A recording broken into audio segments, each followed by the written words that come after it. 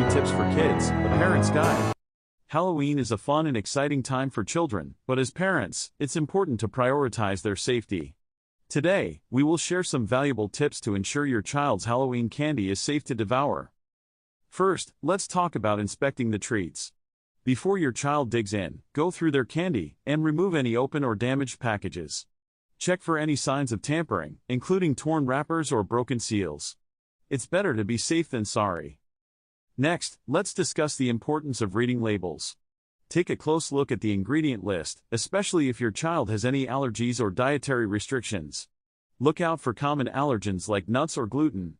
Keep an eye out for expiration dates as well, as some treats may have passed their prime. Now, onto portion control.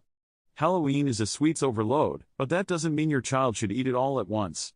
Encourage moderation and limit their daily candy intake. Teach them the importance of saving and savoring their treats over time.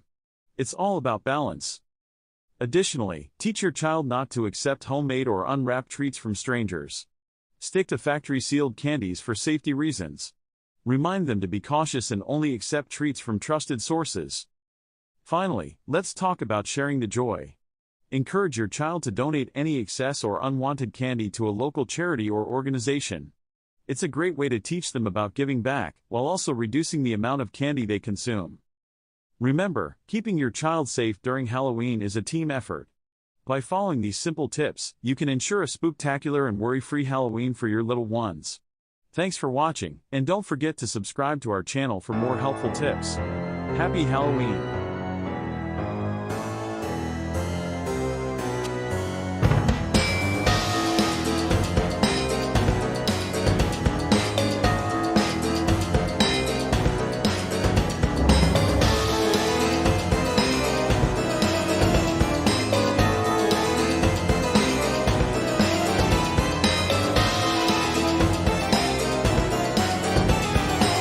Welcome to Pumpkin Pals, the curious and spooky tale of carving jack-o'-lanterns. Today, we'll dive into the fascinating world of pumpkins and uncover the mystery behind why we carve them. So, let's get started.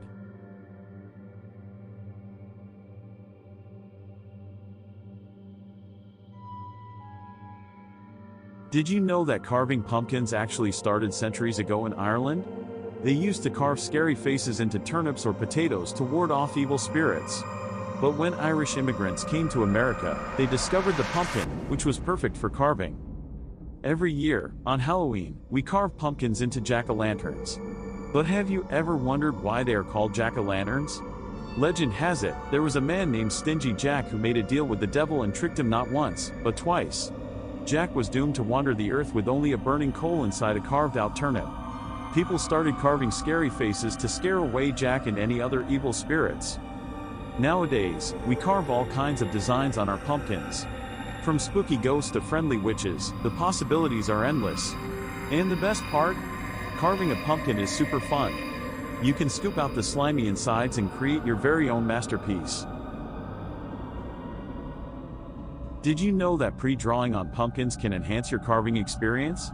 When it comes to pumpkin carving, most people dive right in with a knife, but taking the time to pre-draw your design can make a world of difference. There are a few reasons why pre-drawing is a step worth taking.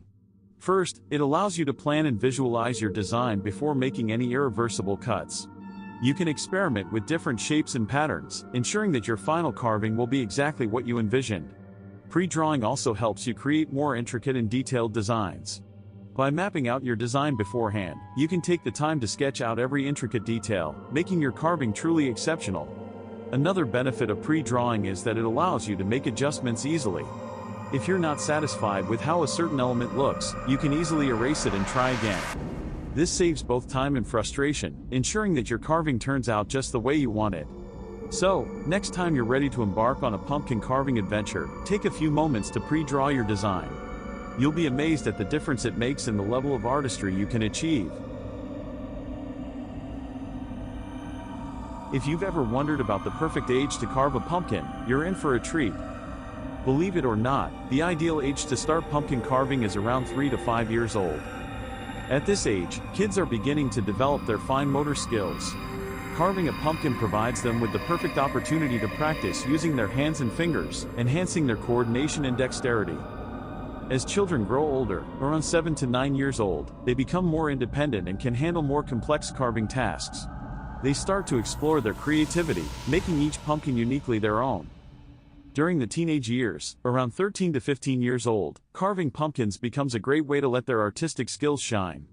They can create intricate and detailed designs that showcase their growing talent.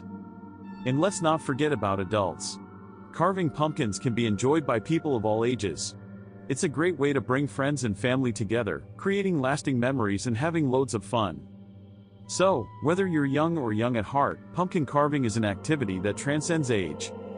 Now that you know the perfect age to carve a pumpkin, why not gather your loved ones and have a pumpkin carving party? Why do pumpkins symbolize Halloween? Well, it's because they are in season during this time of year. Plus, their bright orange color adds to the festive spirit. So, when you see a flickering jack-o'-lantern on a porch, it means that house is ready for trick-or-treaters. So, the next time you carve a pumpkin, remember the ancient tradition and the spooky tale of jack-o'-lanterns. Let your creativity shine and scare away those pesky spirits. Thanks for watching, and don't forget to subscribe to our channel for more exciting adventures with Pumpkin Pals.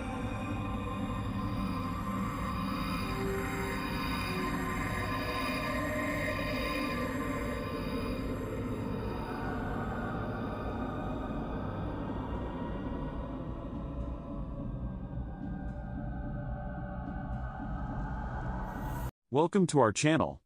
In this video, we will show you how to make perfect homemade biscuits with our step-by-step guide.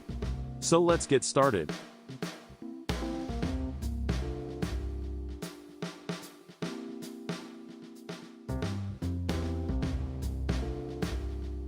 First, gather all the ingredients you'll need. You'll need 2 cups of all-purpose flour, 1 tablespoon of baking powder, half a teaspoon of salt, and 2/3 cup of cold unsalted butter. Don't forget 1 cup of milk too. Now, preheat your oven to 450 degrees Fahrenheit. In a large mixing bowl, whisk together the flour, baking powder, and salt until well combined. Cut the cold butter into small cubes and add them to the bowl. Using your fingertips or a pastry cutter, blend the butter into the flour mixture until it resembles coarse crumbs. This step is important for creating a flaky texture in your biscuits. Next, pour in the milk and stir everything together until a soft dough forms. Be careful not to overmix, you want the dough to just come together. On a lightly floured surface, turn out the dough and gently knead it a few times to bring it together. Pat the dough into a 1-inch thickness. Using a round biscuit cutter, press straight down into the dough to cut out the biscuits. Avoid twisting the cutter, as this can hinder their rise. Place the biscuits onto a baking sheet lined with parchment paper, leaving some space between each one. Now it's time to bake. Pop the baking sheet into the preheated oven and let the biscuits bake for about 12 to 15 minutes, or until they turn golden brown. Once they're ready, take the biscuits out of the oven and let them cool for a few minutes. And there you have it, delicious, homemade biscuits that are fluffy and buttery. They're perfect for any meal or occasion. Thanks for watching our video. We hope you enjoyed this step-by-step guide to making perfect homemade biscuits. If you found this helpful, don't forget to hit the subscribe button and stay tuned for more tasty recipes. Happy baking!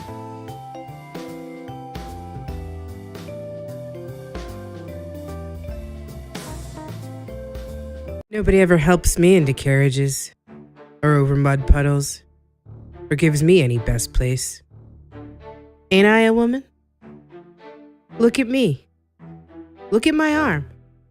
I've plowed and planted and gathered into barns, and no man could heed me. Ain't I a woman? I could work as much and eat as much as a man when I could get it, and bear the lash as well. Ain't I a woman? I've borne 13 children and seen most of all sold off to slavery. And when I cried out my mother's grief, none but Jesus heard me. Ain't I a woman? Sojourner Truth, 1851, Women's Convention in Akron, Ohio.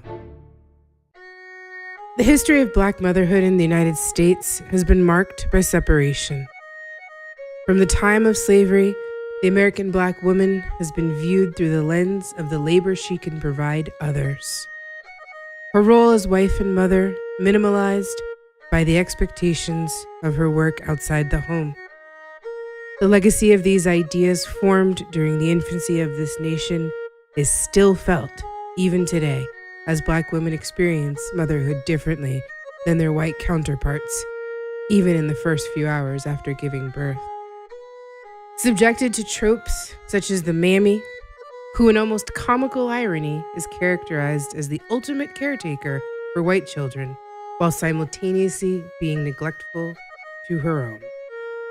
Black women have for centuries seen their motherhood and their mothering called into question. The modern incarnation of the quote-unquote welfare queen characterizes the Black mother as a dishonest materialist who only has children in order to game the system for more money. The lasting impact of such inaccuracies has been devastating. During slavery, Black women were called upon to be wet nurses to the children of their white owners, often separated from their own children, sometimes permanently, just after giving birth. This practice continued even with emancipation, as many families, especially in the South, continued to employ Black women in domestic capacities. In the first decades of the 20th century, as economic opportunity began to expand for Black men, many Black women were for the first time in a position to make the choice to stay home and care for their own children. The dwindling supply of domestic labor didn't sit well with many employers, and laws were passed in many places requiring Black women to work, even if they had other means of support. A 1918 article from Greensboro, South Carolina, is a prime example of one such ordinance. It read in entirety: Negro women to be put to work. Regardless of whether they want to or have to, able-bodied Negro women in Greenville who are not regularly employed are to be put to work, put in jail, or fined heavily. At its special meeting yesterday afternoon, City Council discussed the situation with regard to this class of loafers at some length, and it seemed that all members of the council were agreed that steps should be taken to compel them to engage in some useful occupation. It was decided that an ordinance similar to the one now in force requiring all able-bodied men to work at least 5 days a week should be passed with regard to these women. Such an ordinance will be prepared and voted on at the next regular meeting of the council. A number of complaints have come to members of the council of Negro women who are not at work and who refuse employment when it's offered to them. The result being that it is exceedingly difficult for families who need cooks and laundresses to get them. Wives of colored soldiers getting a monthly allowance from the government have a number of them declined to work on the ground that they can get along without working, according to reports. Others have flatly refused jobs without giving any reason whatever, while still others pretend that they are employed, when, as a matter of fact, they derive a living from illegitimate means.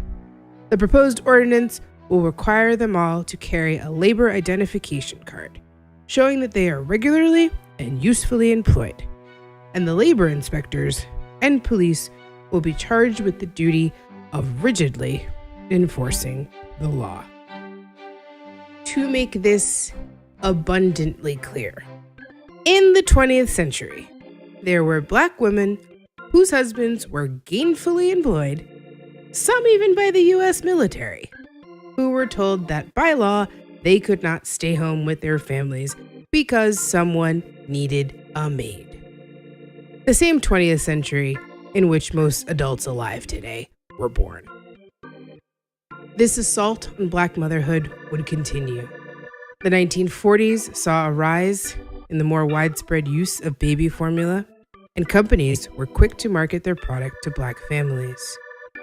The combination of negative historical associations with being wet nurses and the reality of many Black women having to return to work very soon after giving birth made Black women prime targets for these advertising campaigns. By the 1950s, organizations such as La Leche League were formed. Their messages and campaigns were largely designed to encourage white women to breastfeed, while once again marginalizing Black motherhood. Images of white women breastfeeding their children began to be normalized, while one would only find an image of a woman of color doing so in the pages of National Geographic or the like. The Special Supplemental Nutrition Program for Women, Infants, and Children, also known as WIC, was launched in 1974. Women participating in these programs were more often than not encouraged to use formula, and to this day, Black women remain overrepresented in its participants. Historical wealth and wage gaps between races and genders leave Black women on average in the lowest income brackets.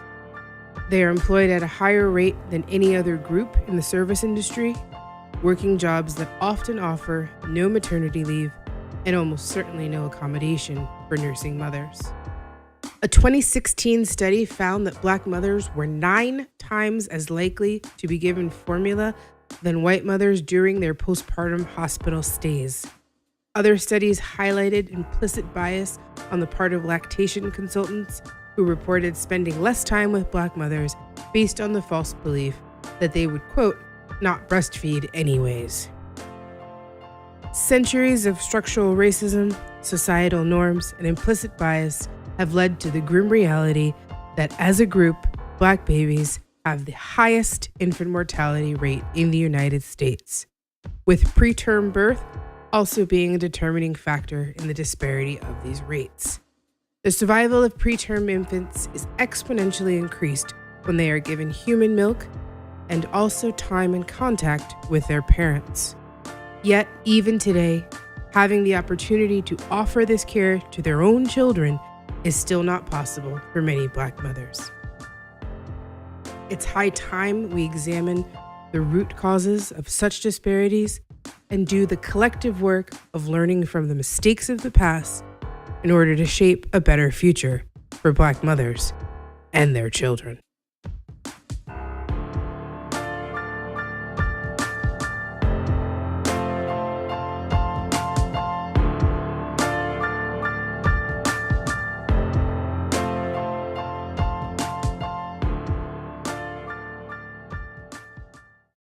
If there was anything I hated, it was investigating the organs of the female pelvis. J. Marion Sims, the father of modern gynecology. The legacy of the good Dr. Sims and the slave women he experimented on has been a topic of widespread discussion in recent years. Yet the true legacy of his work, still in practice, is all too often swept under the rug. Much like his infamous statue, which, to be clear, was not actually destroyed upon removal from Central Park, but quietly moved to the cemetery in Brooklyn, where he is laid to rest. There is a tendency in our discussion of the past to relegate the sins of these historical boogeymen to a bygone era. Both proponents and detractors of men like Sims all too often fail to recognize the lasting impact their work has had. It serves no purpose to tear down statues and demand namesakes be revoked if we fail to address their tangible legacy. Much has been written over the years about Sims's work. Efforts aimed either to praise or to malign often mention his own words as a mere afterthought. Historiography reeks of the disingenuine when it relies on anecdote and conjecture to make a point. The good doctor himself wrote, "I made this proposition to the owners of the Negroes. If you will give me Anarcha and Betsy for experiment, but my operations all failed, so far as a positive cure was concerned. This went on not for 1 year, but for 2 and 3 and even 4 years. I kept all these Negroes." 4 years. 4 years of experimentation, consented to by someone who considered you chattel worth only as much as the price your children would fetch them. Let it be made abundantly clear that we're talking about upwards of 20 different surgeries on these women. Anarcha, Lucy, and Betsy, lest we forget their names. Surgeries done without anesthesia, while on all fours, with curious doctors and students observing and participating. The pain and humiliation these women were subjected to is unconscionable. Sims's actions are all too often excused by saying the man was merely a, quote, product of his time. The problem with this excuse is that it belies the fact that in many ways, times haven't really changed. The 19th century birthed many of our most reputable fields of medicine, along with the journals that chronicled their so-called discoveries. It was a time in which medical training was cursory at best and often perfected in the form of apprenticeships or field experience. These journals influenced the practice and tools of the field much the way they do today. The works of such doctors as Philip Tiedemann and Samuel Cartwright, respected authorities of the era, are riddled with quote-unquote scientific evidence suggesting not only surface, but actual physiological and anatomical differences between the races. Assumptions about the so-called Negro subjects of their studies suggest differences in everything from circulatory patterns, respiratory capacity, and even a dulled sensitivity to pain in some cases. We would assume that such absurdities would be relegated to a distant past, their assumptions long since disproven. And we would be wrong. A study published by the National Academy of Science in April of 2016 came to the following conclusion. Many white medical students and residents hold beliefs about biological differences between blacks and whites. These false beliefs are related to racial bias in pain perception. Participants who endorsed more of these beliefs reported that a black patient would feel less pain, and they, as a result, were less accurate in their treatment recommendations. Let's be abundantly clear about what is being said here, because it needs to be restated. In the year 2016, there were medical students and residents who still held long disproven myths about racial differences to be true, and it actually affected the way in which they treated patients. The gravity of the legacy of mistakes made during the infancy of modern medicine cannot continue to be ignored. Removing a statue or renaming a building merely pay lip service to very real and often fatal disparities in this country. It's not enough to wrestle with the demons of yesteryear if we ignore their very real legacy in today's world.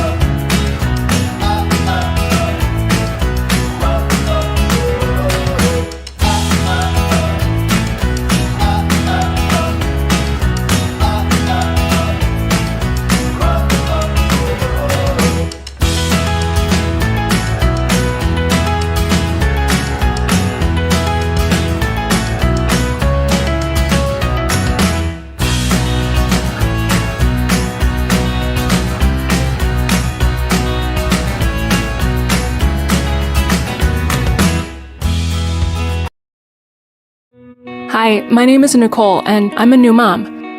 When I was pregnant... Hi, my name is Nicole, and I'm a new mom. When I was pregnant, I learned that more C-sections are being performed in hospitals than ever before, even if the mom and baby are healthy. This worried me, so I decided to educate myself. I learned many things I could do to avoid having a C-section I didn't medically need.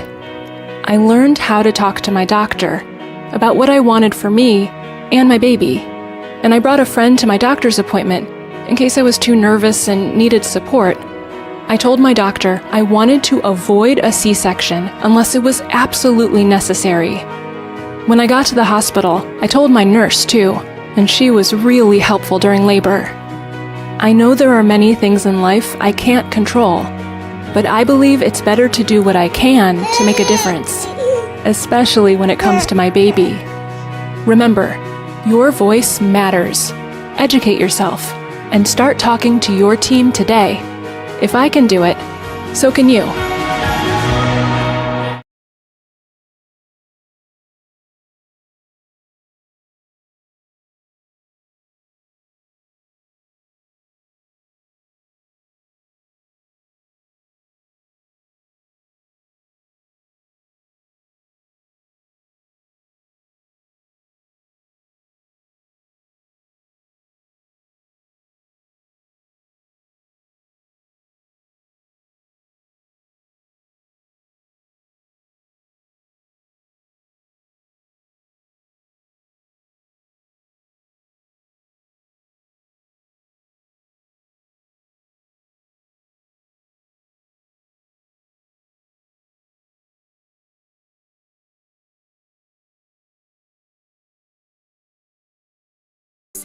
And I'm a labor and delivery nurse.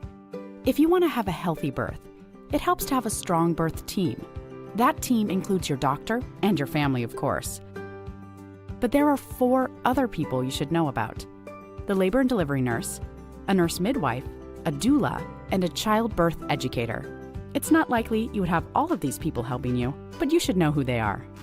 I'm a labor and delivery nurse, a special kind of nurse who works with moms and doctors during childbirth. We're one of the first people you meet once you arrive at the hospital. Labor and delivery nurses monitor and support moms and babies during labor and give moms medicine if needed. After the baby is born, we help moms with breastfeeding and look out for complications. A nurse midwife is a nurse who has advanced training to care for moms during pregnancy, labor, and they can help you deliver your baby if it seems that labor and delivery will go smoothly. Nurse midwives are really good at helping moms avoid C-sections and other medical interventions unless they are absolutely needed. In the hospital, nurse midwives work as a team with doctors. They'll call the doctor if the birth becomes complicated. A doula is different from a doctor, nurse, or midwife. They're like having your own personal coach who stays with you all through your labor and birth. They provide emotional support and help with things like moving, breathing, and relaxing so your labor goes more smoothly. They'll show your partner how to support you in labor and can even help you at home after your baby is born with things like breastfeeding. Some hospitals give you the option of having a doula, but more often, you will have to hire a doula yourself if you want the extra support. Lastly, it's super important to be as prepared as possible for your birth. If you're expecting a baby, consider taking a childbirth education class. Childbirth educators empower expected parents with knowledge and skills so they feel more confident about the process of having a baby. This is really important. Your birth matters, and your birth team matters. Start building your team today.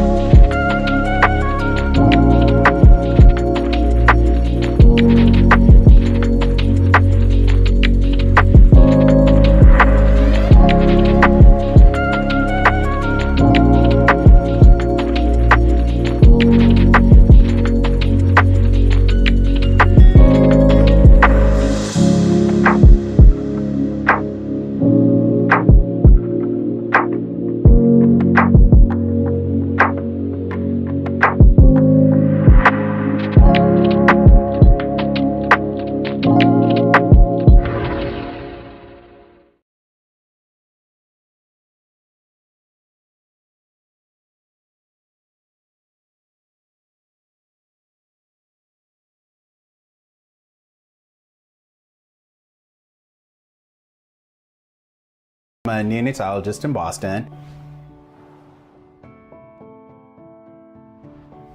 RSV is a virus that causes a respiratory illness or kind of like a cold. So RSV varies a little bit. If I was to get RSV, I probably wouldn't be able to tell the difference between having a regular cold and having RSV. For a baby who gets RSV, they get what they call bronchiolitis, and usually that presents as a kid having a difficult time breathing. Usually you see their little ribs popping in and out as they're trying to breathe. You see their little noses flaring as they're trying to breathe. Sometimes they turn blue because they're not getting enough oxygen. They tend to have a lot of secretions like coming from their nose and a cough. And so it can be pretty significant and it can change really quickly. They can go from being a little happy to suddenly being like really having a really hard time struggling to breathe. Some communities are going to be at higher risk because the population is more dense, meaning there's more people living together under certain square footage. There's often more children who often tend to pass respiratory illnesses among themselves. You see these families out of nowhere, they get this like right hook that kind of knocks them out. And these people are just devastated by this happening to them. And they're like, how much can this kid take? How much can our family take? It's incredibly hard. If you're starting to see signs of breathing difficulties, don't wait. This is something that you want to take pretty seriously.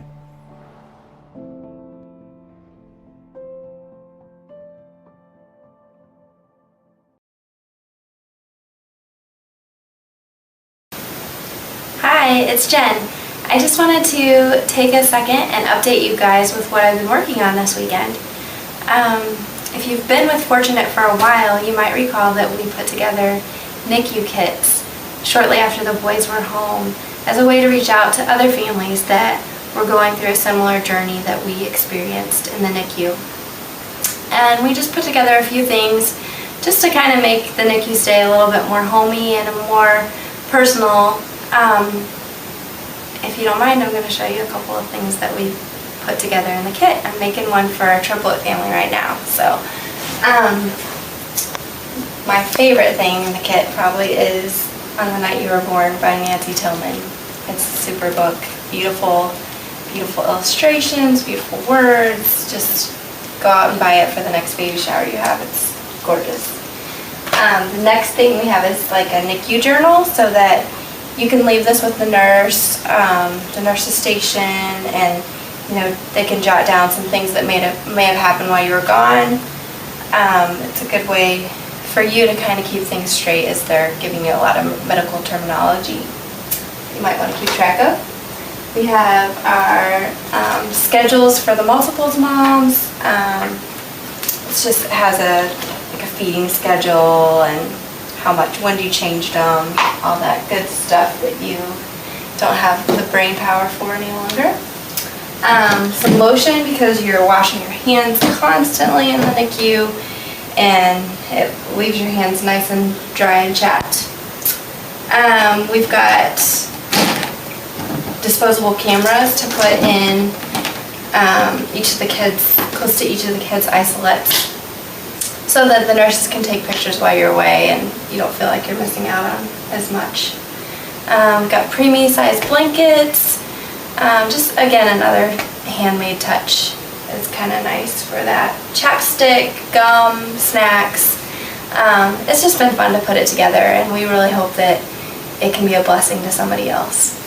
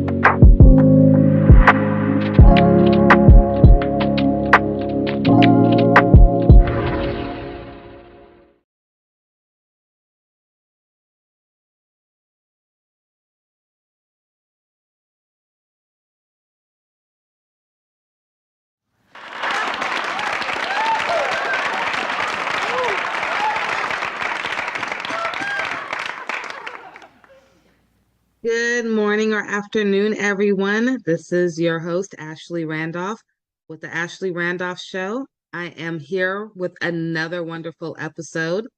Today, I have Dr. Natasha. Doesn't that sound so lovely? Dr. Natasha, she's wonderful. I'm so grateful to have her here, not only just for our families, but even for our healthcare professionals. So she's amazing. Dr. Natasha, thank you for being here with us.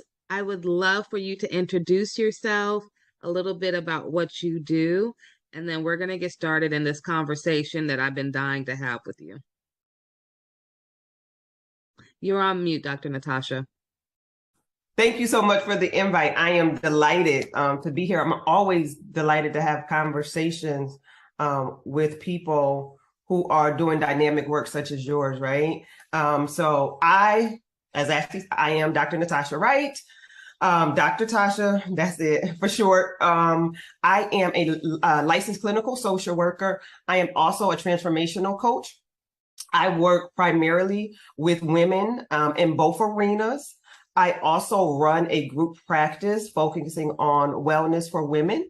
So my days are spent servicing women and helping women navigate life in all areas of transition and maybe some hardships and struggles, but really being a sacred and safe place for women.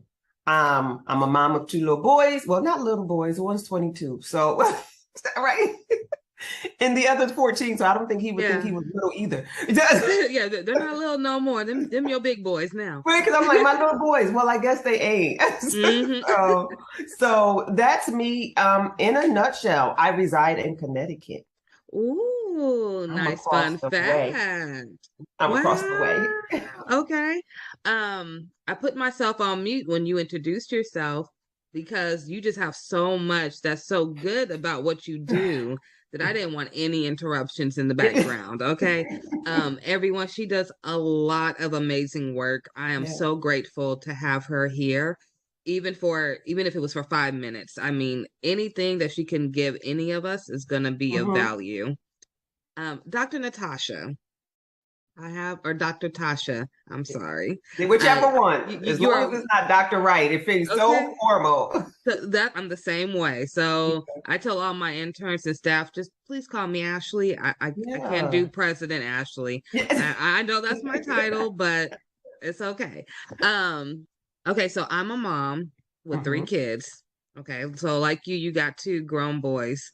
I call my son, he's about to be 12. He's way bigger than me. So I'm like, okay, you my grown boy now. I got 3 kids.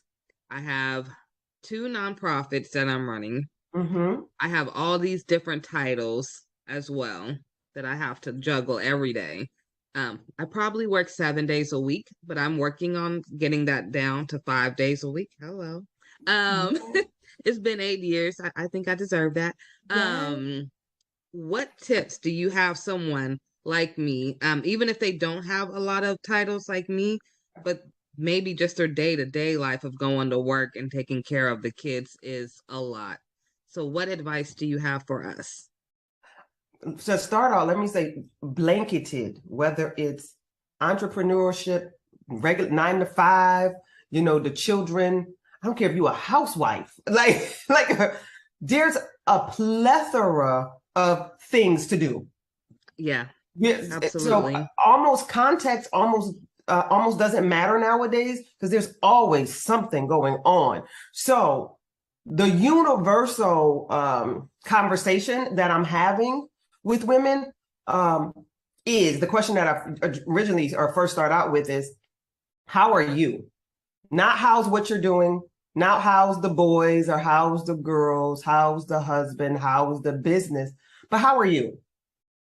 And usually I get a pause because not a lot of women are being checked on. They're like, oh, I don't know. And I'm like, okay, so sit with it for a minute. I usually got time. Or I get this almost auto response of, fine, I'm good. No, slow down. Let's ask again. And then once I ask, how are you? I pivot to, well, how's your heart? And that is a totally different question. And it forces people, women, to pause for a minute and examine what's going on in life. And I usually get a more authentic response. Because you can't when I ask how's your heart, it's not good, fine, great, how you? No, those are those automatic responses when we are in the hustle and someone asks you, how you doing? Good, I'm great, you good? All right, and then we're in passing. And so having women slow down. So what I want people to know is, women to know, is that I do believe that you can have it all. I'm a firm believer that you can have career, that you can have children, you can have hobbies, you can have dreams. It's just how we manage the time that we're given. So where I come in at is strategy, because I do believe that you can have it all. We are all given the same 24 hours and 1 day. Right. And I'm sure we all have dreams and hopes and desires, but what are we doing with them? Do they get lost in the hustle of life? So one tip is checking on yourself. How are you? That how's your heart question doesn't have to go from one woman to another. We can sit and reflect in our quiet time when we carve out quiet time and ask ourselves, Okay. how's your heart? But having that, stealing a moment to say, how am I doing? And then being real reflective of, I'm having a rough week. It's been a rough month. It's been a rough quarter. Everything is extremely busy. I don't know if I'm going to the right or going to the left. That's data that we can use to say, I might need a better plan. I might need some systems put in place. Okay. Because there are times when we are doing everything that we should be doing and that we can be doing. We're probably just not doing it in a most strategic way. Absolutely. I agree with that. Yeah. So it's like, well, I can't drop anything. And sometimes you're absolutely right. Sometimes it is the job. It is the kids. It is if you have a spouse. All of these, if you're caring for aging parents, if you're caring for small babies, if you're caring for sick children, all of that. And you're like, well, what do I do now? I can't drop any of it. Right. And so I don't approach it as you have to drop it, but let's just look at it. And how do we get a better system or strategy to help manage it? Oh, that's good. That's interesting. Yeah. That's interesting. Yes. Strategy is everything, though. I always say that, I'm like, we need a strategy to do this thing. So if you want it all, you got it all. Because the way that I look at it also is most women, me, and I always come from the context of women because that's who I deal with. Yeah. So men, I'm not being exclusive or excluding you all, but I always naturally flows are the women. That we can have it all, and just how do we have it all, right? It's that how to. So, and I believe that women are so gifted that there is usually a call, a urge, a mandate to do multiple things. And then instead of running from it, how do we lean into it with better systems and strategies to get it done, where we're not worn out and weary at the end of the day, at the end of the month, at the end of the quarter. And so that's where I come in as a thinking and thought partner. Right. Like, this is what I'm doing, or this is what I want to do. How do I make this happen and still live a healthy, aligned life? And I'm strategic, I'm strategy. So I'm like, okay, let's write it all out. Now let's go to work. Yeah. Oh, I like that. Let's go to work. I have a question for you. Okay. So with your expertise and knowledge, I have noticed that a lot of African American moms that I have in my nonprofit, a lot of them seem to veer towards negative, like social media sites, or let's say reality TV that promotes negativity. And I always hear, well, I'm able to look at somebody else having a hard time, and for a minute it takes me away from mine. Now, is that something that you would recommend, or like me? I'm sorry, I watch Christmas movies all year long because it brings me instant joy. Like it could be Yes. May, and if I watch it in 10 minutes, I'm instantly happy. Yeah.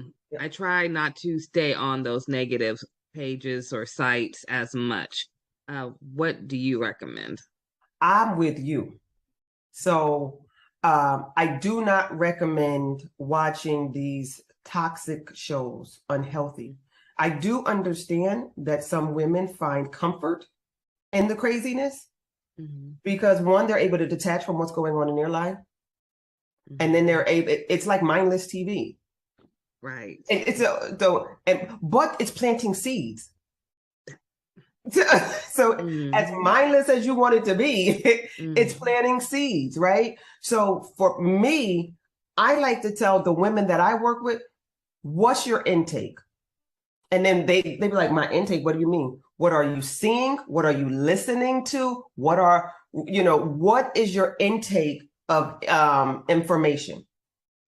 What are you watching? What podcasts or songs are you listening to? They have unconscious effects on your behaviors. I said so. Too. Yeah, I totally. That's why I'm like, turn the TV off. So I'm not a big promoter of watching television. Now, I do love a good movie. I do love sometimes mindlessly watching TV, but I only allow myself to watch TV on the weekends. I do not watch TV. I watch TV from Friday afternoon, because that's when my workday finishes, to Monday night. Sunday night. Monday through Friday early afternoon, my TV does not come on. Wow. Okay, so I always have my TV on, but I'm hardly ever watching it though. But it's background always noise. on. Now my kids, they're in school from 7 in the morning, 7:30 in the morning until 5:30 every day, Monday through Friday. They have a strict schedule to be home, to be in bed at 8 p.m. So when they come home, they do their routine, take a shower, start putting on your night clothes, homework, dinner. Then they get an hour of game time, usually right before bed. So they're not watching TV. Yeah. By the time they turn on the TV to put it on cartoons, it's 8 o'clock. They're laying down for bed. By 8:30, they're knocked out sleep. So without them even noticing, they're not even watching TV as much as other kids are. But I do notice that other kids are teaching them things at school. For instance, my son, he's never seen. So I'm one of those real strict parents, and I love it. So I don't care what no one says. The TV guides, and you know how it says the ratings TV 14. Oh yeah. Well, if you're not 14, I'm sorry, you're not watching it. So my son comes home and he'll be like, "Oh, mom, Jason movie. I heard about Jason, or I heard, there's a movie called Saw or something." And I'm like, who's letting their kids watch this? You know what I mean? Yep. And I tell them, yeah, one day you'll watch it, but you're not that age yet. But I do know that a lot of the outside world has an impact. So that's why I'm so into the parents about what they're watching too. Because sometimes the kids see what you're watching and you may not even be really paying attention, but they're picking up on everything that video is showing, or whatever they're listening to. Like you said, even simple podcasts, it's giving them visuals. They're hearing it, and however they want to, think about it, that's how they're going to think about it. Absolutely. And YouTube is big now amongst my son. That's what I was thinking of, was YouTube. Yeah, my son doesn't watch a lot of TV per se. He watches YouTube. And so just think about watching YouTube on not the children's YouTube, but on regular YouTube, and the commercials that can come through. Right. Yeah. And so they just plant seeds. And so I like to err on the side of caution. So I direct and I control what's going on in my ears or what I'm watching. So the limiting of TV is huge because it takes up such a gap of time So you're like, I could be getting this done, but I'm gonna sit down and I'm not saying that, you know, these shows don't be good. They probably do. I don't have cable. I ain't had cable in must be probably 12 years. I stream everything. So when I say that I watch TV, I watch Hulu and Netflix on the weekends. And I don't like series. If I have to watch a series, I may have to make sure that I have time to finish it. Ooh. Because it'll drag into my week and it bothers me. Yep. So I'm the same way. I don't have time to finish a series, I need a movie that's less than 2 hours. I'm in and out and I'm moving on to the next thing, because a good series will be on my mind all week and I'm distracted. Yeah. So like I said, what we do and being strategic with the time that we're given. And so I give practical tools on really how to order your day, to order your week, to order your month, and how to really get things done. Okay, now I like how you say that. So how can someone be a part of what you're doing? So for me, go right to my website. There is a discovery form up there. Yeah, you can go right there. I offer VIP days. So I'm for the busy person. I don't have no long program because I work with busy people. I work with ambitious, busy, motivated, but slightly overwhelmed people. Yeah. And overwhelm is not a negative thing. It could be like things are going, I have to do all of this and I just don't know how to do it. And so I'm a VIP strategist. So I'm a strategist. I strategize. I come to my clients or my clients come to me. We meet to make sure that we're just a really good fit. And then we begin to look at life. And so there's a discovery form on my website, drnatashawrightconsulting.com. And it's a quick questionnaire. Pop into my calendar. And then we begin to talk about what it would look like to partner together. Do you want clarity? Do you want a plan? Because I come to find out that people have dreams and goals, but they don't have a plan. They can't execute. So the dream the goals remain so abstract that nothing's getting done. Yeah. And to me, the dream and the goal, it's just something that's hidden and probably latent in your heart because there's no strategy to go along with it. And because we're busy, ambitious women, got a lot of hats going on here, right? That we don't even have time to think. So I am that thought partner to help you think and strategize. So working with me, I work in 3-month increments. So in those 3 months, at the end of a VIP day, you leave with a tactical strategy to execute for the next 3 months. Ooh, I like that. This is for the ambitious people that know they have something, they know they're ready, they just can't think. It's the first step. You hear so much. People don't know just the first step. Just show me the first step and I got it. And I make it clear. They actually leave with a tangible document that's like, listen, this is what you do next. This is how you do. And I'm there and I offer support for 30 days post the VIP day. And by the time you execute this 12 weeks, you'll come back to me for another VIP day because we're going to the next thing. Ooh, y'all take advantage of them VIP days. Yes. Okay. And the VIP days looks like me. It's either one-on-one, depending on how it's scheduled, or with a small group. No more than 4, because we're executing. Because you get me that day, and I'm thinking and rolling. Yeah. And we're executing, getting to work. And that's what I always say. I'm for the hungry. Ooh, I come for the hungry. I like that. Because I'm ready to feed. And if you're not hungry, I'm going to do nothing but give you a stomachache. Ooh. Because I'm going to have an opposite effect. I'm going to aggravate everything in you. So if you're not hungry and ready to go, then I'm not for you. Nope. Because I'm just going to aggravate you. Yeah.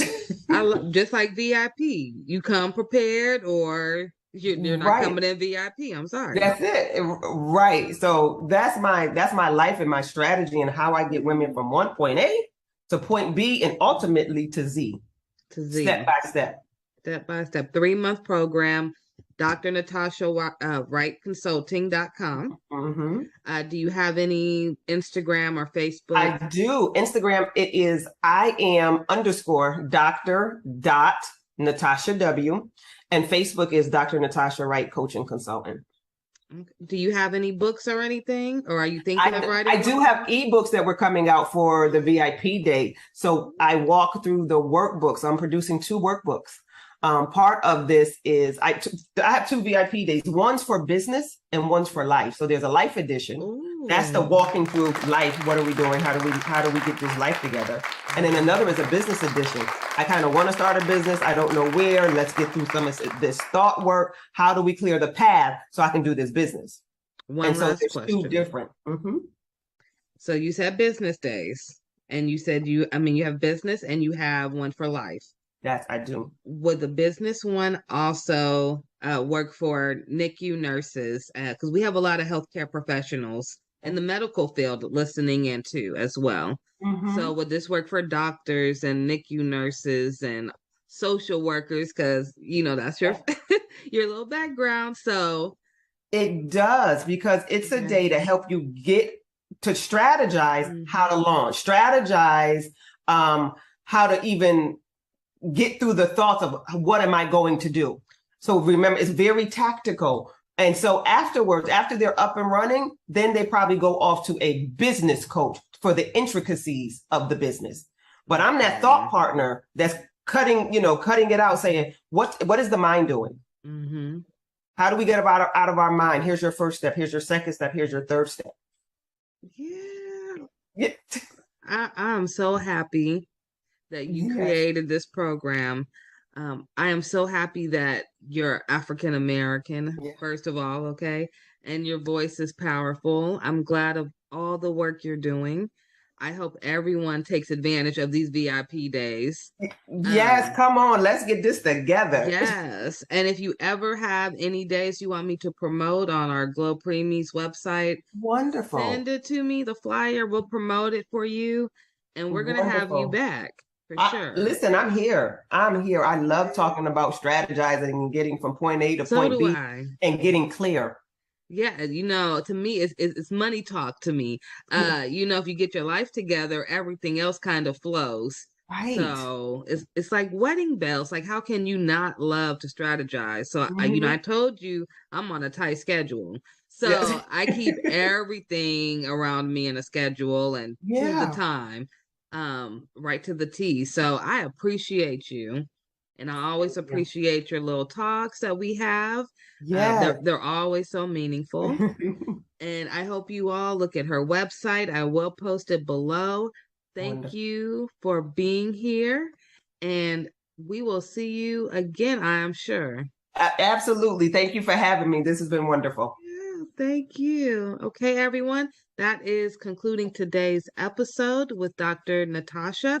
She is amazing. Please, please, please go follow her, like and share and subscribe to her pages, and go look at her website.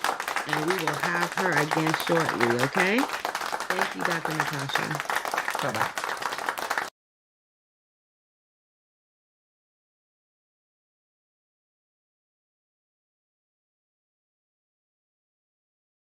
Human milk is the natural food for newborns.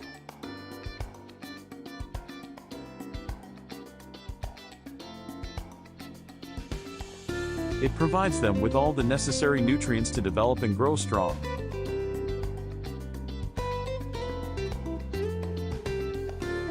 However, not all mothers can produce enough milk for their babies.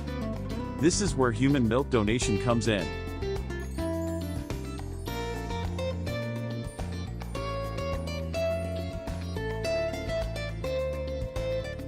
By donating breast milk, women can help provide premature babies and sick infants with the nutrients they need to thrive.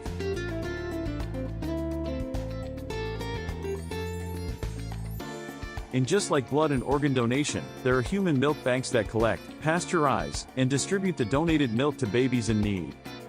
Donating breast milk is a selfless act that can make a significant impact. And it's not just babies who benefit from it. Breast milk is also used to help people with digestive problems, immune deficiencies, and other medical conditions.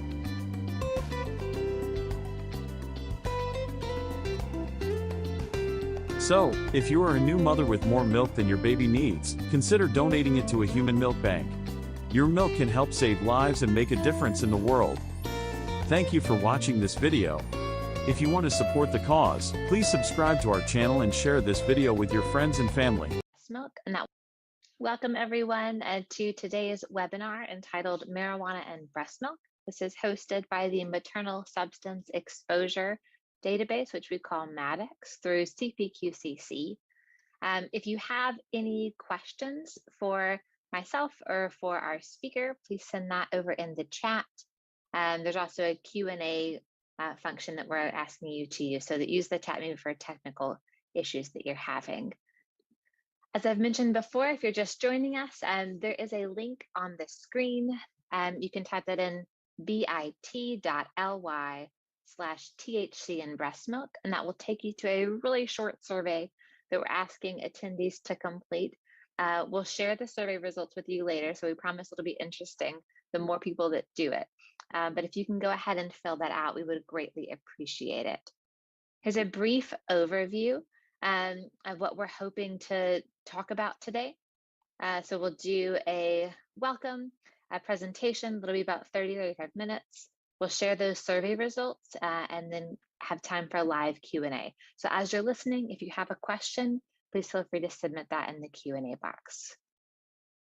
The Maternal Substance Exposure Database, that's the group that's hosting this webinar today, is an optional and free database that's part of the California Perinatal Quality Care Collaborative. You might be familiar with us, CPQCC. A lot of you are from California. So we collect data on all maternal substance exposures. So those include, but aren't just limited to, opioids. And by doing that, we aim to improve healthcare for exposed newborns by focusing on treatment and length of stay in the hospital. And while the database is designed to capture information on infants who have been exposed to opioids, many of our members also use it to collect data on infants who have been exposed to other substances as well. So about 23% of our infant records in MADEX report maternal exposure to marijuana. We would assume that the rate for this data is much higher, since a lot of our MADEX centers do primarily use the database for opioid-exposed infants. So this is an example of the MADEX report site, where if you join MADEX, which again is free and optional, you can compare your hospital to other MADEX participating hospitals. So we have 32 right now across California and over 500 infant records that have been entered to date. This data is used to drive improvements in the care provided to exposed infants. This is done through a range of reports designed to help you identify areas of high and low performance, monitor the effects of improvement interventions, and conduct research that advances the quality of care. MADEX is available and free to all CPQCC centers, but you do have to request access. So if you'd like more information on MADEX, send us a message in the Q&A or in the chat with your email. You can also submit your email in the evaluation survey for today's webinar. So again, this is, I'll say this one more time. So please take a minute to answer the following survey. You can type this in, THC and breast milk. The slides will be available afterwards as a PDF for download, and I'll send around that link. We are really excited today to welcome Dr. Christine Bixby as our speaker today. She is board certified in pediatrics and neonatal perinatal medicine. She completed both her pediatric residency and neonatal perinatal medicine fellowship at Harbor UCLA Medical Center. She attended medical school at the University of California, Davis, and she is a practicing neonatologist at Chalk Children's Hospital. She is an international board certified lactation consultant in IBCLC and the lactation medical director at Chalk Children's Hospital, where she focuses on breast milk handling and breastfeeding support in the NICU. She is a strong advocate for breastfeeding in Orange County through the Orange County Perinatal Committee and the Orange County Breastfeeding Coalition. She has published and speaks frequently on best practices in breast milk handling and optimizing breast milk production and breastfeeding in the NICU. Welcome, and I will turn it over to you, Dr. Bixby. Hello. Thank you very much for inviting me to speak. It is my privilege to get to talk to you about cannabis and breast milk. Let's hash it out. And I will do my best to minimize the number of dad jokes, but I had to put that one in there. It is quite the appropriate day. As you note on the bottom right corner, Cannabis 420. It is the most sacred and celebrated day for marijuana. And so it is very appropriate that we are talking about it today. Next. So my disclosures are limited. I am faculty for the Small Baby Care Specialist Program from Engage, Grow, Thrive, where I shockingly talk about optimizing milk supply in the NICU, the benefits of human milk in the NICU, and how to handle human milk in the hospital setting. I'm also a consultant for Willow breast pumps as well. Next slide, please. So here's our big question, and it's the question I get asked as an MD IBCLC all the time is it okay for a woman who tested positive for THC to breastfeed or express milk for her baby in the NICU? And I think the easiest way to answer it is it's complicated, and I'm going to walk you through it. This question kept coming up a lot. In 2018, I decided to deep dive into the data to be able to come up with a comprehensive understanding of what is known and what isn't, and also to be able to give my colleagues and our group, of which is a number of NICUs, some education and knowledge and maybe a consistent message around the concept of THC and breast milk. So to answer the question, you get two more questions. So next slide, please. One, and this is for any substance that crosses or that you're seeing a breastfeeding mother use, is does it cross from the mom into the breast milk? And if it does cross, is there harm to the infant? So we're going to go after the next question, the first question, which is, what is cannabis? And cannabis is a plant, as you see it on the right up corner. It's cannabis sativa. It has over 150 known compounds. It has increasing potency over the decades and by location. Of note, between 1995 and 2014, the potency or percentage of THC has increased from 4 to about 12%. There are some products that are made in Washington State with flower products greater than 20% of it being THC, and with their extracts having greater than 60% of THC. And we'll get into what THC is in a little bit. There are various forms of consumption: the good old-fashioned cigarette or joint, using a water pipe or a bong, my aunt and uncle's marijuana brownies, the more common and newer versions of vaping, and then this new thing to me called dabbing, which is where they pour butane over the plant and you get a sticky precipitate out that you can then smoke that allows you to have a much higher concentrate of THC with a very rapid onset. Important to note that with consumption, if you're smoking, you're going to have rapid onset as it goes through the lungs into the plasma, versus consumption of brownies or gummy bears, that's going to take over 30% or 30 minutes, and your oral bioavailability is fairly low. Other thing to note about cannabis, there are other additional unknowns as the growing of the product is not technically regulated. So there is potential for lead, mold, pesticides, rodenticides, herbicides, and fertilizers in the product, and we don't know what they are. Next slide. So two components of cannabis that everybody is very known in common colloquialism is CBD or cannabidiol, which is a phytocannabinoid that's extracted from the cannabis plant and then diluted with the carrier oil, usually a coconut oil. Not a lot is known about CBD. It's felt to be less psychoactive. And I'm not going to talk a lot about CBD at this point in time because of the lack of significant data.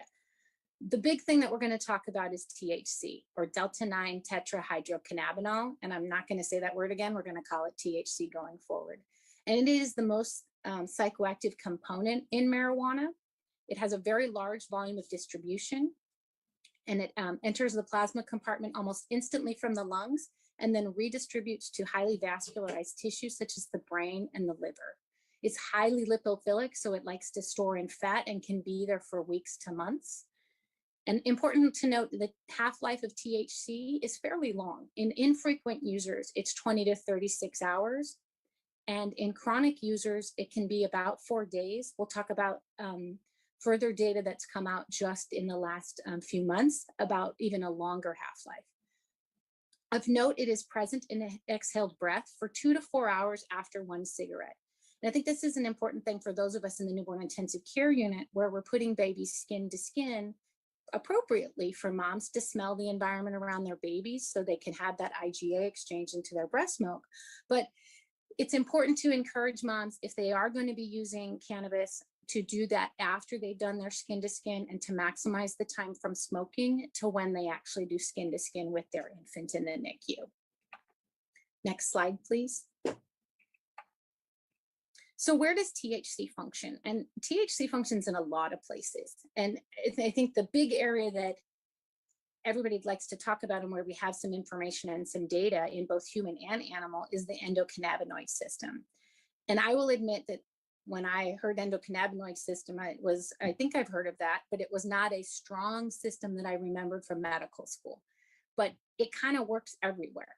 So THC functions with the endocannabinoid system as an agonist to the cannabinoid receptors, where it impacts neuronal cell migration, proliferation, and differentiation, which impacts attention, cognition, memory, emotion, movement, and the peripheral immune system. So in particular, it's hitting in these executive function areas. And we'll see that as we go through some of the data that I'm going to highlight. THC also functions within the dopamine, opioid, GABA, glutamate, and serotonin associated symptoms, so kind of everywhere. But these are areas where you're looking at reward centers and emotional regulation as well. And then it's also seen to promote corticotropin secretion and preventing the secretion of gonadotropins, TSH, prolactin, one of our big breastfeeding hormones, and growth hormone, where there is some data on fetal exposure with concern for growth restriction, which I do not have time to go through at this time. Next slide, please. This is just a quick review of the uses for cannabis. I'm not going to read through it for you.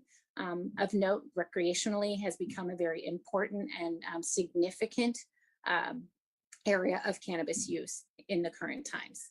Next, please. So let's talk about THC in breast milk. And so we're going to now get into the weeds of, does it transfer or not? So what factors increase the likelihood of passage into breast milk? And it's important to note that certain things pass very easily and others do not. You have a low molecular weight, so less than 300 Dalton, and marijuana in particular is a 314 Dalton chemical, so it would pass in that regard. Low protein binding facilitates transfer, although THC is more commonly protein bound. Weakly basic, being lipid soluble, which we know THC is very fat soluble, that's that lipophilic. High oral bioavailability. THC is about 4 to 12%, so that's not on the high side, but there is some oral absorption. And that's where we get into that question of, if it gets into the milk, is it enough that it is actually causing getting to the baby? And we'll talk about that in further slides. And do we get a high maternal blood level? I would argue that in some of these situations where mom is smoking something with a 60% THC, we could see very significant maternal blood levels, or if she's a chronic user and has significant stores, and we'll go over some of that data. And then is there a long half-life? And like we talked about, 36 hours, 4 days, that's a pretty long half-life. So there is good argument that THC could pass into breast milk. So this is a review from Moore in 2017, looking at data, looking at THC transferring into breast milk. And then does that breast milk, once it gets into the milk, actually result in positive findings of THC in the infant? And this is a 3-page slide. I'm not going to show you it all for the sake of time. The other 2 slides are mostly animal data. So if you want to explore that, you can look, pull up this paper. It's quite easy to find. The red boxes are pointing out some of the interesting things. And when we talk about it over the past many years, the argument was that it's an 8-to-1 and that you get an 8 times dose of THC in the infant relative to the maternal plasma level or the milk level. So this first paper, the Perez, Reyes, and Wall paper, which is from very recently, called 1982. I was 10 years old almost. So it's been a while, it's old data and it's small data. It's 2 women one woman who used every day for 7 months and breastfed, and they did demonstrate that there was marijuana in the breast milk. The other one is the reason why we had this 8-fold increase in THC that got everybody very concerned. And this was a mother who smoked marijuana 7 times a day for 8 months. And in this sample, we did see that there was 8 times more THC in the breast milk than the blood plasma of the mother. And that we were actually concentrating THC in the milk, and it made for significant concern. And that, are we giving a really high dose of THC to babies? And then they did evaluate the baby's stool and found that there were metabolites that showed that the baby actually was receiving the THC and metabolizing it and excreting metabolites. No, it wasn't just metabolite because it was in the breast milk itself. So that paper told us that THC can cross, and it's potentially crossing at a very high concentration, and it's sequestering in the milk, which made things very concerning. The Ahmad and Ahmad paper from 1990 was an interesting study of buffaloes that apparently ate marijuana about 5 to 10% of their diet, and then looking at if the children who drank that buffalo milk, did they have THC in their in their urine samples, and 29% of those children do. So the argument there was that yes, you did even have it from animal milk exposure. You can see THC. Next slide, please. So the good news is we have more recent data that conveniently came out. The first time I did this deep dive was in 2018, and very kindly, the 2 studies, the Hale and the Mommy's Milk studies, came out right when I was looking at the data. And they were, we've known about the Colorado study for a while. And Thomas Hale, who is a pharmacist and is kind of the resource for what is safe in breastfeeding when it comes to medications and substance exposure, he had started enrollment on a study in Colorado after marijuana was legalized. And we were all so excited about this study and hoping it was going to give us so much information. And it was kind of a letdown in some regards because they were only able to enroll 8 mothers, even though it was an anonymous study, and only 5 of those mothers actually completed the questionnaire. But this study was, the women abstained from using marijuana, then went to a very specific dispensary and picked up a very specific marijuana that they knew the dose of THC, and had them pump, smoke, and then pump over interval periods of time to see if there was THC in the breast milk. There is no serum data for this study. And the RID, which is the relative infant dose, which is the daily infant dose in milligrams per kilogram of infant weight over maternal dose, which is milligrams per kilogram of maternal weight times 100. In general, the relative infant dose, or RID, if it's less than 10%, when you're looking at medications, it's felt to be safe. I will note that even though he did see this 2.5%, it was based on 150 cc's or milligrams per kilo or milliliters per kilogram per day of intake. And he has not updated his recommendation on his resource to put in a defined RID. I think he is appropriately recognizing the numbers are too low to make a definitive statement. He did note that the THC dose peaked at an hour and then slowly decreased until the end of collection. So the takeaway from the Hale study is that THC does get into breast milk. As we move on to the Mommy's Milk study, which was done through the group at UC San Diego, they looked at 50 women with 54 samples, and they had mothers recall their exposures for the 14 days prior to milk collection. So this is just recollection. And then they tested the milk samples. And the big finding from this paper was that THC was detectable up to 6 days after the last reported use. And then as I'm re-upping this study, it's very kind again, new papers have come out, and the Moss study out of Oregon just came out this year. And that looked at 20 different women who provided samples at the 2-week and 2-month pediatric tests or visits and were known to be using marijuana. They were found to be increasing their use between the 2-week and 2-month pediatric visit. And all but one had at least one cannabinoid in their milk. And there was the presence of CBD, even though there was no report of use of CBD. So I think we're getting a compelling statement that an idea that even though the numbers are small, we're getting a consistent data now that says, yes, it's not just these 2 women, but we've got a lot more that's saying, yes, THC does transfer into the milk. Next slide, please. This slide, I think this is an interesting concept because this is the one where what happens if we abstain? So this is a study looking at, and just published, but this is the Weimar paper, and it was just published March of this year. And it looks at women who were frequent users, greater than 2 times per week prior to delivery, who then abstained from using cannabis postpartum. And then they donated their milk and blood 2 to 5 times per week for 6 to 7 weeks. I feel like this is a really labor-intensive study. But what they found was that the maximum milk THC levels were 2.8 to 26, and the elimination half-life from milk averaged 17 days. And I think the important thing when you look at the graphic on the right is that the bottom axis is time in days from delivery and abstention. And what you're seeing is you still have a milk level of THC at 40 plus days. And this is something that I don't think any of us expected.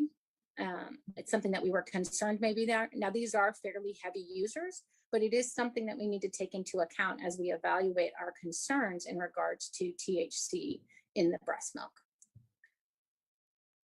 So next slide, please. I think we've answered the question, does THC cross from the mother into the breast milk? Absolutely. Now it's time to go, okay, if it crosses, does it get to the baby? We think it does. There is some amount of oral bioavailability, but does it cause harm to the baby? Next slide. And I think inherent to the fact that cannabis has been illegal and folks haven't really wanted to be like, yeah, I'm breastfeeding and smoking, because there is that inherent risk, legal risk, plus people's particular bias or response, there's not a lot of data, and there's not a lot of let me jump into a study and be a part of it, which is what we saw in the Hale study, in all of those studies just looking at milk transfers. You're not able to recruit huge numbers. So we kind of have to look in other places. And so I'm going to start with looking at what is known about cannabis exposure in the teen brain, and then look at some of the data in pregnancy and utero, which often spills over into postpartum exposure and breastfeeding, and then get into what we do know about breastfeeding cannabis, what little outcome data there is, what the current recommendations are, and then we'll get into the NICU patient and look at our approach at CHOP Children's. So before I get into the weeds of outcome, it is important to note that there is no reliable biologic sampling method to quantify the amount of marijuana use. I can't get a level like you can with alcohol and say, oh, this person's drank a lot, or this person has drank a little. We really have to go based on self-report. And self-report is inherently biased. Some want to report more use than they actually are to have that perception of them. Others don't want to report their use at all. The other issue with data in regards to THC and marijuana use is there are often confounders. There's often polysubstance abuse with tobacco, alcohol, and other illicit drugs. So the likelihood of a pure study with no exposure to other agents, I think, is exceptionally low. Next slide. So what do we know about the teen brain, and why do I want to talk about the teen brain? And the rationale for the teen brain is really that there's still changes going on and maturation of axonal tracts and networks in the teen brain. So we have a developing brain. And so does THC affect that brain? And in telling folks I was doing this talk, I said, oh, I was going to talk about teens. And in my mind, when I think about teen and marijuana use, I think of Spicoli from Fast Times at Ridgemont High, which then they all look at me like I don't know what I'm talking about, because apparently I've become old. So let me walk you through some of the things that we found that kind of go inconsistent with that meme type of that person in that movie. And that is that we do see short-term declines in attention, executive function, and memory. With regular use, they noted an 8-point decline in IQ when you evaluated a teen marijuana user at the age of 38, and that would persist even if they stopped using. Chronic use in the teen years, you can see reduced brain volume in memory centers like the hippocampus and amygdala. And that is also seen in the chronic adult brain, where you see decreased volumes in the amygdala, hippocampus, and parahippocampus. Chronic users also, when you do functional MRI, show impaired axonal connectivity in the white matter, and that is worsened if they have earlier age of onset of use.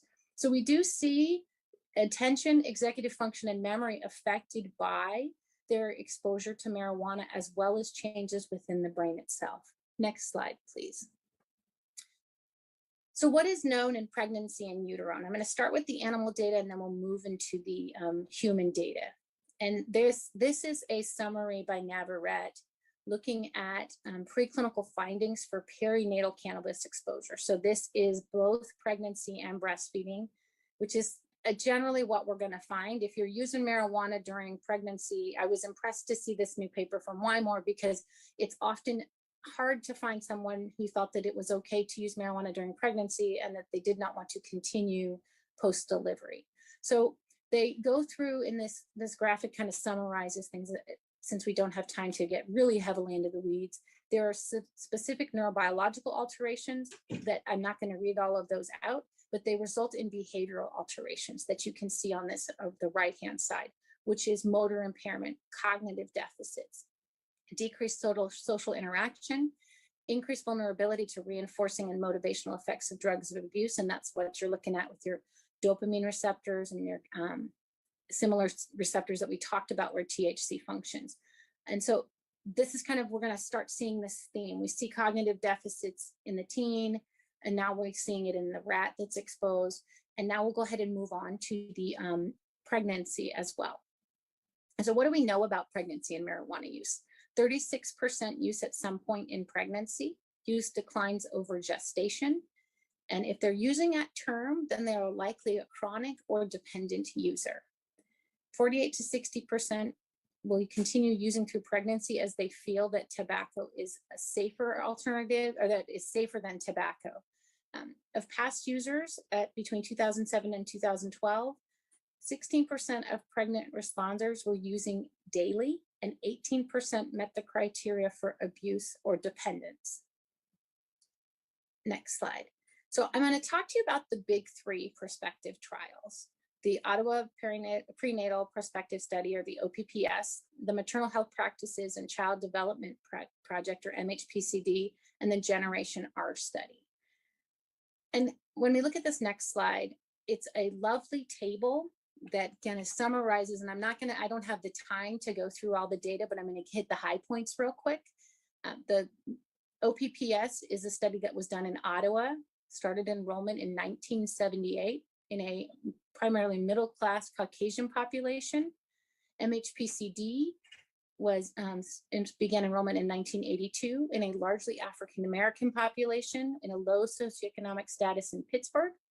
And then Generation R is our new study in 2001, which is from Holland, which is a multi-ethnic cohort, but they do have a slightly higher socioeconomic status.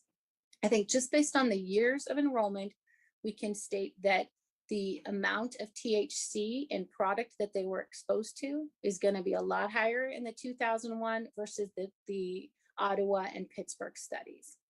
As we go down the graphic, the polysubstance abuse is notable to be across the board present. So we're going to have confounded data no matter what. And then we will look and see retention is actually, I think, impressive, 63% all the way to 22 years. And then even looking at 80% to 22 years on the Pittsburgh study. The Generation R study is still following up, and they have the 6-year data that they've published, and that has exceeded 80% for retention rate. As we move into the outcomes on the next slide, we'll see that one, there's some trend unclear about preterm delivery and birth weight. And that, I think, is still teasing itself out in the literature. And we really need to jump down into the preschool, school age to start looking and seeing what they saw as a trend. And it's important to note that they're seeing similar things, especially between the two studies in the 70s and 80s. In the preschool population, we're seeing verbal and memory performance is affected. And then when we move into school age, we're seeing attention, impulse control, hyperactivity, visual reasoning issues, executive function problems, language comprehension, reading, spelling, and academic achievement. So we're seeing issues that are going to show up more about 8 to 10 years of age. And it's that reading, writing, academic performance, which is a significant issue. Now, could that be confounded by the polysubstance abuse? Absolutely. When we move into the teen and young adult period, we see persistence of some of this higher level executive functioning, visual cognitive functioning, academic achievement, particularly in reading. And then as we move to the very bottom, we're going to see issues with smoking, early substance abuse, chemical dependence. When we look at Generation R, we're still really early into the data, and they do note that between 6 to 8 years, they saw altered brain morphology in the frontal cortex. And I think this one, the jury's out yet. We've got to give them the time to follow over time in order to give us the actual good data that I'm hoping they will give us from this study. Next slide, please. So now I'm going to actually look at breastfeeding and cannabis, because I've looked at the teen, we've talked about the pregnant, and then subsequent potential breastfeeding exposure there. But what do we know specifically about cannabis and breastfeeding? So as we saw in the Wymore paper, maternal use does increase in the first 6 months postpartum. What also is important to note that THC and cannabis absolutely has a potential for affecting lactation, as we see a decrease in prolactin levels and a decrease in the oxytocin levels. These are the two big hormones of breastfeeding. Prolactin is your make and milk hormone, and oxytocin is your letdown hormone. And if we're seeing those, there would be concern if those are lower that it would impact your breast milk production and your ability to maintain a milk supply. So what we do know is that women who smoke cannabis, it does not affect whether they will initiate breastfeeding. They have the same initiation rates as the general population. But when studied at a greater than or equal to 9-week postpartum, you see a statistical decrease in breastfeeding if mom is using marijuana. And it's unclear if that is due to the decrease in the hormones, which one could argue it could be, or if it's due to other things such as social stigma, etc. Next slide. When we get into the weeds of the logistics of breastfeeding and THC, it is important to note, especially if mom is smoking her marijuana, that there is an independent twofold increased risk for sudden infant death syndrome. And I think that's an important point. It's not part of smoking cigarettes. So cigarettes we know has an increased SID rate. This is on top of that. And so it is very important, I think, to educate mothers that they should smoke outside if they are going to do it, to minimize that risk.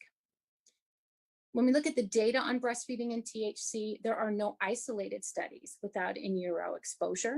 So the data is never going to really be pure. We're going to have to deal with the fact that it's likely we're going to have a prenatal, postnatal exposure between the prenatal exposure in utero and the breastfeeding exposure.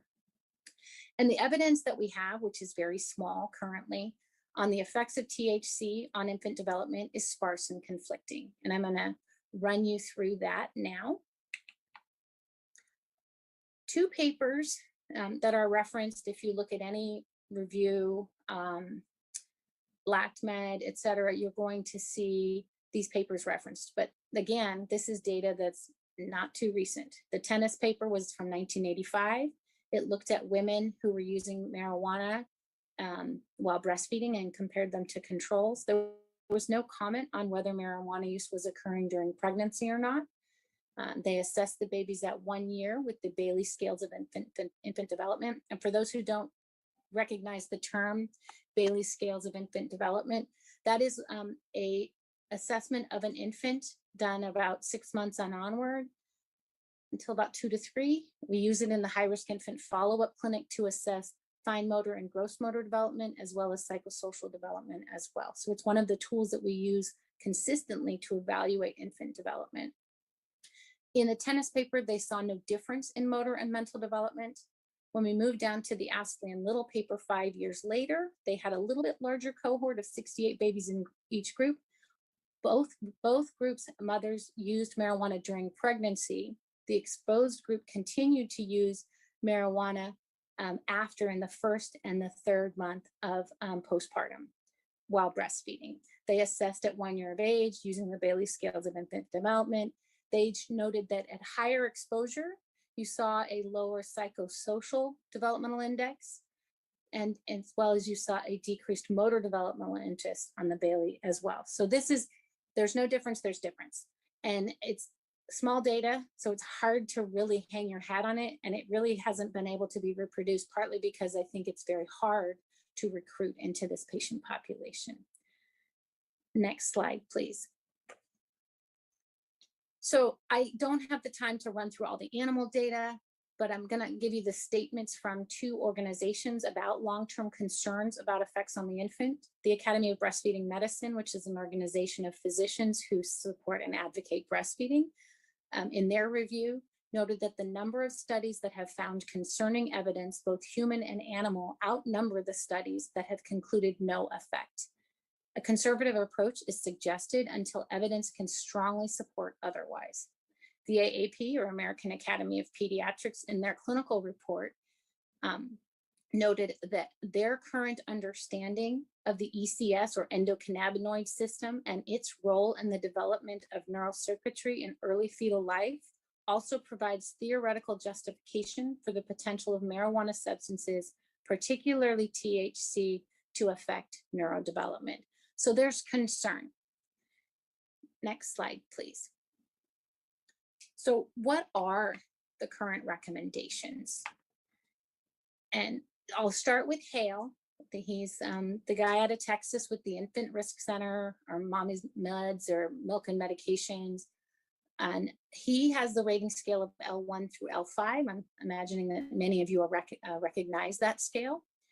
And L1 means that there is no risk, or there's perceived to be no risk, and there is some data potentially that is supporting its use. L5 would argue that there's significant risk and you should not use that substance while breastfeeding. L4 is often considered one that you shouldn't use while breastfeeding as well. So he's saying limited data, possibly hazardous. I've underlined this statement he added recently in the last few years, and it says, well, this data poses numerous limitations and does not directly examine the benefits of breast milk versus risk of exposure to marijuana and milk. Cannabis use in breastfeeding mothers should be discouraged at this time. And I think his point is valid in that there's a benefit to breast milk.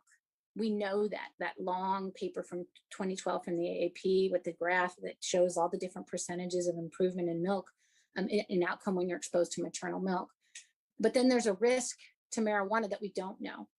And we don't, I worry that it's going to be hard to find this pure data where we're really able to analyze the benefits of breast milk and the risk of exposure to marijuana. Next slide. So the recommendations are to avoid further use from the ABM, AAP encourages to abstain, the CDC encourages to abstain, and the ACOG, marijuana use is discouraged. So where do we go from here? In summary, we know THC crosses into breast milk. There's concern for marijuana exposure in all ages, particularly in the developing brain, but the data are imperfect. Realistically, excellent data sets are not likely coming, at least in the near future. And we're looking at if we think impact is of an executive function, we have to wait until these babies reach an age where they're actually utilizing executive function, which is going to be closer to 8 to 10 years, and then seeing what that looks like in fallout. And then one must recruit. So it's kind of similar to the Generation R. They recruited in 2001. We still don't have great data on how if there is impact on executive function. And our recommendations aren't particularly helpful from the organizations. Discourage, abstain. It's not a definitive moment where it tells us what to do, particularly in regards to the preterm population. Next slide, please. So again, we're back to the question, is it okay for a mom who tested positive for THC to breastfeed or express milk for her baby in the NICU? And I think the answer is it's complicated, but how do we approach it? Next slide. So there's none of the data and none of the recommendations really discuss the preterm or the NICU patient population. And I think it's important to note that most of our infants who are admitted to the newborn intensive care unit have an inherent risk of neurodevelopmental delay due to their underlying diagnosis and subsequent need for neonatal care. The AAP, of course, supports human milk in the preterm and NICU population, but has not given us any guidance on how to address marijuana-using mothers in the NICU. Next slide. So how do we develop a recommendation in the NICU? And I do think it is each unit, because the data isn't definitive, there's a lot of concern, but it's important that we look at what the patient is bringing to us and what we have as options as we evaluate our potential recommendation in our unit. So first, how frequently is mom using? When was her last use? Is there polysubstance abuse? Is there maternal willingness to discontinue use? Is there an ability to develop a trusting and therapeutic relationship? Is there availability and reliability of donor human milk? And what's your NEC risk in your unit, particularly when dealing with your higher NEC risk populations? Next slide, please. So there's 3 possible approaches, and I think that you could argue, based on what your availability of and ability to answer the questions previously, how to approach it. So number 1, you could just say, you know what, we're going to use breast milk for all marijuana users and go with the belief that breast milk is really going to mitigate any potential risk that we don't know is coming from use of marijuana and getting into the breast milk. We could also, the second approach would be to pump to establish supply while mom abstains and utilize donor milk until some time that the THC level in milk may theoretically be low to 0. And then finally, you could say, you know what, mom's used marijuana, we're not going to use her milk at all, and we'll just use donor milk because we have such easy access, and we really feel that the risk of marijuana is significant, and we don't think it supersedes the benefit of what is concerned, what we gain from being exposed to mother's own milk. Next slide, please. So I'm not giving you an answer, unfortunately. I'm going to give you our answer at the Children's Hospital of Orange County, which is our chalk stoplight approach. And I'll walk you through that. Next slide, please. So where are we and what are we? CHOC is a 334-bed tertiary freestanding children's hospital with a 104-bed level 4 NICU in Orange, California. We have a robust and liberal donor milk policy. We will give donor milk to anybody in our NICU. A part of that is because we are very successful in establishing milk supplies in our mothers, and so it is a small portion of our population that doesn't have mother's milk in large volume, and so it's often a bridge, but it's available to all comers. And then we also have a strong lactation team where we are able to support moms and engage with them in establishing milk using a pump. Next slide. So our approach is multidisciplinary. The nurse, the doctor, the LC, the dietitian, and the social worker are all engaged and involved in this process. We identify a THC positive mother, and she is evaluated by the lactation consultant. This interaction is respectful and without judgment. Mom is educated on concerns surrounding marijuana exposure and possible risk to the infant, particularly in the NICU patient. And then we identify mom's lactation goal. Does she want to breastfeed? And then we ask, when was her last use? Was it less than or greater than 2 to 3 weeks prior to delivery? And does she plan to continue or stop her marijuana use? Next slide. So our approach, the easy ones, if mom plans to continue to use, we prefer to use donor milk, as the unknowns we feel is too risky to use in our NICU population. And we will use donor milk throughout the NICU stay and transition to formula prior to discharge. If mom's use is greater than 2 to 3 weeks prior to delivery and she plans to continue to abstain, we will use her milk immediately. If mom's in that middle zone of having used within 2 to 3 weeks, but she does take the education and she does plan to stop using, we choose to go with using donor milk for the first 2 to 3 weeks, have mom pump and fertilize. I don't think one should ever dump human milk, so I do have them fertilize a plant. No maternal milk will be collected in our centralized nutrition lab where we do milk handling. Our diet order will be only for donor milk, with the date to reassess in that diet order, so we can see if we can start using at that time. Mom is educated by the lactation consultant on how to establish a milk supply using pumping, hands-on pumping, frequent skin to skin, and regular pumping. At 2 to 3 weeks, the lactation consultant will check in with mom and we'll see if she's continued to abstain. her transition, if she says she has, we will transition to use her milk. We get to change the diet order and the nutrition lab begins to accept milk. If her, that's it, sorry, excuse me, next slide.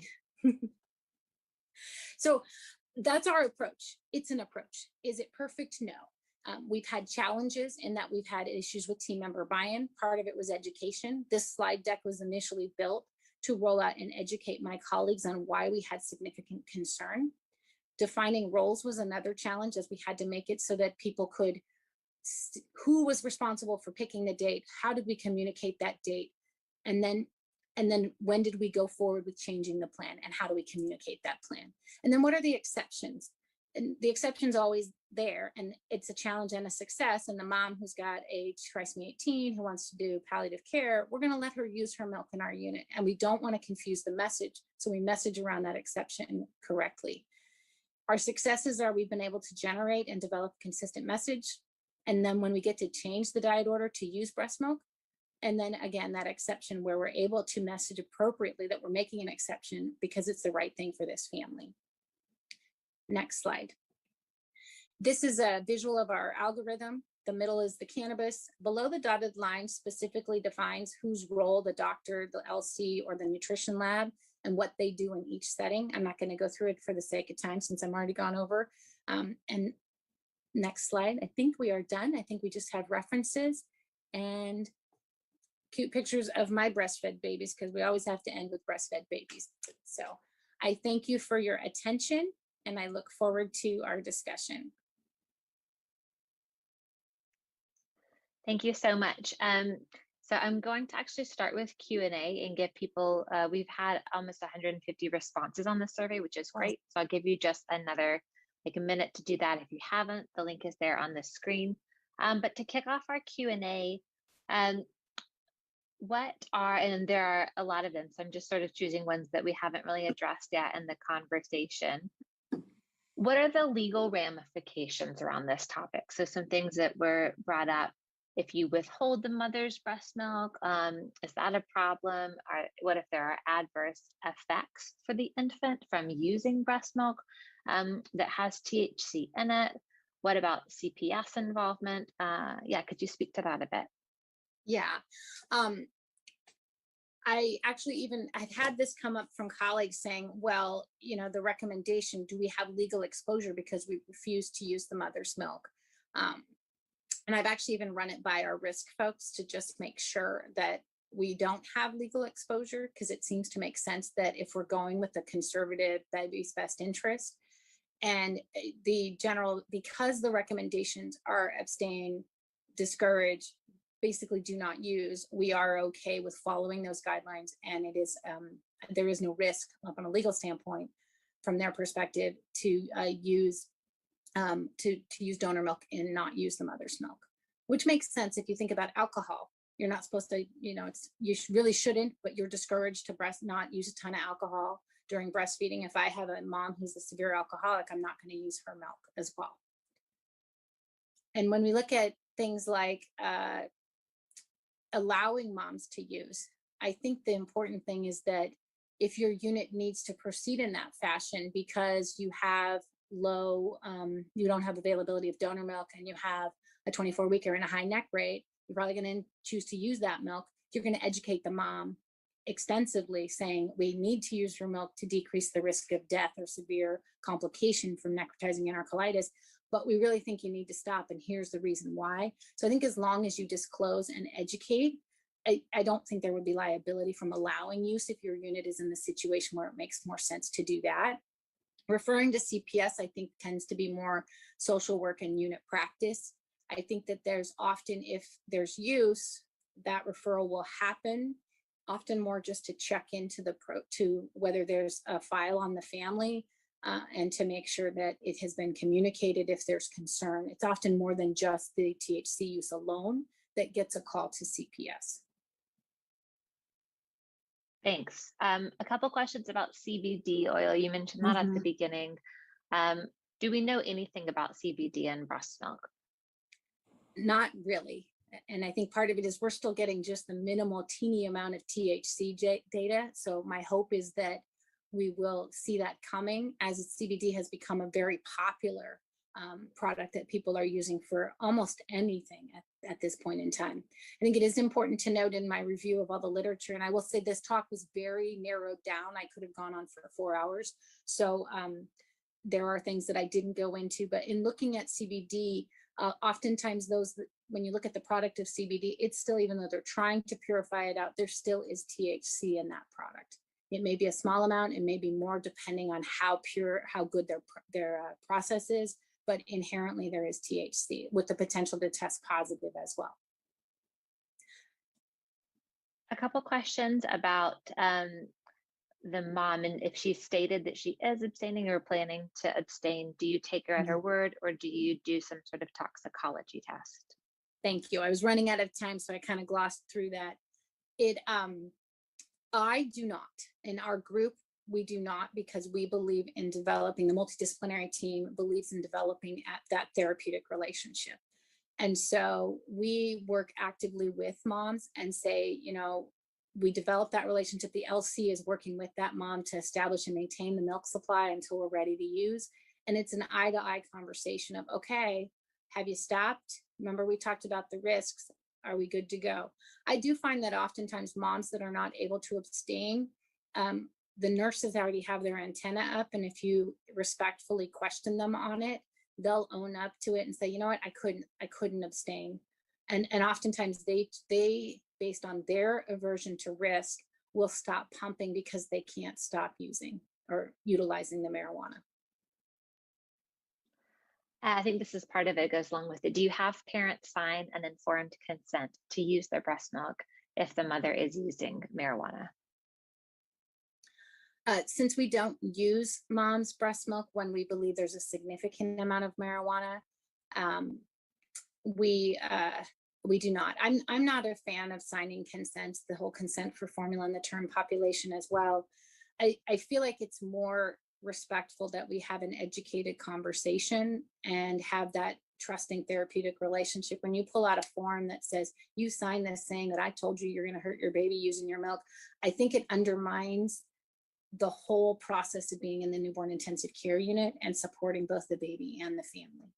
And oftentimes when you advocate and say, this is what's best for the baby, most people will say, you know, unless they're chemically dependent, they're going to go, okay, wait, I don't want to take cough medicine.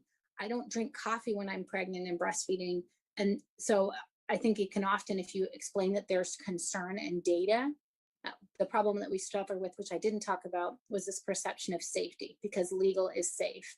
And that is a component that we do have to address by educating them on what is known and what is concerning about THC exposure and the developing brain.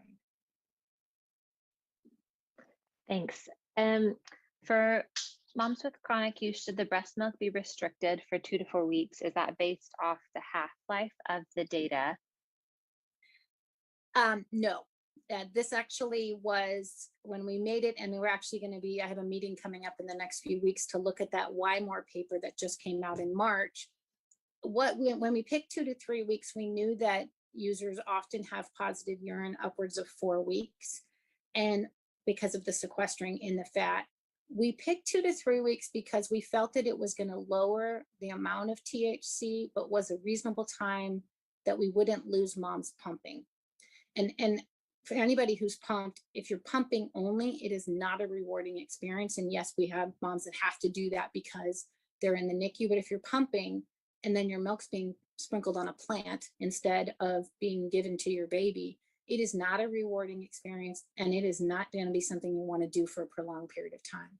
So part of why we picked 2 to 3 weeks is we felt that it would allow for a decrease in the amount of THC in the milk. We didn't have any notion that we would have 0 THC. We were mitigating risk in saying we could decrease the dose by something. According to that Why More paper, we're probably about at a half-life. So we've halved the amount of THC in the milk.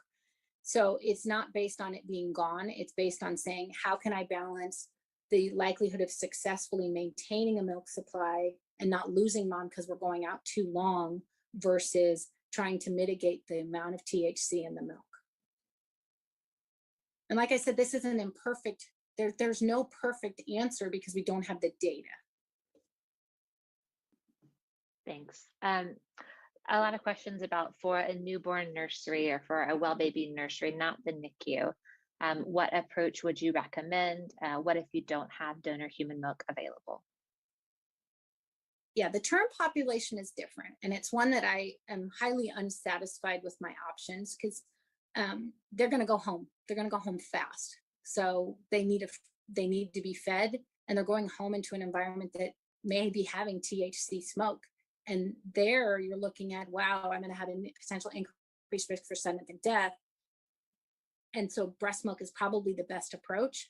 I believe that mothers should be extensively educated in the nursery and really given the understanding of, okay, there's risk to your baby, and taking it into you're advocating, we're doing the right thing for the child, and really educating on, hey, in your pregnancy, what did you, and I think the approach needs to be, in your pregnancy, what things did you not do because you were concerned about it potentially affecting the baby? And then when you educate them about the marijuana and say, we believe you should not breastfeed when you're using marijuana and would ask you to stop, but we do know there are benefits of breast milk. So in my experience, I don't develop those policies, but the approach is to educate and allow to breastfeed, when to establish milk supply, and knowing that the benefit of milk there may be more helpful than the exposure, especially if you can get mom to stop, and you would just tolerate the fact that there would be exposure until that dose is out of the milk. Thank you so much. We have so many questions coming in, but I do want to make sure we have the time. So this is out of 168 responses. So I'll just go over this and then I'll turn it over to Bob to give us a wrap up. So what is your role in the hospital? Obviously, it's really varied. Lots of, looks like RNs and MDs and lactation consultants are the top. Does your NICU have written guidelines regarding breastfeeding or the provision of breast milk?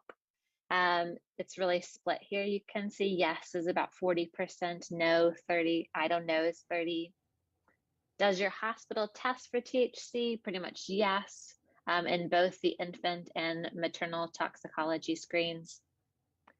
If a mother admits to current THC use or has a positive toxicology test and no other drugs, would you allow her to breastfeed or provide breast milk to her term infant? The top answer is depends on a case-by-case basis at 38%, and then 31% yes. And then same question for the preterm population. Depends or no actually went out here at 33% as well. And then at your hospital, is it usual procedure to consult with CPS when a mother has a tox screen that's positive for THC but no other drugs? Yes is listed at 38 and no is at 38. So we're almost at a tie there. So we just wanted to share that to provide a little bit of context about the audience on this call and what your fellow healthcare providers are doing and practicing. So Bob, I will turn it over to you. Thank you, Caroline, and this is Bob Castro. I'm the NICU Medical Director at Salinas Valley Memorial Hospital and one of the maternal exposure or MADEX co-chair. Thank you, Christine. That was a wonderful presentation. It's great to hear from a fellow colleague who also has trained at Harvard UCLA. You remember that, Christine? Also glad to hear that you were only 8 years old in the 1980s and appreciate the Ridgemont High reference. Thank you to all participants for completing also the pre-webinar survey. Please remember, we are still hoping that your center, if it's not already participating, will participate in the statewide MADEX database. My and other centers who are participating have learned so much on how we can better care for infant exposed to substances in utero. We have started focusing on opiates, but as one of the MADEX co-chairs, along with Lisa Chai, Angela Wong, and Pam Aaron Johnson, we are discussing expanding the database in the future to include other substances exposures, including marijuana and amphetamines. But this can be done already at your specific center. So please reach out. We would love to hear from you. You will receive a link to an evaluation survey for today's webinar. Take a minute and complete it so that we'll know what you appreciated and what you would like to see in the future. Thank you for prioritizing and participating today. And a special thank you to Caroline, Tony Nolan, along with their CPQCC colleagues for all of their services, making the Maddox database a progressive success. So thank you, everybody. Caroline? That's all, folks. Thank you so much. The slides, I don't think I showed this, the slides can be available here. They'll also be sent around in a follow-up email link. So be on the lookout for that. Thank you, everyone. This is Ashley Randolph, the host of the Ashley Randolph podcast show right here on Glo Preemies podcast. I am so happy today to have Bridget Baker with me. And hey, Bridget, thank you for being here.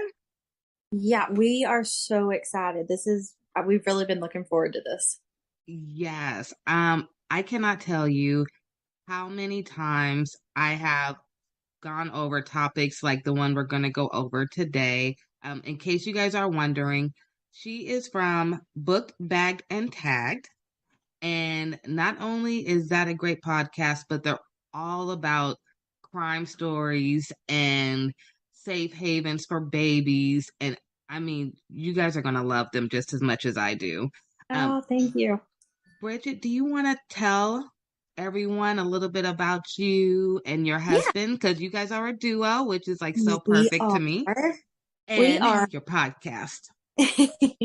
So we started the podcast, honestly, we wanted something that we could do together as a hobby.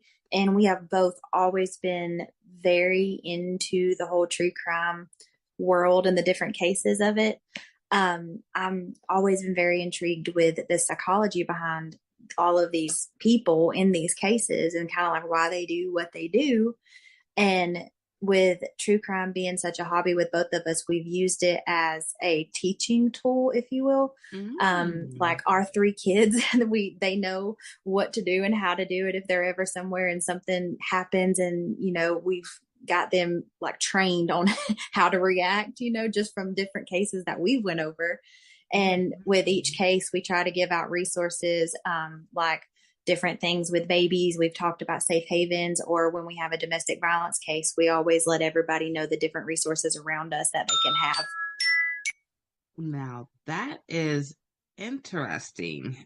Something that you said just made my eye twitch a little bit. You said that you use the stories to help educate your children. I do. That is something that you don't usually hear, but that is actually a great way if you really think about it. So that's actually a good tip. And it's really about the perspective. It is. And I mean, you have to keep in mind, like we have two younger ones and then we have an 11-year-old. We do not tell them all the scary things that can happen. But with each case that we've done, I've learned something from that in ways of just like, say, we're out in town and I've listened to a case before. I'm like, okay, well, I know that if, A, B, or C happens, this is how I can react. And so I've made sure that even our youngest knows their address. They know our full names, not that we're just mommy and daddy. And they can, do what they can tell somebody what they need to tell them if they're ever in a situation to where we're not there. So we've used that to just make sure that, we are keeping our kids as safe as we possibly can, because I mean, it's 2022. This world it's a lot now. Yes. Way different than 10 years ago or 20 years ago, I will say. Absolutely. Now, that actually brings into our topic today. So we're going to talk about safe havens.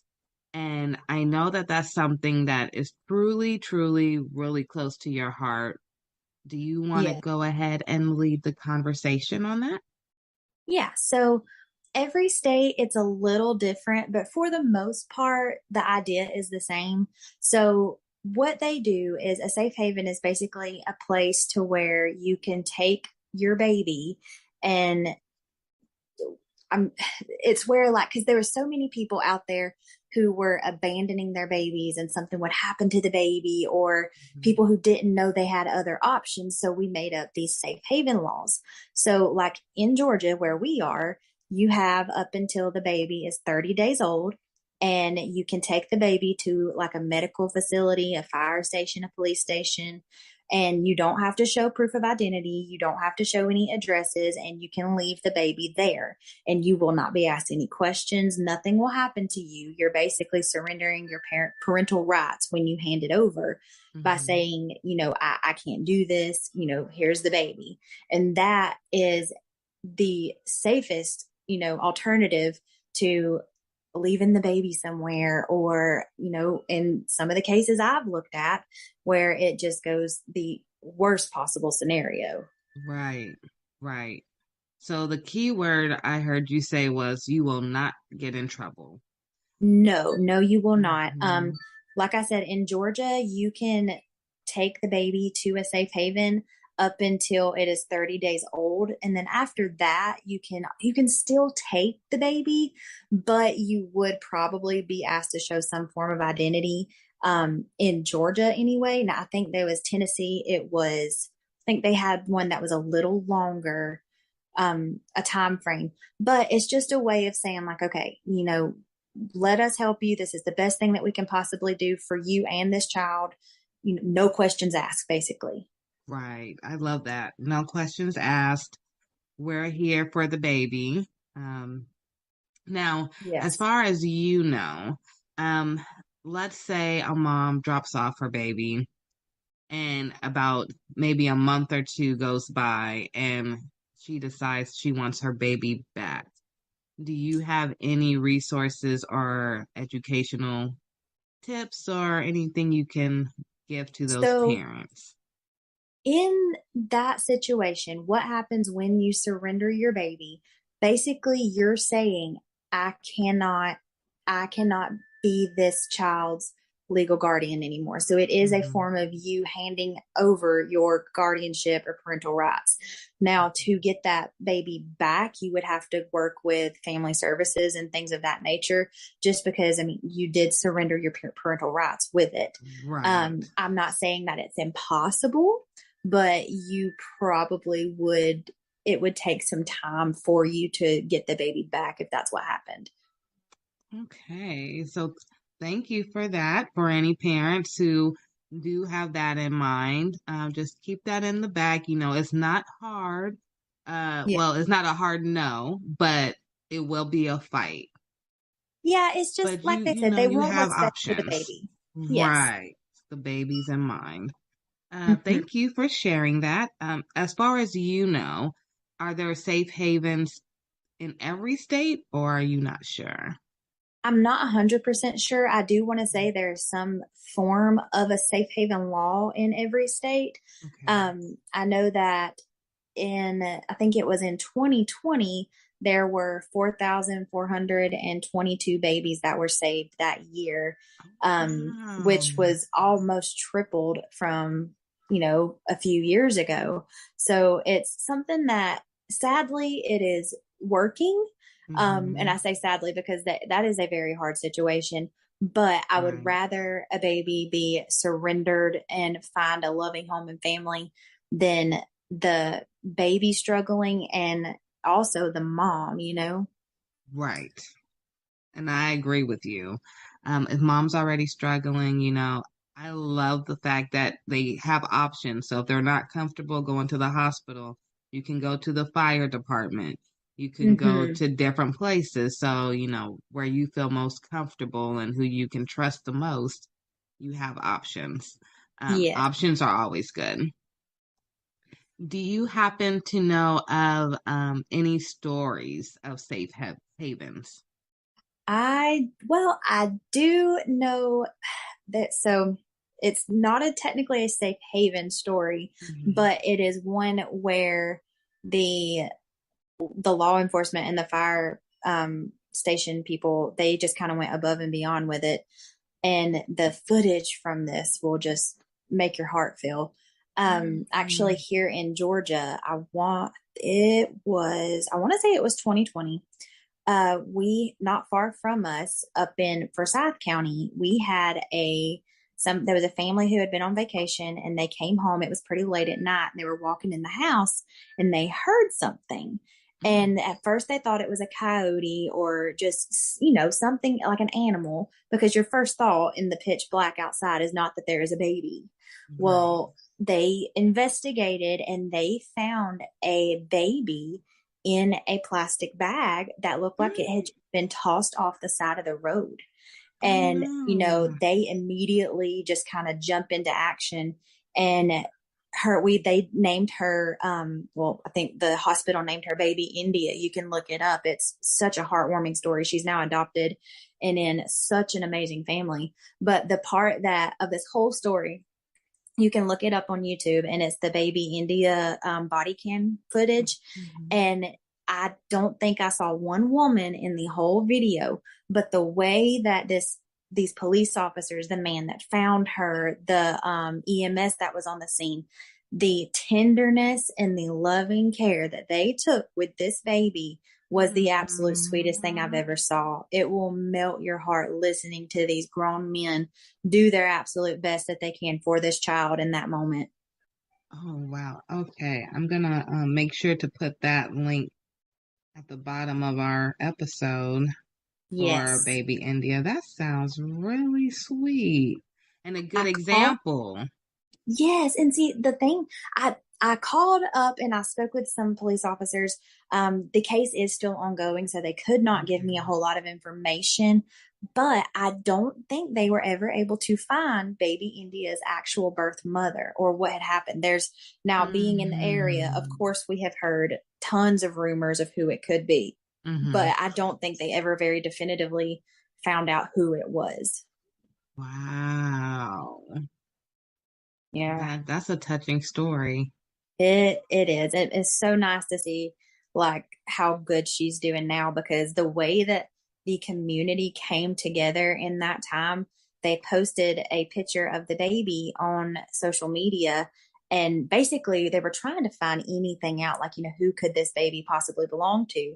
And the amount of people who were offering to foster her until they could find something more permanent, it was overwhelming. It was so sweet to see all these people just giving anything and everything they could for this child. We need more of that.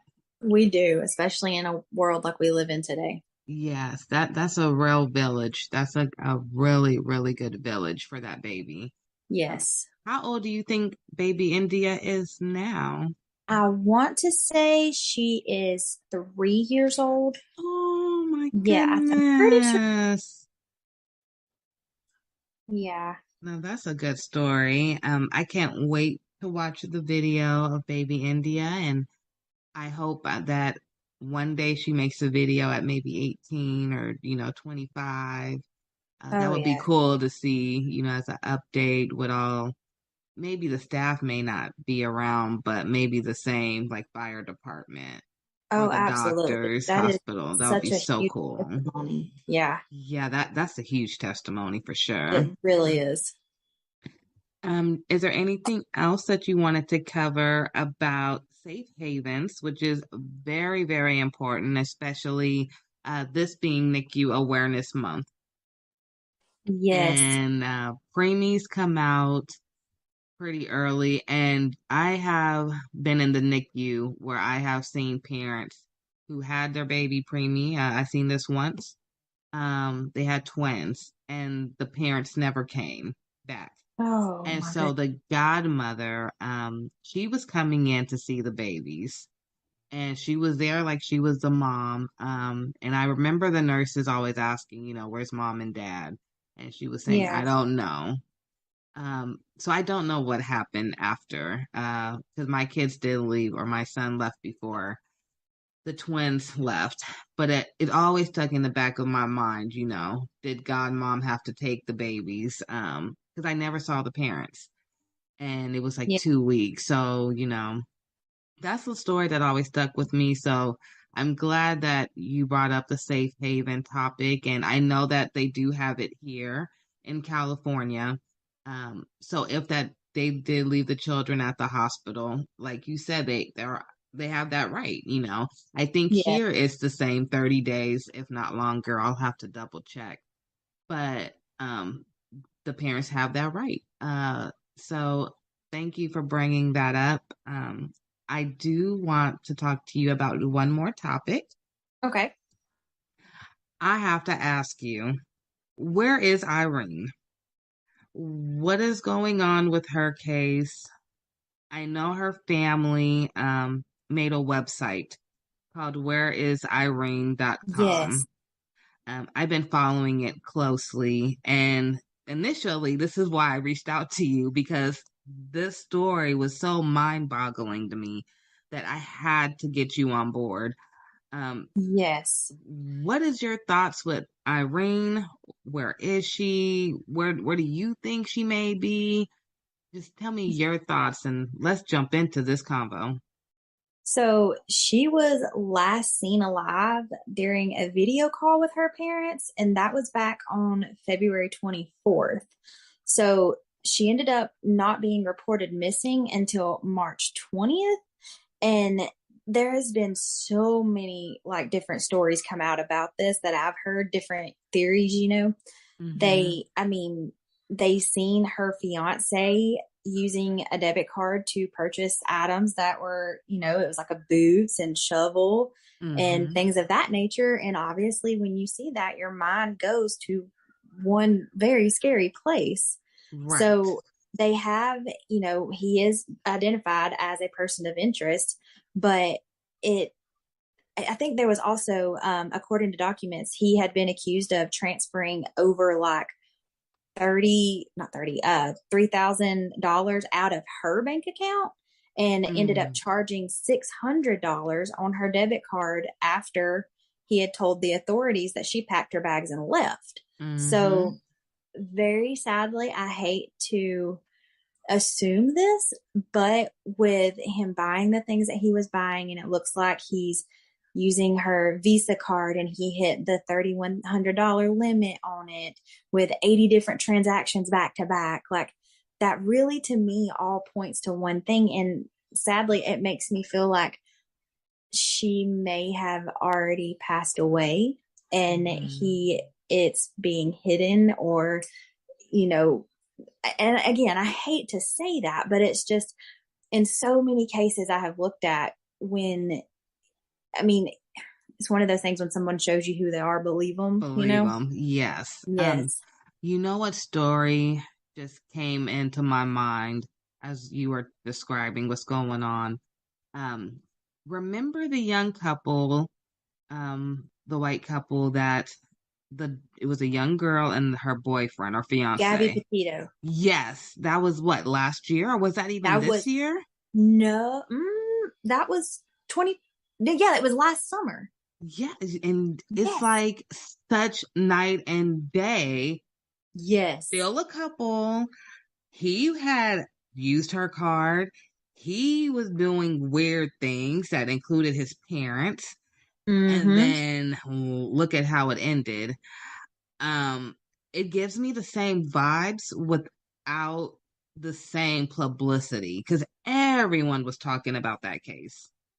And you know what's odd to me is that case absolutely blew up. Mm-hmm. But there were, I want to say, a handful.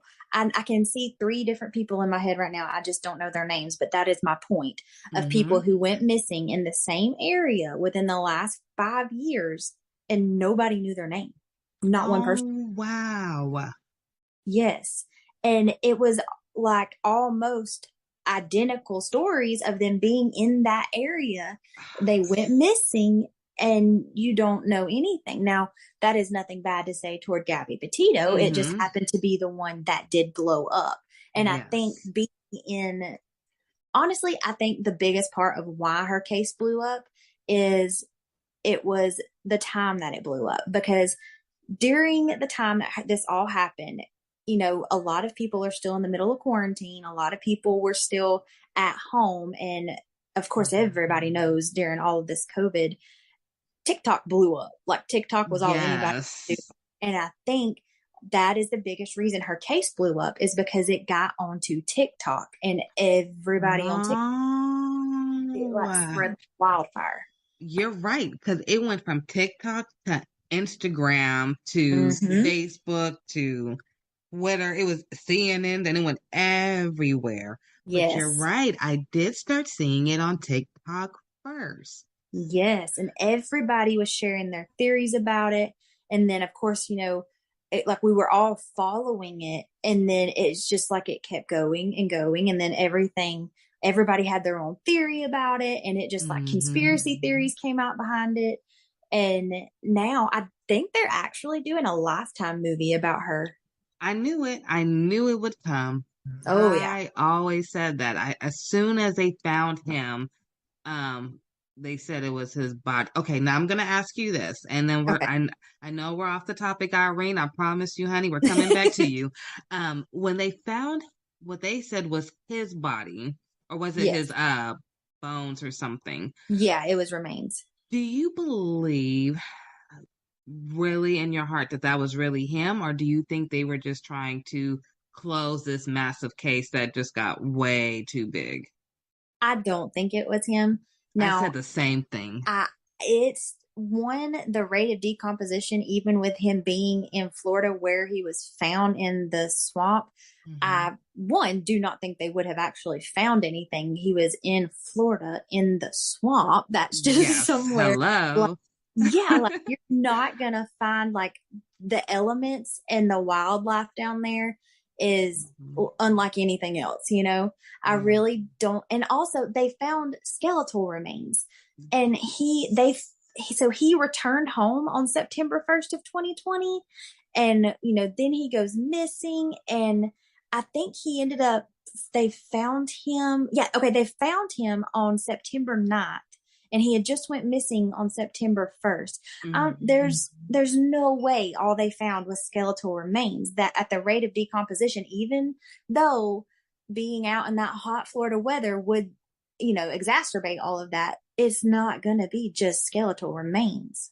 That's what I said too. I said there's no way. No, not at all. But the case disappeared just that fast. But I just knew that no, there's something still not right. No, I agree 100% with what you said at first, it being something that it got too out of hand and they had to shut it down. Yes. I think he definitely killed her. He ran home to his parents, and whether it be them or whoever helped him try to get away from all this. I don't think what they found was Brian. Yes. I don't.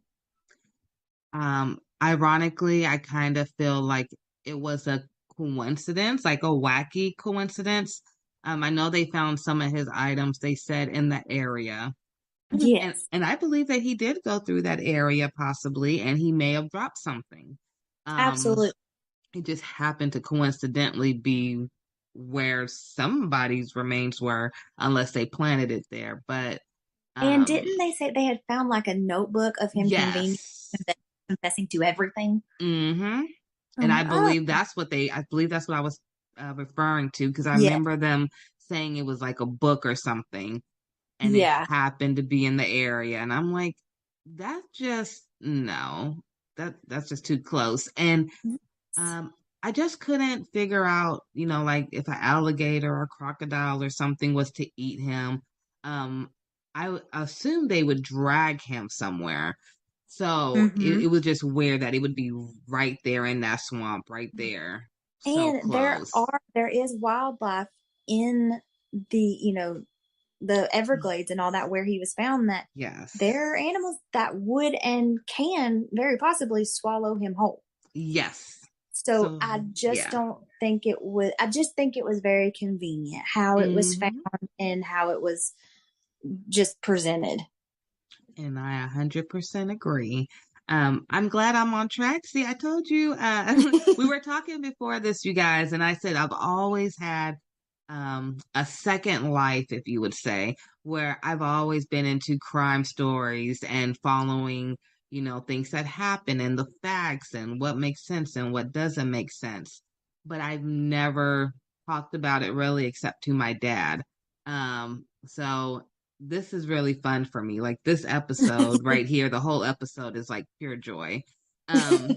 So bringing it back to Irene, I see the same thing because the cops didn't arrest him, and then he got away. I really feel like he got away. Yeah. Now I know the guy in Irene's case, her boyfriend, um, he went to jail and bonded out. Yes. Even though all this evidence, just like Gabby Petito's boyfriend, all their evidence is like almost similar. Both use Oh, bank yeah. accounts. Both, they're He staying with deleted them. her email. Yes. Mm-hmm. And then there was a fake text messages, they believe, that came to the family. I think it was right after they last talked to her. And then that Yeah. reminded me so much. Like right now, I'm thinking of, I think Gabby Petito, like they were saying her Instagram wasn't the same caption and writing that she would use. And so Yeah. it's like things to throw people off. And it's like, how can you let someone else walk away? Especially for Irene, because Yeah. she was going to be a nurse, I know, and Yeah. She was. she was I only mean, it's just 32. yeah, and it's just like this is like you said, it's almost identical, and it's like, are we really going to do this again? Yeah, and it's like I hate to say it, but it's like a slap in the face. Like, yeah, we know what happened the first time, but this time it's not as big. So we'll just let the facts roll out however they come out, and if they ever come out. Mm-hmm. Um, Now, something in me tells me that she may be somewhere close to where they lived. I don't know Yeah. why. I don't have no evidence to prove it. But I always go back to, and you may know this story. I'm gonna call you my crime partner now. In Sacramento, I want to say like 20 years ago, or maybe even longer than that, there was a lady, and I'm from Sacramento. There Okay. was a lady who lived downtown, and she had a house, and she was having people come in who had like SSI checks and government checks. Dorothea Puente. Yes. And she Yes. killed them all and got all their checks. And I almost have like the same mindset for him. Like he used her and then he obviously took her money and Mm-hmm. then nobody knows where she is. And I almost feel like she has to be somewhere by that house. She has to be. Yes.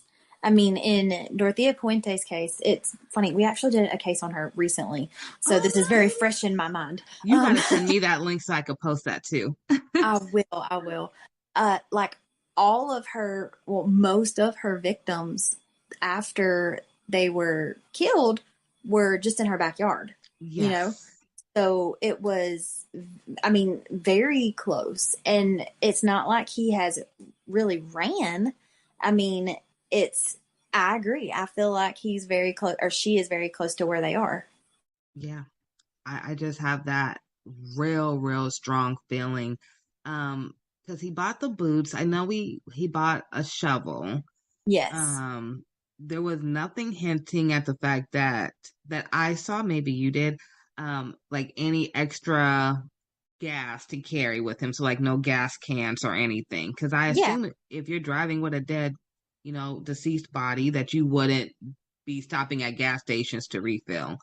I just, there was like not a lot of planning, obviously, but it had to be somewhere close to him. And I know they live in, I believe was it Wyoming or Idaho? Wyoming is where they were staying. Yes. Now, Wyoming has a lot of wooded area, I believe. A lot of wooded area. So she could be there. I just really hate that she's been missing for so long, and I really feel for her family. That's the thing. I mean, in any situation, it is absolutely devastating, but I feel like not getting the closure in the end is what hurts the most, because it's like, okay, I'm obviously grieving because this person is not with me, but am I grieving their death or am I grieving just their disappearance? Like, how long do you hold out hope? Yes. Oh, yeah. That's so true, because you're grieving, but you don't know what you're grieving for. Mm-hmm. And that alone has to be giving them nightmares. Yes.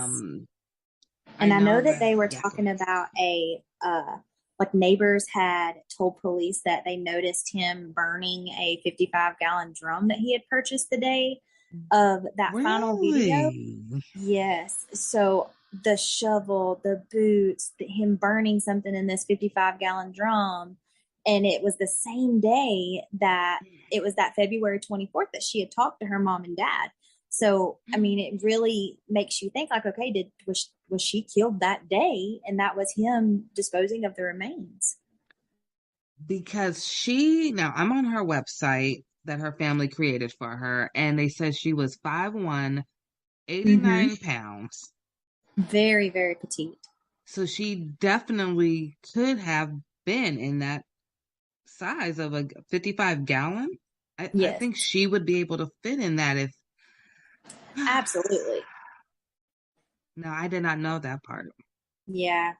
And that's just what's devastating about it is there's really not much in this case that gives you hope other than just, praying that it turns out well. But it's just such a sad situation because, she hadn't been in America very long from what I believe. I think her family was from Kenya. Is that right? Yes. And they said she came May 2019. Yes, that's right. So she hasn't even been here long. No, and what all of the things are saying is, so she met this man on Craigslist. So there really there's no telling what he had told her beforehand. And she meets this man, and then, what kind of nightmare was she living before this happened, Yes. Okay, so let's see. Looking at the timeline now. Let's see. So she moved. See, oh, I see it now. February 24th. Nate buys a 55-gallon drum.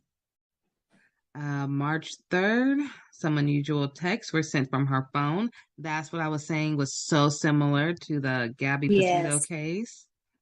March 8th, her WhatsApp account is deleted. Oh, that's ironic.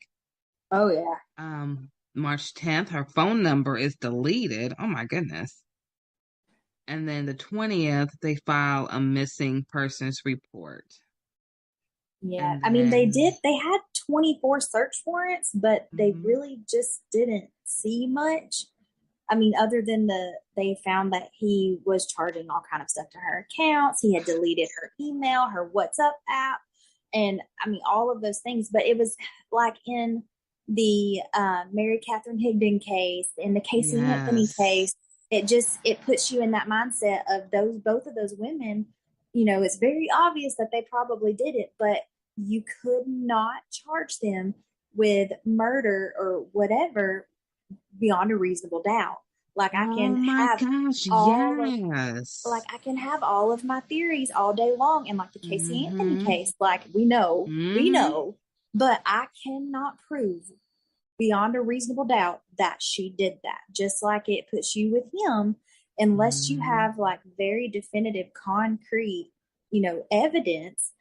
That's where the jury has that gray area in which it would be awful to be a juror on a case like this because you're kind of put in a situation of like really life or death. Because a lot of times, it's either a death sentence or life in prison. And it's, if you make the wrong choice, you have somebody's life in your hand.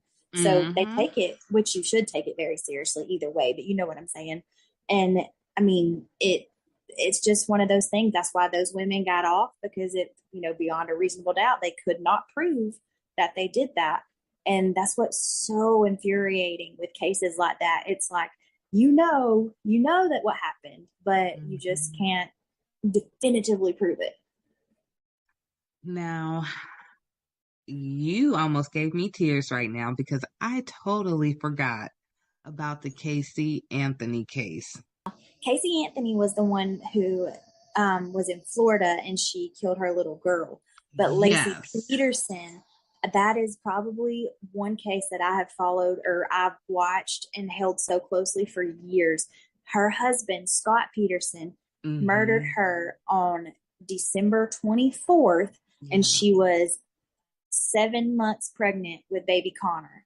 And that case shatters my heart because, and I mean, I know I don't want to get too gruesome because I mean, on my podcast, it's a true crime. You know what you're getting when you come there. So I don't want to get too much, but the way that they found them and a woman's body is just absolutely amazing. And the things that it can do and the way that it protects the child, even when you don't think it is, a mother's body is just absolutely amazing.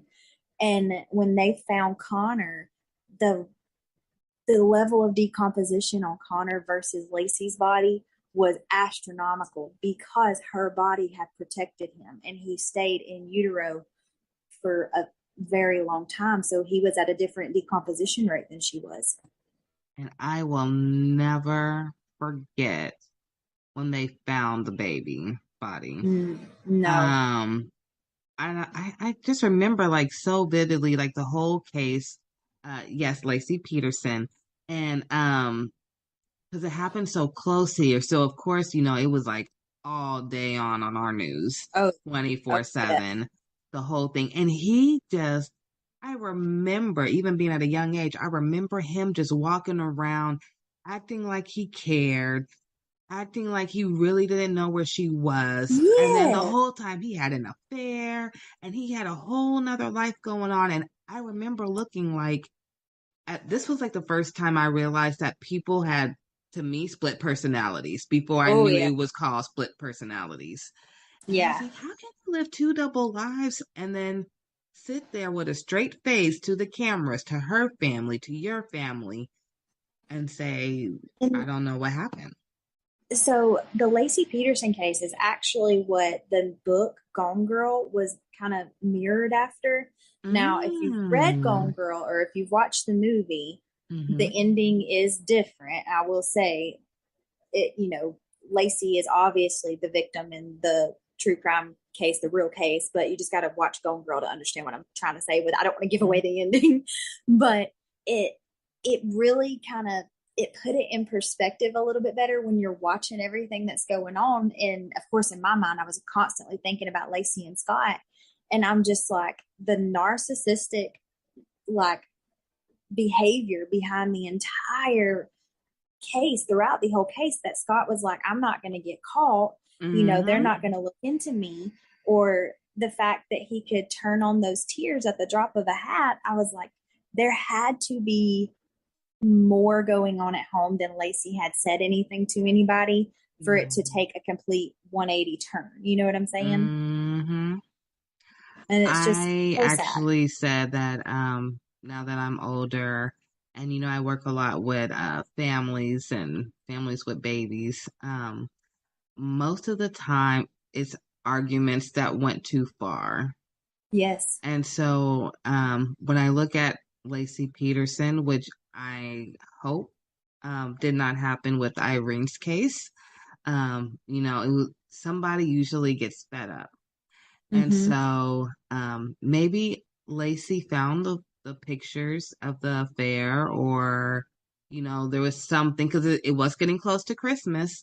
Yeah. Maybe she found a gift for the other woman and she went bonkers, or some money was taken out and she saw it was at a store that he shouldn't have been shopping at. Anything. And that whole scenario right there is exactly what happened in the Chris Watts case, where she kind of found out she was pregnant, and she found out about him having an affair while she was away, and he killed her pregnant with their son Nico, and then he killed their two babies. Yes, and they were, I remember, 2 and 4, 3 and 4, something like that. And there's a video of the youngest one singing that Coco Melon song about my daddy is a hero, and knowing how their lives ended. It's so, I don't understand. Like, something that, I know beyond a shadow of a doubt that I was put on this earth to be a mom. I have I'm just a motherly spirit. I've raised my siblings and our 3 boys. And, you know, that's why I think I've held the baby cases and the cases with these children so closely, because I don't understand the kind of person who could do that. But I read somewhere, what was it? I can't remember who said it, but they said something along the lines of, I don't understand how somebody could do this to a child. And the police officer turned around and said to them, you know, as long as I've done this, I've had people ask that question. And the second you can answer that question is the second you turn into that person. So I stopped asking myself that question. And I'm like, yeah, there's some things that you just can't explain. And it's better to stop trying to ask the question and just be the one that gives the resources and has the hand held out for whoever needs the help. So these babies don't have to keep suffering through the lives behind the curtains and behind doors that their parents are hiding. Now, that was a good way to bring both topics together. I must say that. See, I told you guys she has a good podcast. You guys have to watch it. Thank you. I am just so happy that, you know, I was able to bring some awareness to Irene Gakwa story. Beautiful Black woman. I hope that this helps people look for her. If anyone has any information out there, please contact the Gillette Police Department. And you can also contact the National Missing and Identified Person System. And I'll make sure to post the links below.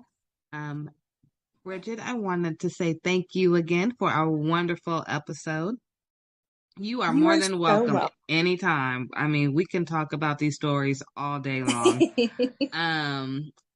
I would love to have you back. I would love to start doing a series with you. Absolutely. Even if it's once a month. I know you have your own things going, but we'll talk more. And this was really, really powerful. You brought us safe havens and information and even a good story. And then we spread awareness about not only Irene, but we talked about Lacey Peterson. We even brought up the name Casey again, Casey Anthony, so people remember, you know.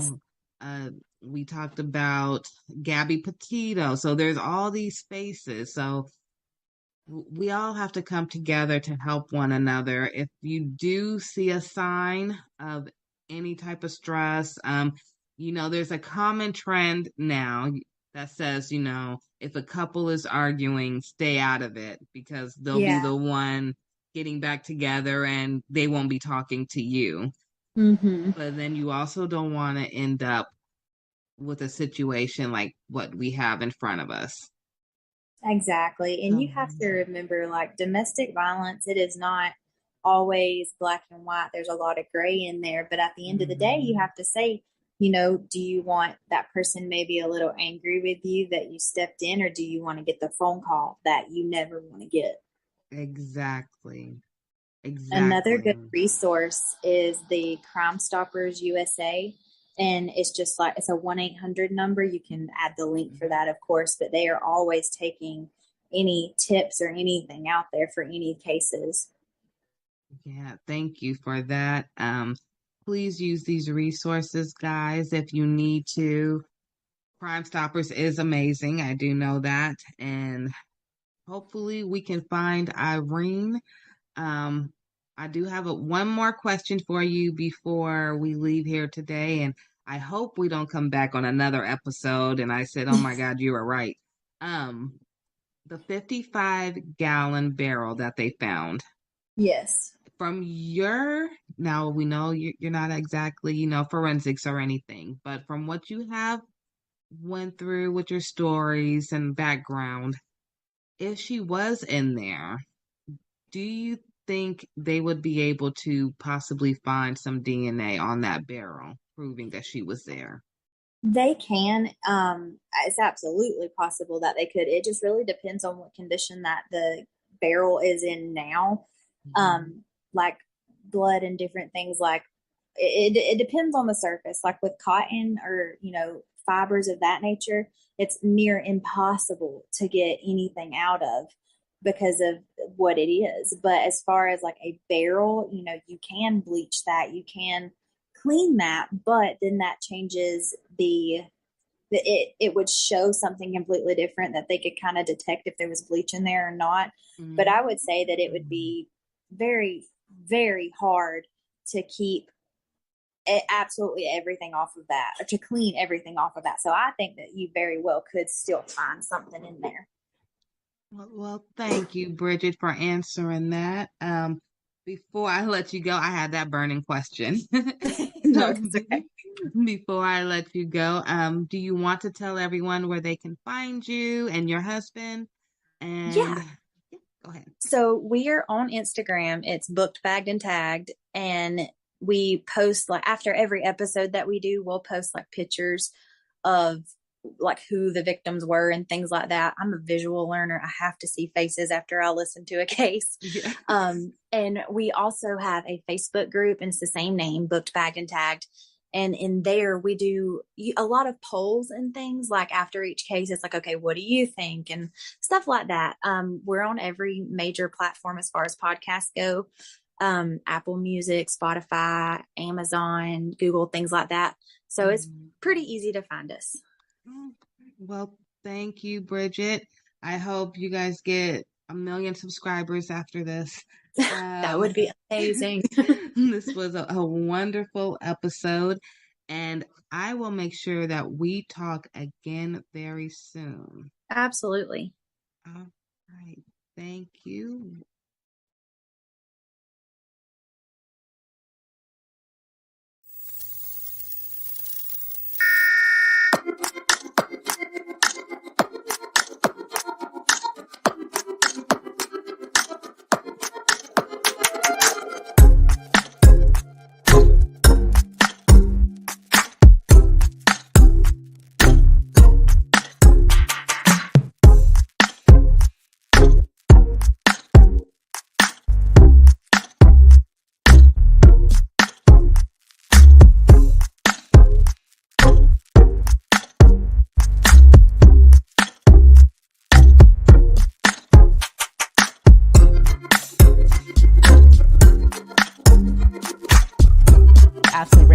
Founder of GLO Preemies and co-founder of Alliance for Black NICU Families. Welcome to AM Buffalo, ladies.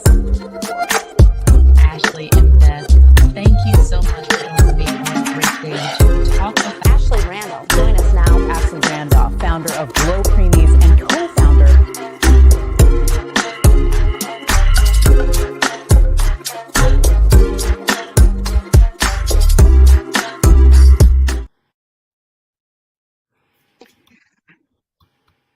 Good afternoon, everyone. Thank you for a new episode of the Ashley Randolph podcast show. Today, I am so excited because I have someone very special for a very special topic that you guys have been kind of seeing me talk about on TikTok lately. So today, I have Don Mann, but if you research him and look him up, I want you guys to make sure to put Don W. Mann. Very, very important. He's a very important man. And what he's here today for is very important. So I want you to make sure you find him after. Mr. Don, thank you so much for being here. Thanks for the invite. I feel humbled and honored to be here. I'm excited. You know what's more exciting to me is when you came today and you had your shirt that matched your background. I just love that. I love the quote. You saw I put it on the flyer, known, needed, loved. I mean, it's 3 words that really any kid needs or any parent would love to hear, even from their own families. Yeah, it's foundational, and it's really simple, but it's not easy to discover and own in yourself. So yeah, that's part of my story, and that's I love it. So now that you brought that up, you have me curious. All right. Can you tell us your story? Well, so I think like most people, we just try to live life. We wake up and we go with the flow. And so I grew up in the Midwest, was born in the Midwest. And then we moved to Florida, South Florida, when I was 8. Those are tough years of transition, because that's when you're trying to build out your friendship base, and you're learning your social and emotional skills. So when I got uprooted at those times, it was tough. It was tough. So when I moved to Florida, I never felt like I fit anywhere. So I was just like an island. The friends I had, I really didn't trust. It was just somebody to be around and something to do. And then fast forward to the age of 23, I moved back to Missouri and went to the police academy. So I became a police officer, and I did that for about 10 years full time, and then 5 years as reserve. About middle 30s, I decided to join the Federal National Disaster Medical Team as a security specialist. So we enjoyed deployments to Hurricane Katrina, some of those responses. So it was very interesting to be part of that. And, I had the great American dream. I wanted to get a great job, a great car, a great home, 2.3 kids, and live happily ever after, right? But it's nice to want that, but you have to know how to get it. So I didn't know how to get it. So as much as you want and you don't know how to, that creates a roadblock. So fast forward to 2011, I was in my fourth failing marriage. That's a heavy burden. And I had gone through a child custody issue. So when I got divorced from my first wife, she lived in the same state as me. And now that I'm in my fourth failing marriage, she petitioned to take the kids halfway across the country to Georgia. So I didn't want to be a part-time dad when we got divorced, and I definitely didn't want to be a part-time dad. Right. Yeah, I love my kids. I had a strong heart for my kids. Yeah. And then, it seemed like I fought hard. In hindsight, I wish I wouldn't have. Crazy, I know.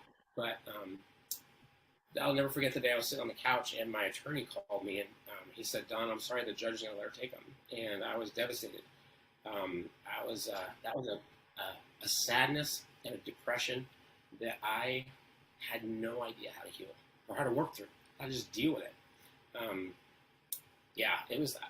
I changed. That was the day I began to change and then start to spiral down because of those big emotions I didn't know how to deal with. I didn't know how I became the person that I was. I just knew I didn't want to be that guy anymore. So I left full-time law enforcement and became a full-time security director. So it's on the outside, life seemed great. I was living the social media life. It looked great on the outside. Yeah. But on the inside, I was broken. I didn't know who I was. I didn't know what I was supposed to be doing. I just knew that what I was doing, I wasn't doing well. And so I ended up getting fired from my job at the hospital. And but my wife was great. She put me through real estate school. Wow. So I became a realtor. I had a lot of drive, a lot of grit. I always wanted to be successful. But it was something in my past that's always held me back. I became a realtor in 2008, 2009 here in Springfield, Missouri. I won a Rookie of the Year award. But in the background, again, it looked great outside. I began to drink because those big emotions that I didn't know how to deal with. Alcohol is a great emotional number, negative emotions. But the problem with that is it also numbs out all the good times in your life too. And it often comes with legal battles.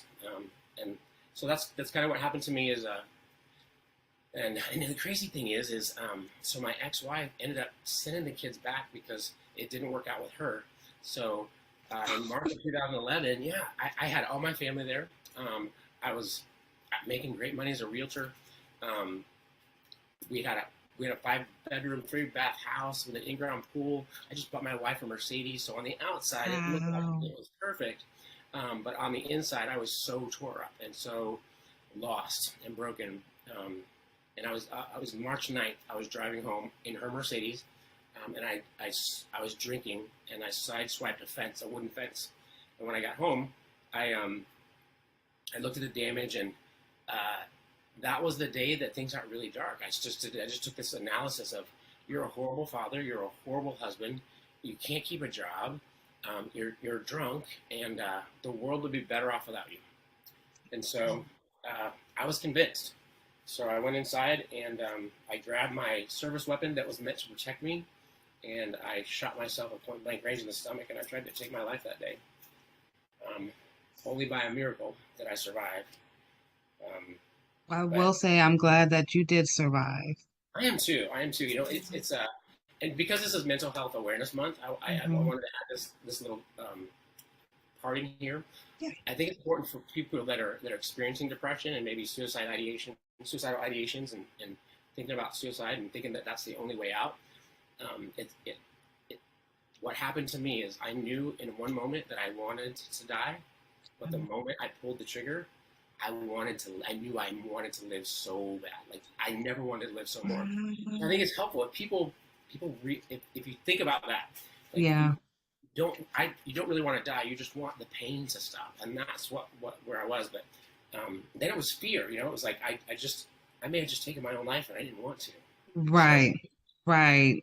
And I love that you said that, because there was so much going on the inside that a lot of people didn't even really see what was going on. But like you said, you had this 5-bedroom house, you had the Mercedes, you had everything, but it wasn't what you needed to fulfill you. And, when you said, wait a minute, after everything, it was a fear. You didn't really want to do it. It was just, you just wanted the pain to stop. Yeah.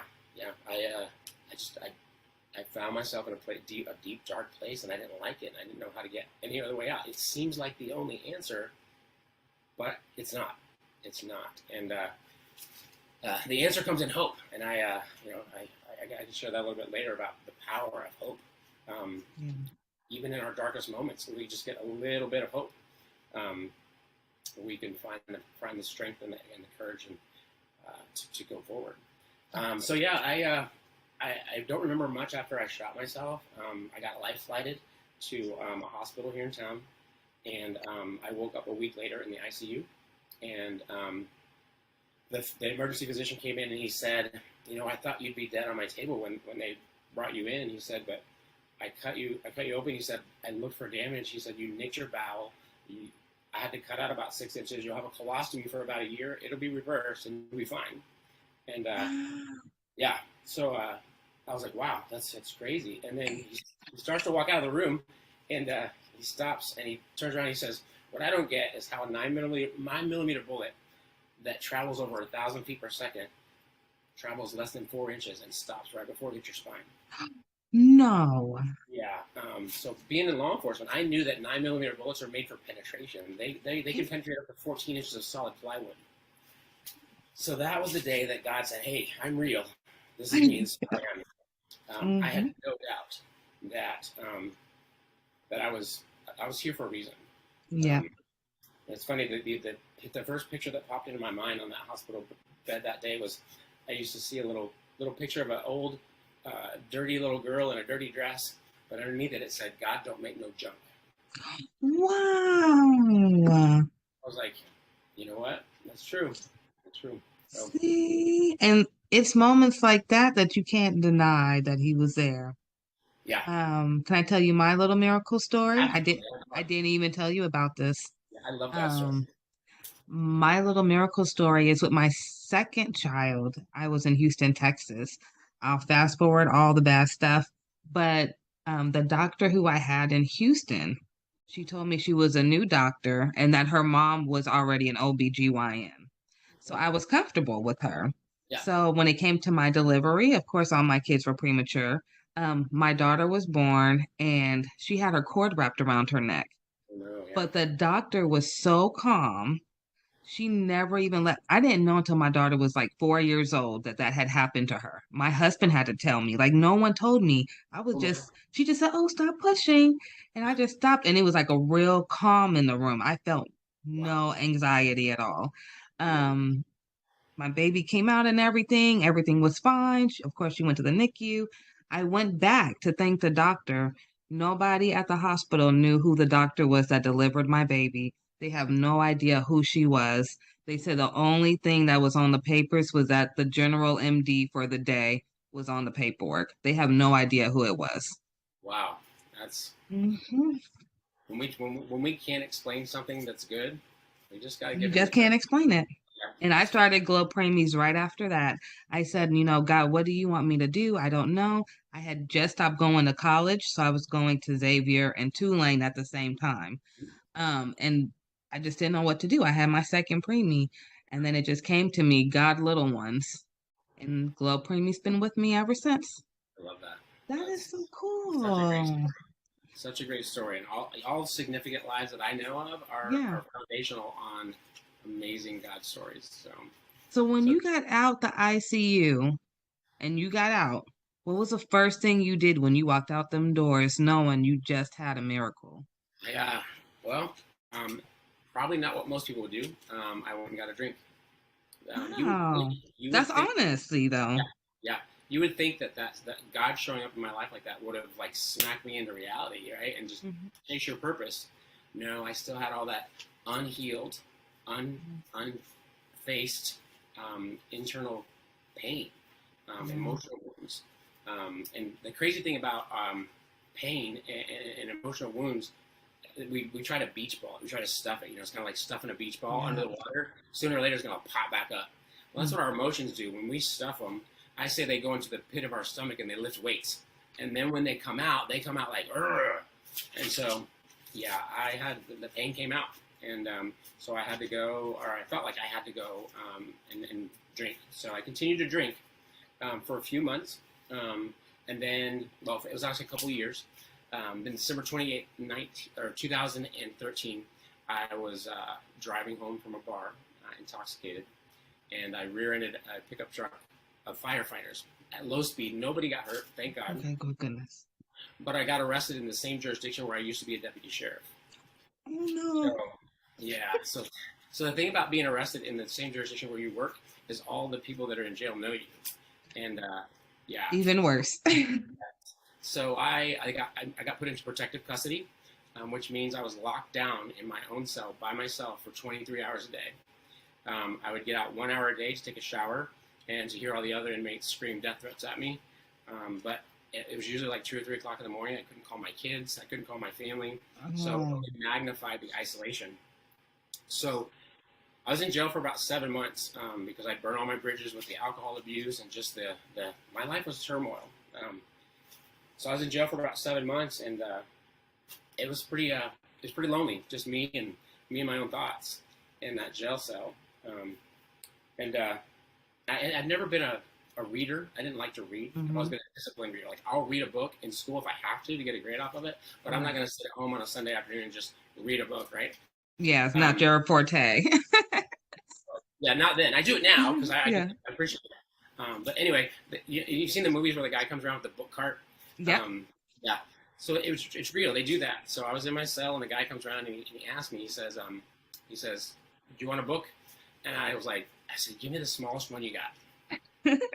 So he hands me this little. He just picks a random book. He hands me this little white book, about 300 pages, and it's called The Shack. I don't know if you know the movie or the book, but The Shack is a book written by a Christian author. He wrote it. It's fiction, and he wrote it to his grandkids just as a gift. Well, anyway, the story, I don't have to spoil it for everybody, but it came out a while back. It came out a while back. Anyway, in the story, a father takes his 2 teenage kids and a 4-year-old on a camping trip. Well, the 4-year-old gets kidnapped, raped, and murdered. Pretty harsh. And of course, the father blames himself, and the children blame themselves. And anyway, fast forward to the middle of the movie, and back up a little bit. So he ends up having this whimsical journey where he meets God, Jesus, and the Holy Spirit. And in the middle of the book, he's talking to an angel in heaven. He's in a cave talking to an angel. And she said, his name is Mac. And she says, "Mac, you have 2 kids left. Which one are you going to save? One can go to heaven and one has to go to hell. Which one are you going to save?" And he says, they're both my children. I can't choose. I love them both. And she says, "No, you have to choose. You have to send one to heaven and one to hell." And he starts to break down and cry, and he says, "I can't choose. I love them both." And she says, "Neither can God." So what she was saying was that the guy that did that to his daughter, he loved him to God. God loved him too. And that was beautiful. And then something clicked for me that day. God showed up in the hospital room that day when he saved my life. He decided to show up in that jail cell too that day, because I thought, wait a minute, hold on. Everything just stopped. I'm like, you mean to tell me that with all of my mistakes, all of my mess ups, my unfabulous life. I mean, I'm in jail. You mean to tell me that God loves me as much as he loves the pastor behind the pulpit? That's crazy. That's big love. That's crazy. I want to know that, right? Yeah. So I dropped the book on my bunk and I said, God, this is your life anyway. Take it and do what you will. And that was the day I fully surrendered. And life has been, you know, I didn't get zapped and like get released and life happened. You know, I actually stayed in jail for another couple of months. But here's the crazy. I love this part of the God story. So my brother, because of our past, he's always been a self-proclaimed atheist, right? Oh, okay. So I'm in my jail cell one day, and the jailer comes by and he says, "Man, get your stuff. You're bonding out." And I was like, "Who's posting my bond, right?"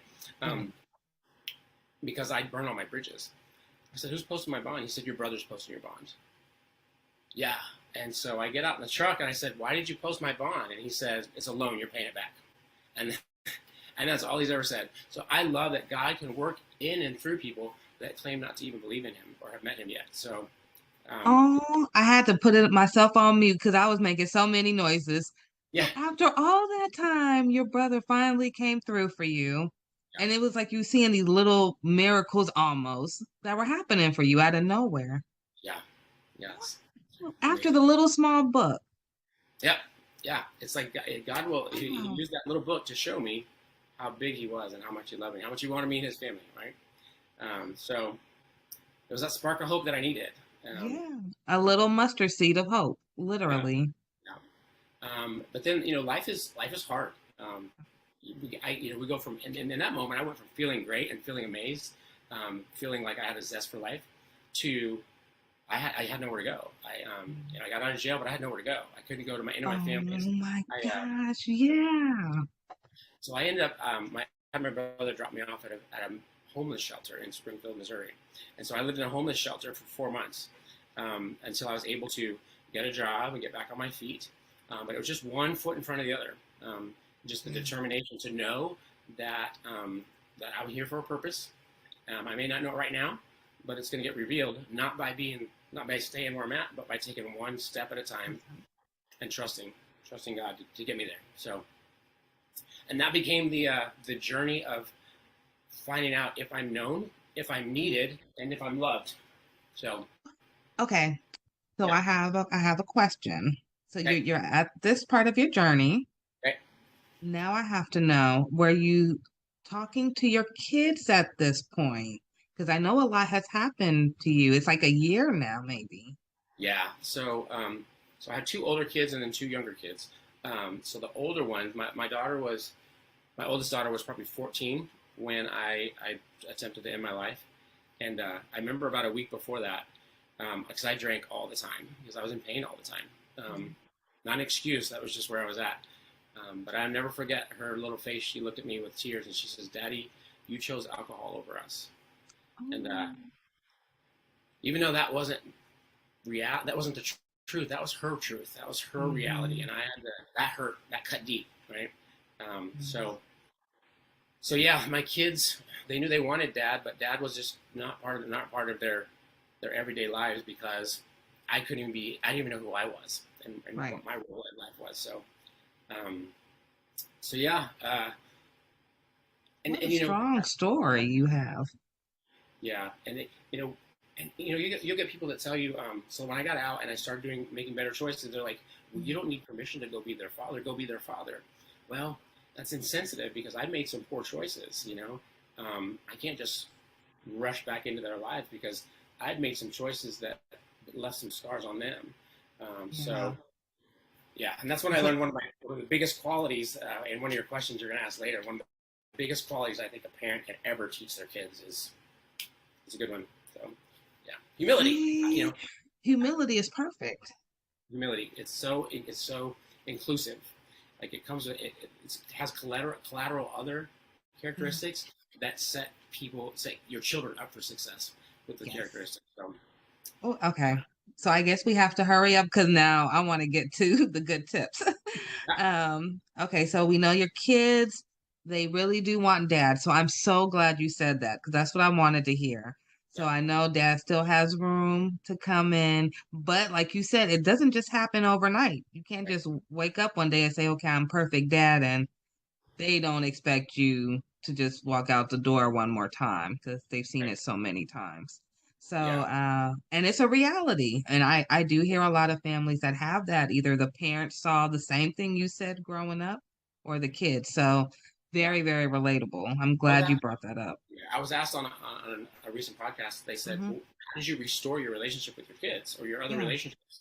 And I said, well, I didn't. And here's why. Because when you think about restoration is repairing the whole thing. We don't have all the parts. I don't have all the parts. They have some, I have some.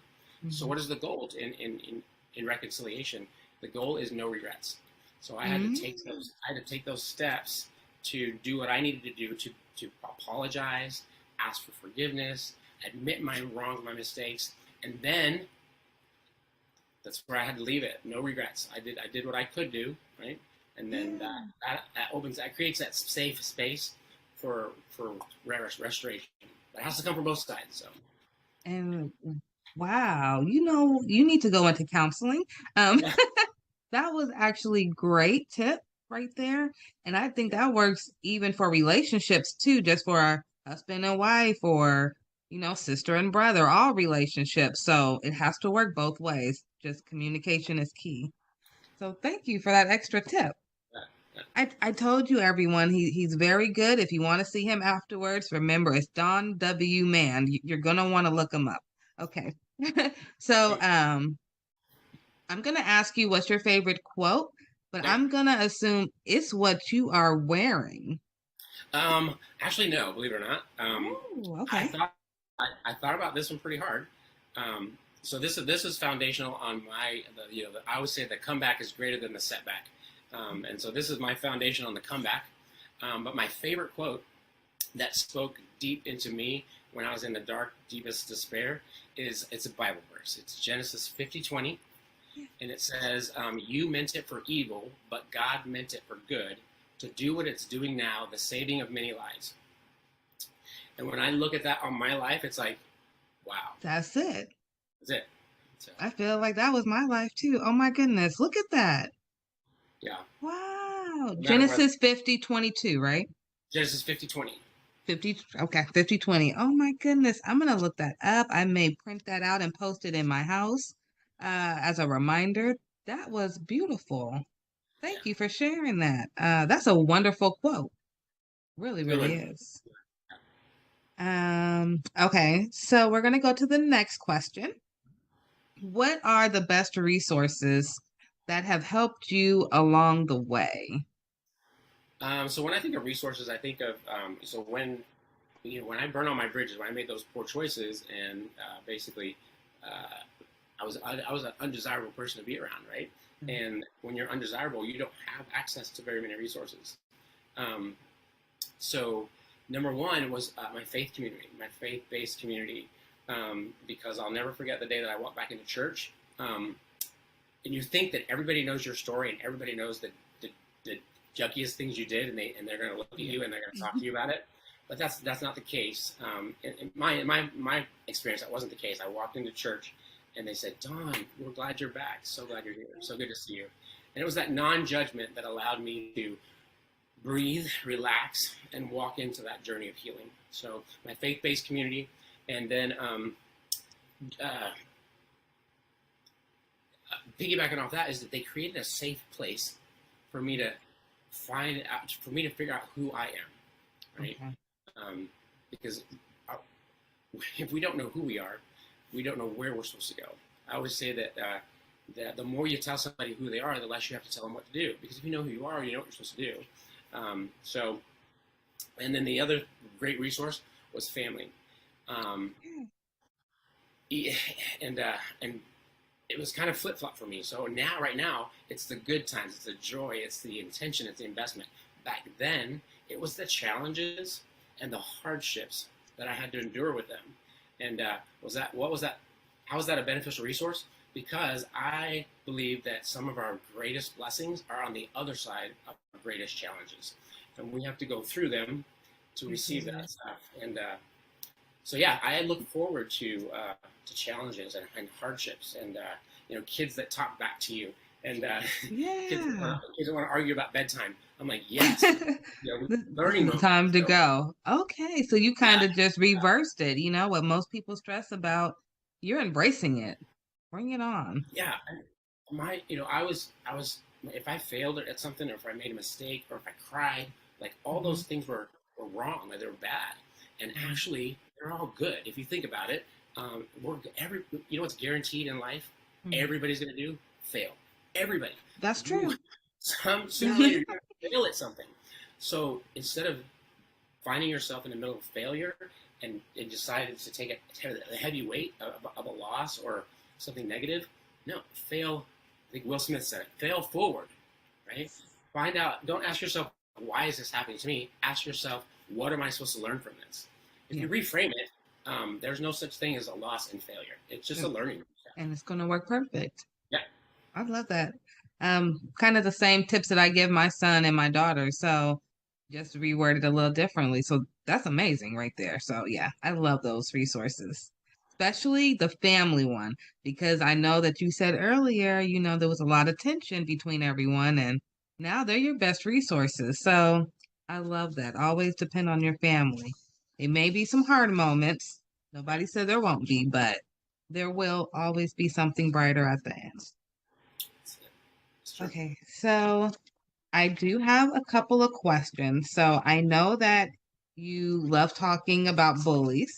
Yeah. And our youth. So I actually had a son that I had to change him schools twice last year. Straight A student, National Junior Honor Society, smart kid, skipped a grade. The school that he originally was, he was getting bullied by the older kids.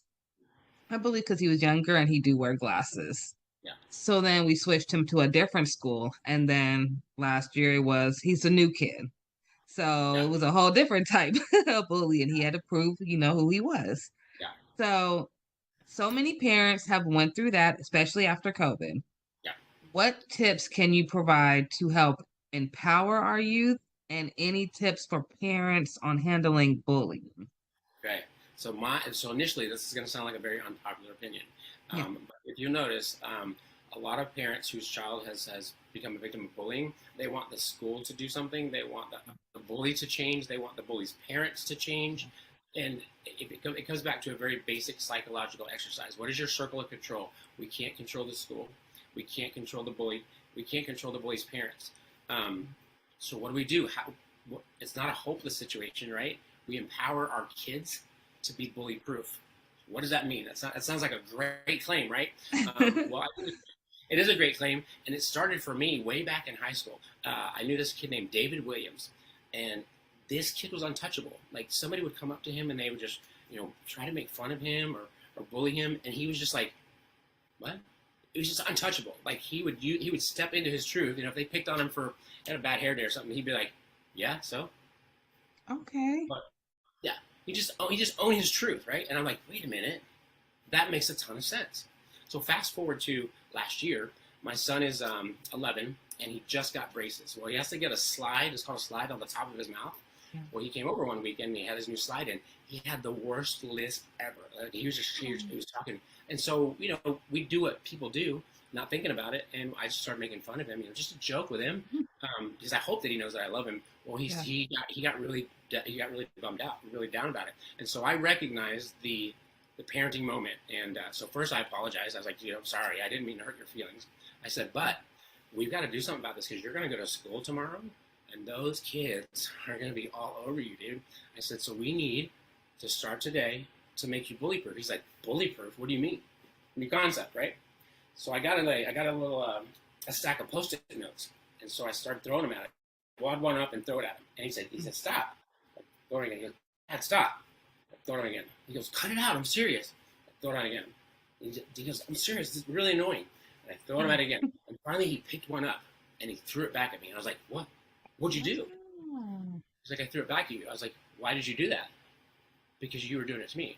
So no, you took what I was using as a weapon and you defended yourself with it. I said, if you do the same thing with your lisp, you go to school tomorrow and somebody says something about your lisp, you say, That's a horrible list. I don't even have to try to have mine, and it's a lot better than yours. Mm-hmm. You have them empower their situation with their truth. If it's acne, you can find a scenario that empowers them. If it's glasses, hey, at least I have 4 eyes. You only got 2. I can see a lot better than you.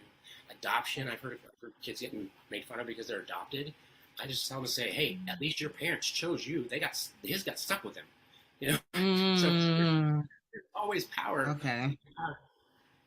If you find your truth will set you free, and your truth is never bad. It can't be. It's never negative. Right? You walk in your truth makes you bully-proof. So that's, and at the end of it, bringing that full circle, my son went to school that week, and he came back, and I said, so how'd it go? And he said, Dad, nobody really bullied me at all. They just asked a couple of questions and left me alone. Why did that happen? Because he had the confidence. He was ready for it. He was ready for it. And that's what bullies do. Bullies are kids that don't feel great about themselves, and the only way they know, their default to make themselves feel good is to find a weakness in somebody else. Absolutely. So he went to school. There was no weakness. Like, he had that list, but he was ready for it. And bullies sense that there's no weakness, they're not going to come at him. So it's every situation is different, depending on what your kids are being made fun of for.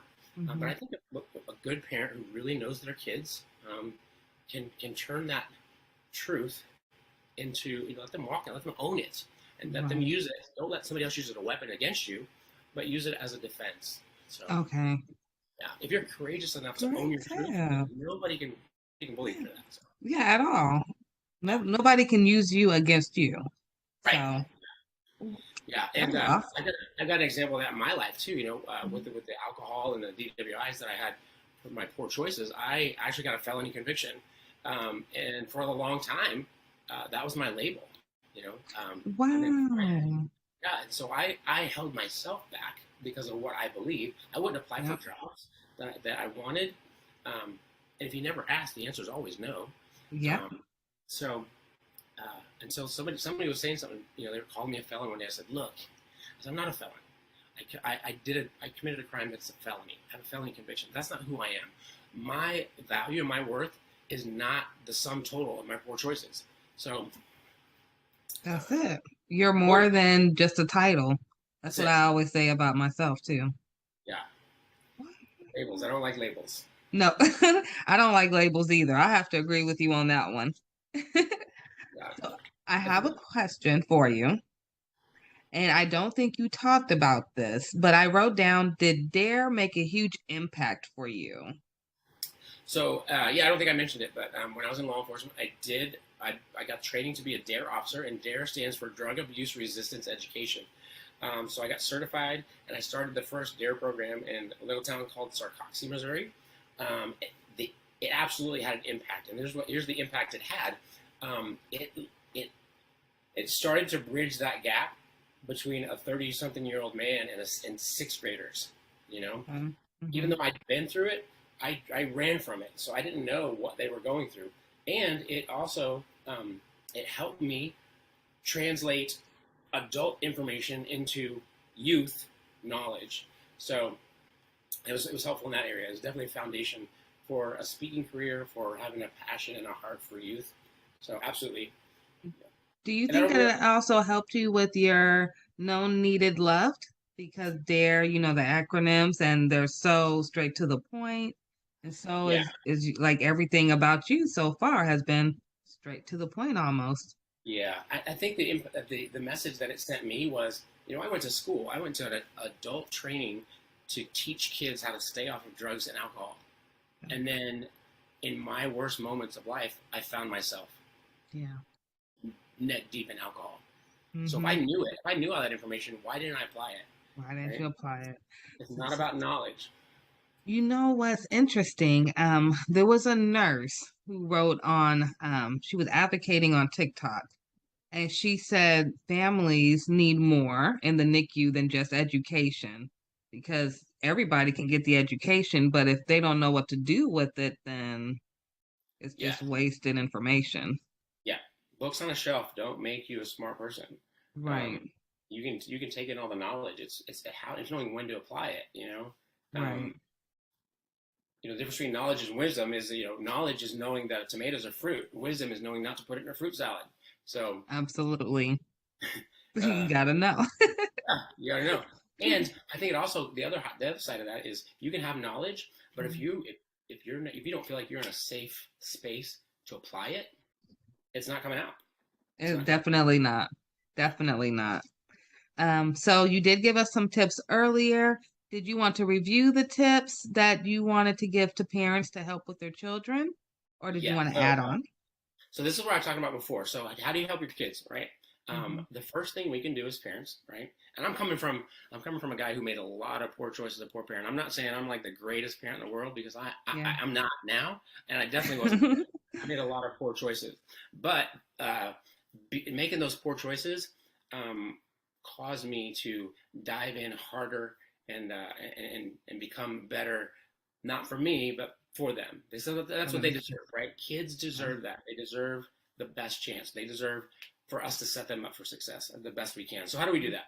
Well, the first thing we can do is we can become the best investigators we can of our kids. Yeah. Because we didn't create them. We didn't set them, on this path.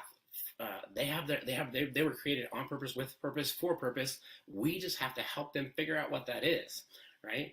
As much as I want my son to grow up to be a NFL football player, because that's what I wanted to do, if he doesn't want to do that, I'm not gonna force him into that and ruin his life, and take him away from his purpose. So become the best investigator you can of your kid, and be bold and be brave and be humble to walk that out with them. And then there's 4 nuggets that I think parents should help their kids learn and apply in their lives. So if you think about a race, we're all running a race, right?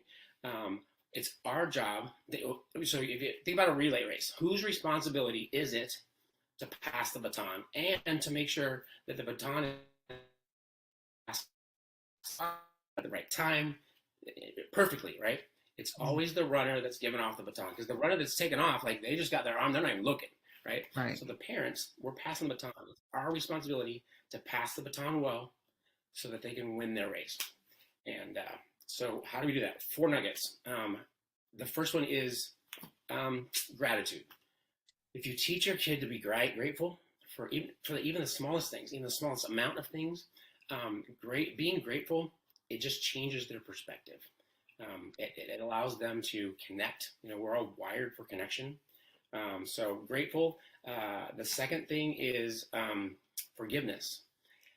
If we teach them that forgiveness doesn't approve what was done, it just releases the expectation that it could be any different. And people think, at first glance, forgiveness looks like it's weak. But actually, if you choose to forgive, you're retaking control of yourself in that situation. So it's actually empowering to teach them to forgive.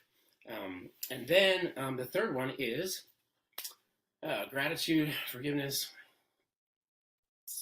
empathy. Oh, I love empathy. Yay, I love empathy too. Empathy. So I just had a discussion with my kids last night. They're like, sympathy. And I said, well, they said empathy, and then they explained it. And I said, well, no, what you're describing is sympathy. So the difference between sympathy and empathy is you look at it like this. They said, well, you walk in somebody else's shoes. That's empathy. I said, no, that's sympathy. Having empathy is taking off your shoes before you put their shoes on to walk around. I like to use the lens. We grow up and we have life experiences, so we look through life through a lens. It's our lens. Well, everybody's like that. Empathy is stepping out from behind your lens and then stepping behind their lens to understand what they're going through. If you teach your kids empathy, it helps them be grateful. It helps them forgive, right? It helps them understand why people make the choices they do. And then the last one, I love it, and I mentioned it before, it's humility, right? If you teach your kids to be humble, when you think about it, to be humble, you have to be grateful. You have to forgive, and you have to have empathy. So if you could just teach if you can't do all 4, you got a busy life, just focus on humility, and not just teach them. Remember, we're not just giving them the knowledge. We're demonstrating it. And this was tough for me. I remember I was going to school, and my son was 6 at the time, And he used to always come and interject himself in conversations with like these big lies. Like he would make up some story to include himself in our conversation because he wanted to feel known and needed and loved. Yeah. And I would get so mad because he's lying, and I knew it was a lie. Everybody else knew it was a lie, and so I felt embarrassed. Well, then I was going to nursing school at the time, actually. Then went to school later that week. We learned about Erickson's stages of development, and at 6 years old, they have what's called magical thinking, and they're not lying. He just wants to be included. He's not trying to lie because he's trying to be conniving and manipulative. He just wants to be included, and so that I felt guilty. I'm like, oh man, Dad failed, right? So I went home that night and I said, hey buddy, I would never thought I would have to apologize to a 6-year-old, right? I said, hey buddy, you know how Dad, accused you of lying, and I said, well, I learned in nursing school, but you're not lying to do wrong. You're lying because you just want to be included. I said, so I'm sorry I did that. And he's a 6-year-old. He's like, it's okay, Dad, don't worry about it. Yeah. That was a huge lesson for me. So what that taught me is, we all have failures, we all have mistakes. So if you're humble enough to admit your mistakes in front of your kids, that's setting them up for success. I know that we think that we have to be the perfect example so they can follow a perfect example, but that's just not real. That's not authentic. And I think your kids would rather want a parent that's real than a parent that's right. Just be real. If you make a mistake, own up to it. That's going to bring you closer. It's going to draw you closer together. Not have them look like you're weak. So, and it also helps them with accepting their own failures when it comes up, because they've already seen their parents go through a failure, maybe work their way out of it. Now it's not so stressful on them. Yeah. Wow, good nuggets. I like those. Thank you. Very good. I hope all of you wrote that down. Those are very important. I'm going to leave with one more question. This is the most important question I have for you. Where can people find you? And I know you have something special coming up in the works. Do you mind telling us a little bit about it? You bet. So my website is it's donwman, all lowercase.com. So if you just go to www.donwman.com, that's where you'll find me. I've got resources. You can contact me. I've got a contact sheet on there. I just have a passion. So my life's goal is to impact as many youth as possible, because right now suicide is the second leading cause of death between the ages of 10 and 24. I think it's tragic that children choose to take their own lives because of big emotions. So that's where you can find me, and a lot of resources on there. We'd love to hear from people. Love to hear stories. I love stories. Everybody has stories. Yeah, you love stories too. Good. So you guys don't just send me stories, send him stories too. He loves stories. Yeah. And so I am in the process of writing a book. I've had so many people say, Don, your story is so crazy, you should write a book. So I'm going to write a book and hopefully finish it by the end of this year. And then there's editing and publishing. And so, but yeah, it's going to be called Known, Needed, Loved, God's Story Through My Life. So I am so blessed to be able to give my kids a second chance for the father that they almost lost. So What a story. What a story. And when the book comes out, please let us know. We'll share it on all our websites. We thank you so much. I'm a huge advocate for mental health, usually for postpartum moms, but it can go with the youth and the dad as well. So I thank you for being here. I thank you for sharing your story. I appreciate the invite. So honored. Thank you. I appreciate it. You're welcome. And please come back and please let us know when the book comes out. We'll make sure to include everything in the description for you, okay? Thank you so much, Ashley. I appreciate it. You're welcome. Thank you, everyone. See you next time.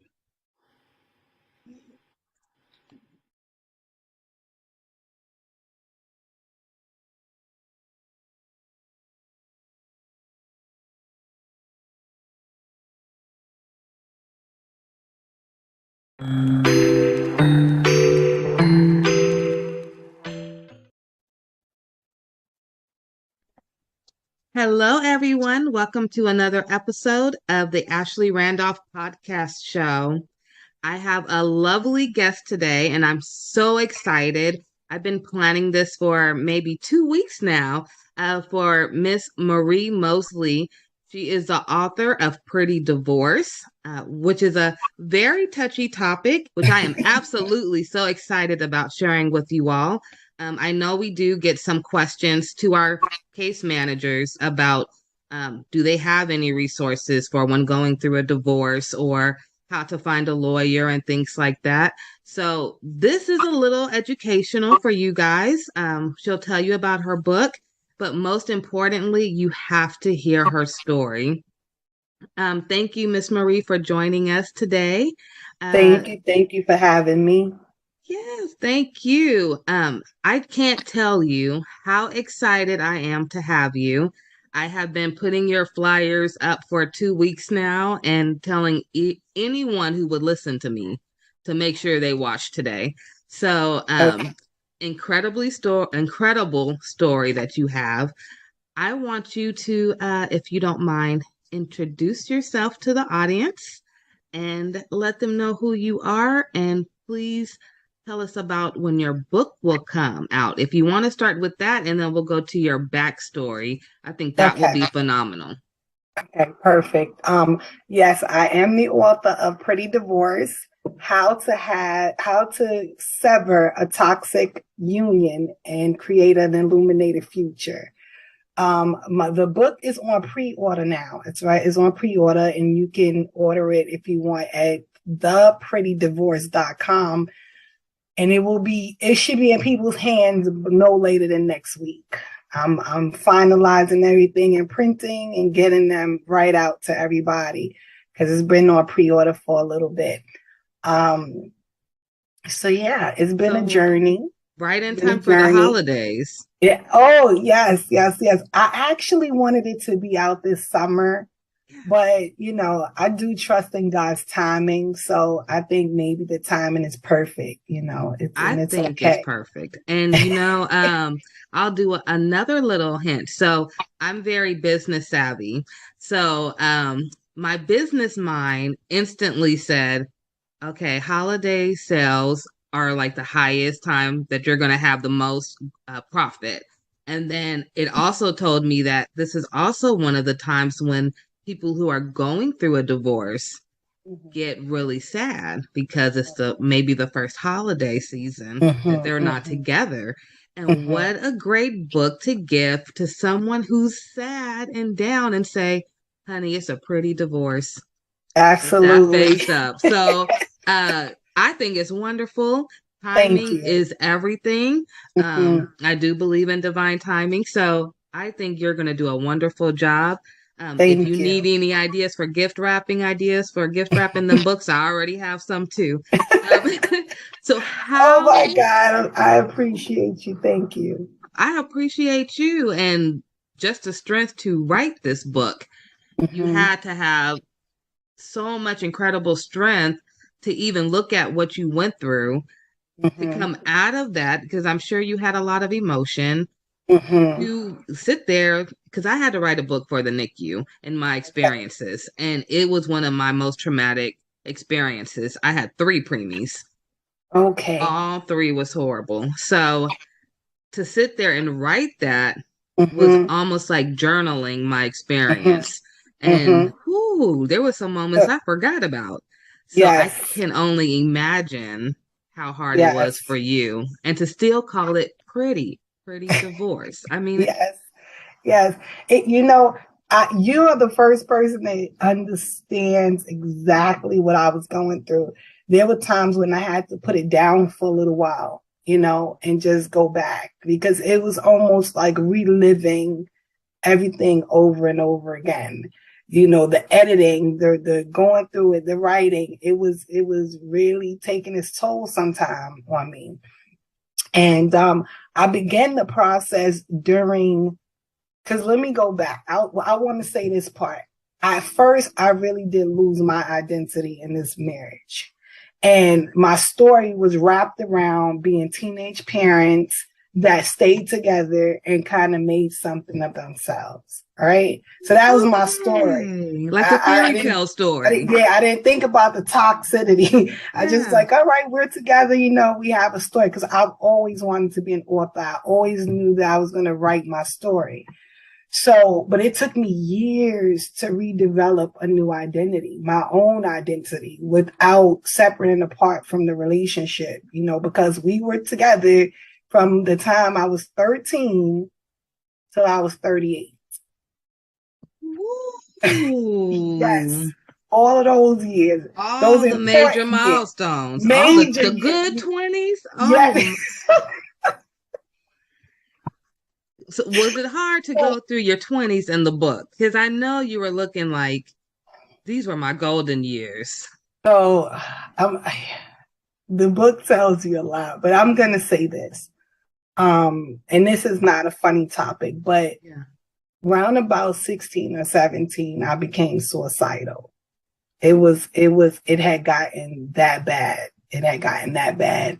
And I talk about it in the book. My girlfriend introduced me to her boyfriend's friend, and he kind of became an outlet.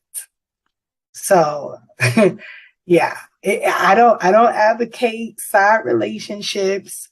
However, I have to say that my side relationship kind of saved my life. You know, so that moment it worked. Yeah. So my 20s were horrific at home, but they were glorious somewhere else. If that can, you know.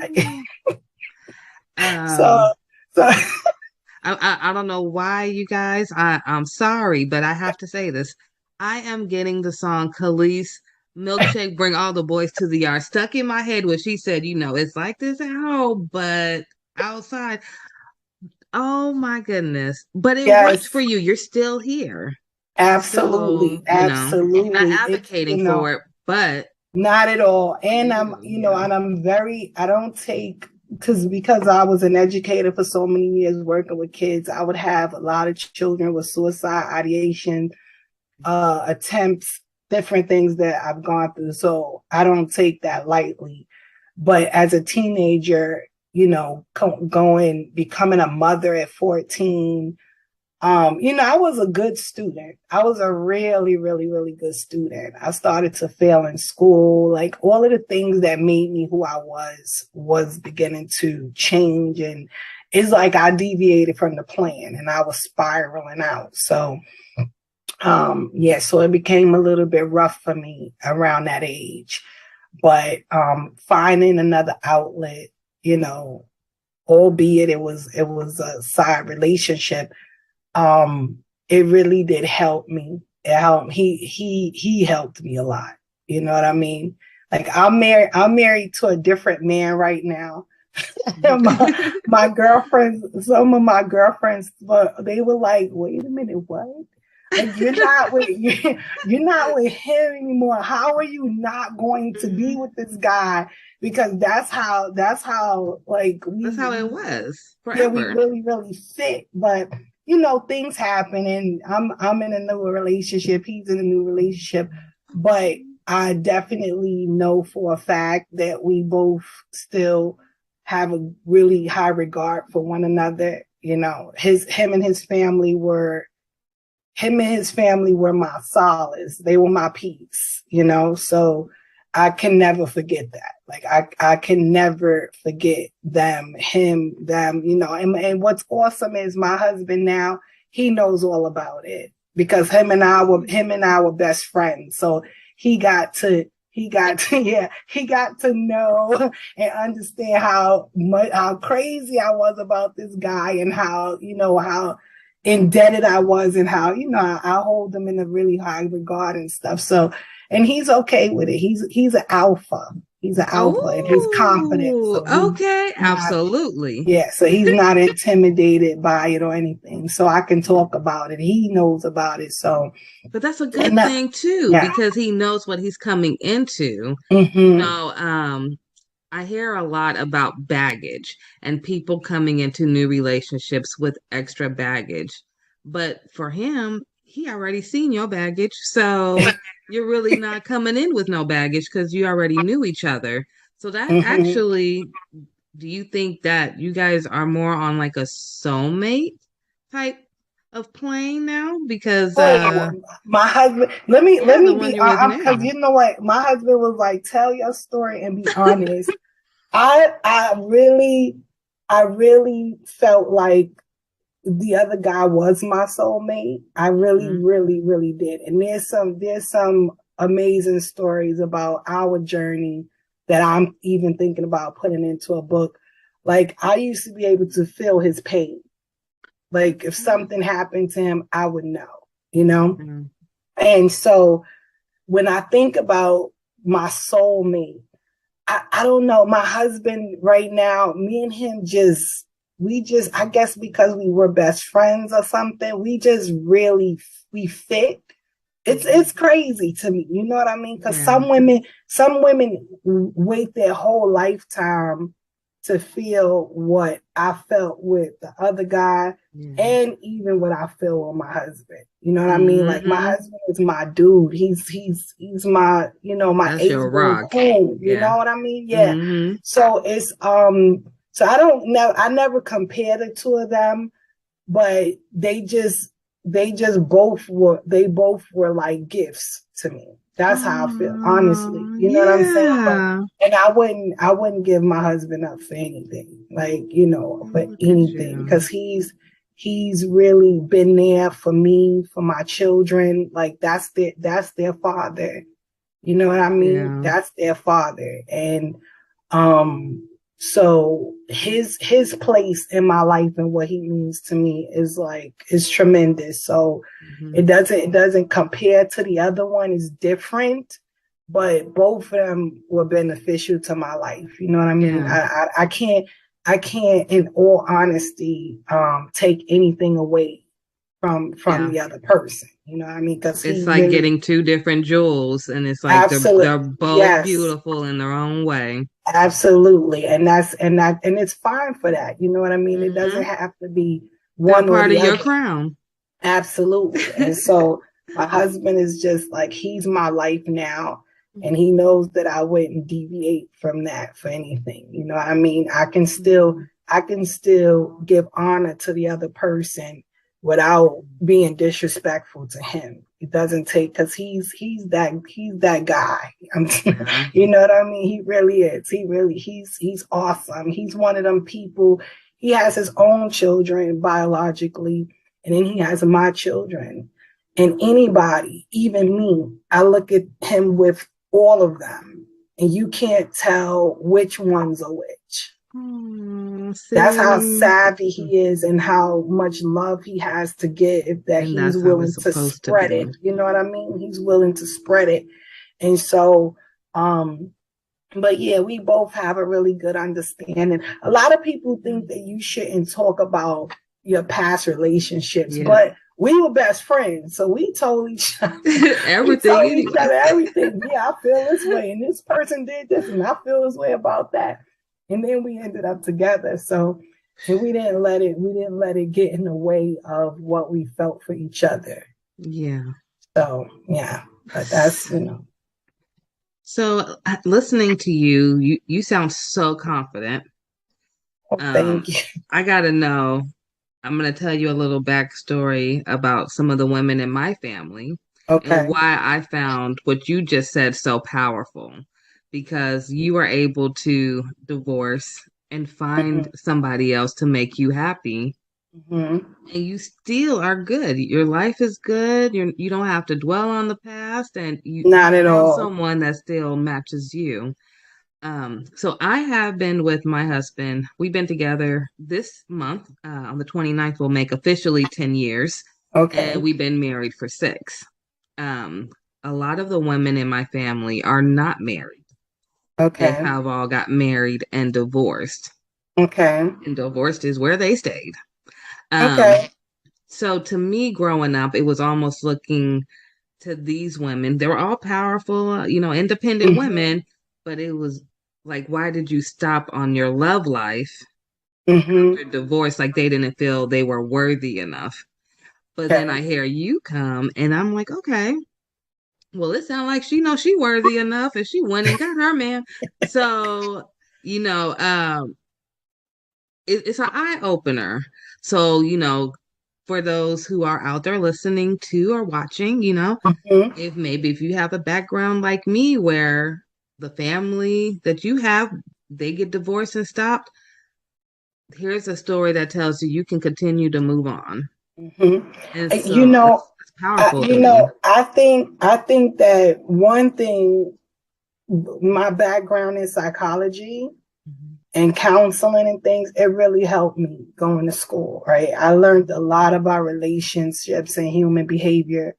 And I was hell-bent on not bringing my baggage with me. Like, I want to know parts of it. It had to go. I didn't want it to go into a new relationship. I didn't want it to go to the store.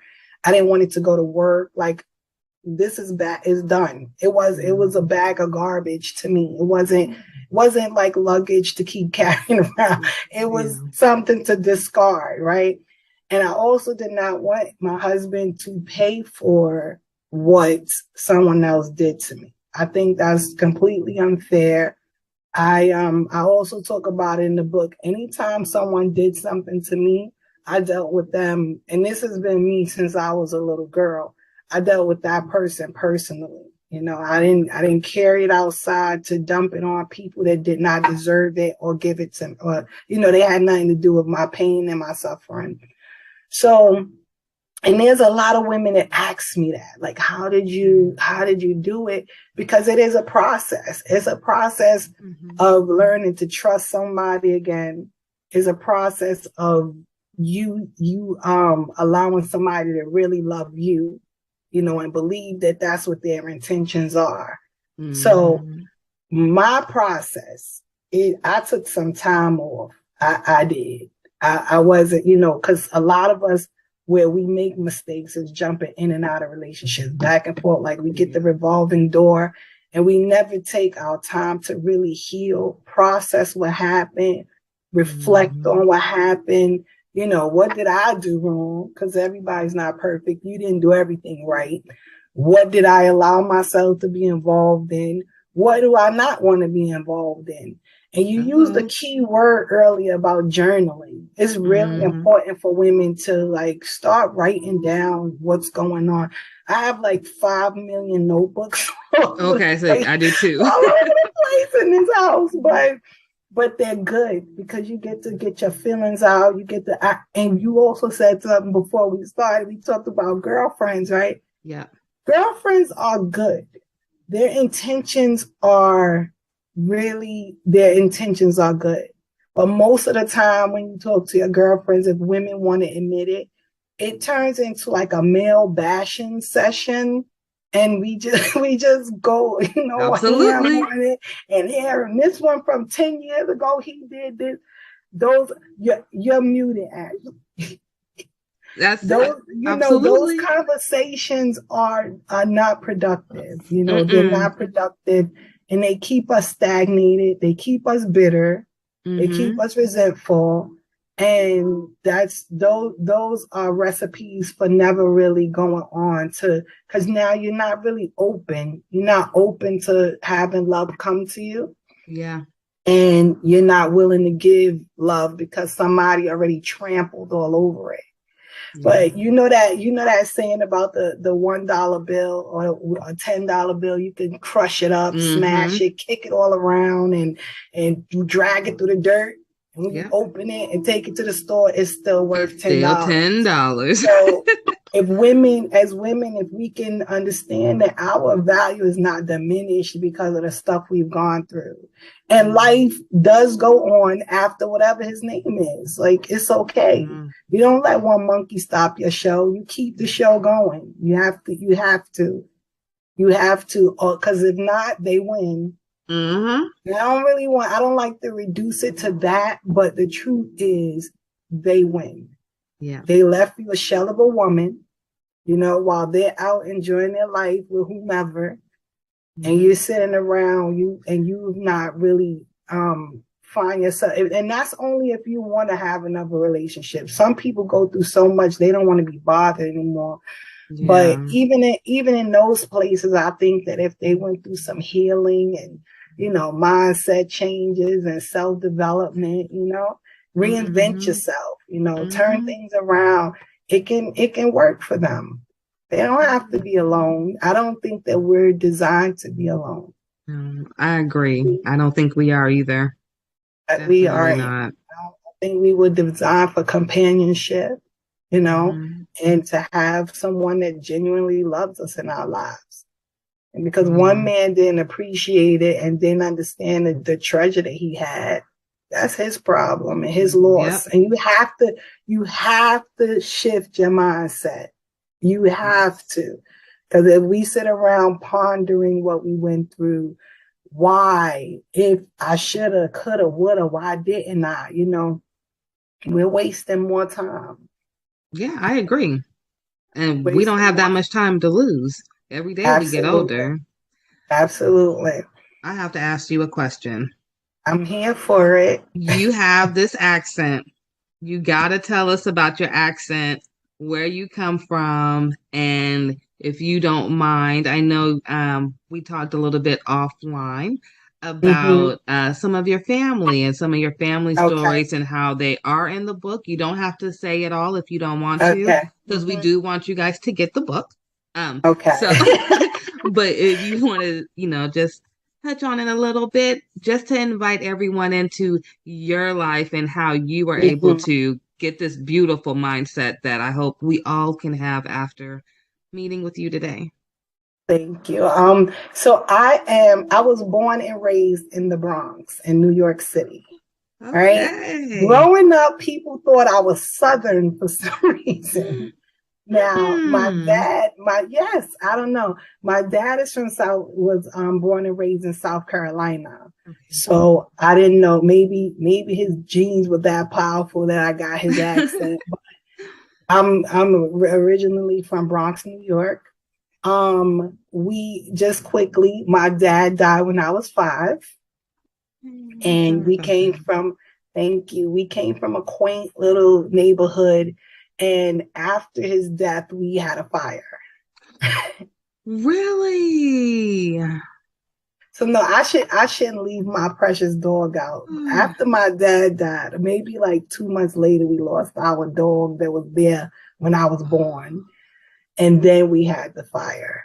And then we moved to the projects in the South Bronx, which were a bit intimidating, but we had to do what we had to do. That's where we were placed. And so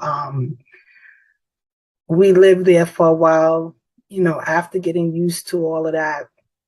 Around about when I was 12, my sister passed away.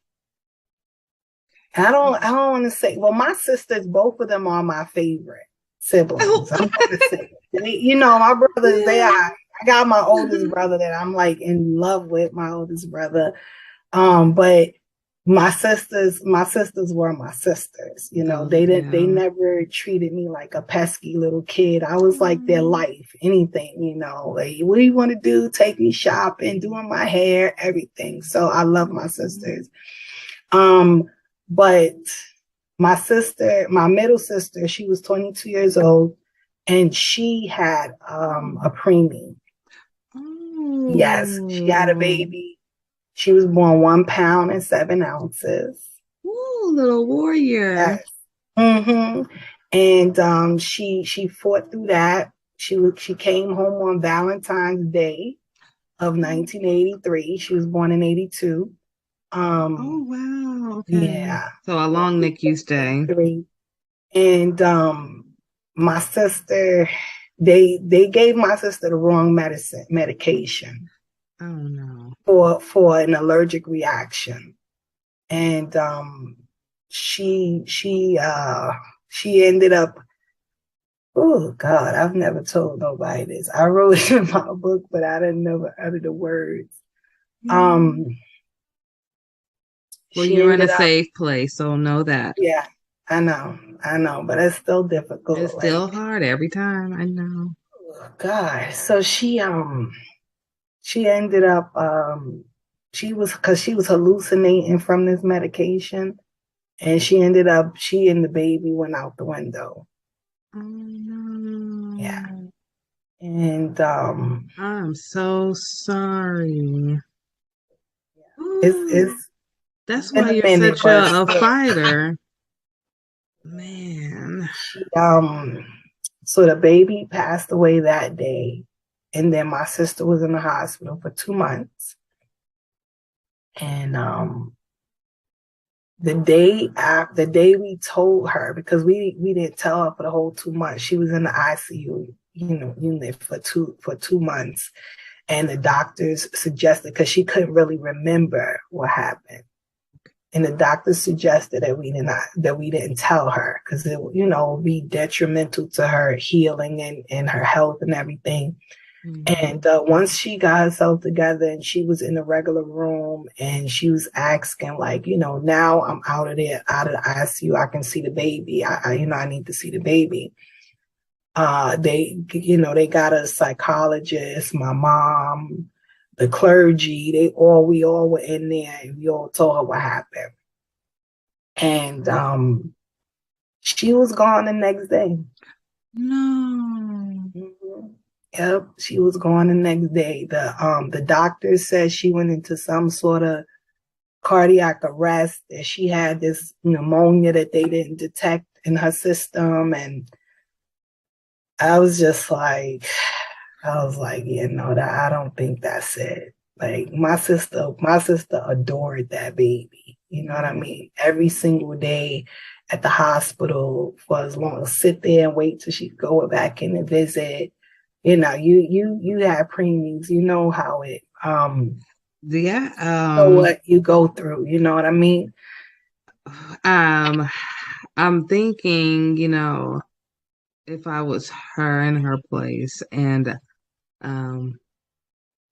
not talking for your sister, of course, but if it was me and then I heard that news, I mean, you literally, how we were talking about earlier about, you don't want to lose yourself. But when you're in the NICU, you kind of do lose yourself, and then you become all about that baby. And then I can totally understand her feeling like her whole life just got snatched, because that's all she worried about. And that, I know those NICU stays are not easy. Yeah. Bless your sister. Bless you. Yes. Thank you. Yeah, she was completely attached to that baby. I mean, if the baby would have a stain on her t-shirt. I remember we couldn't see the stain, but my sister she was like, no. And she's like, no, I have to change her clothes, and she just cared for her so much and was very attached to her. And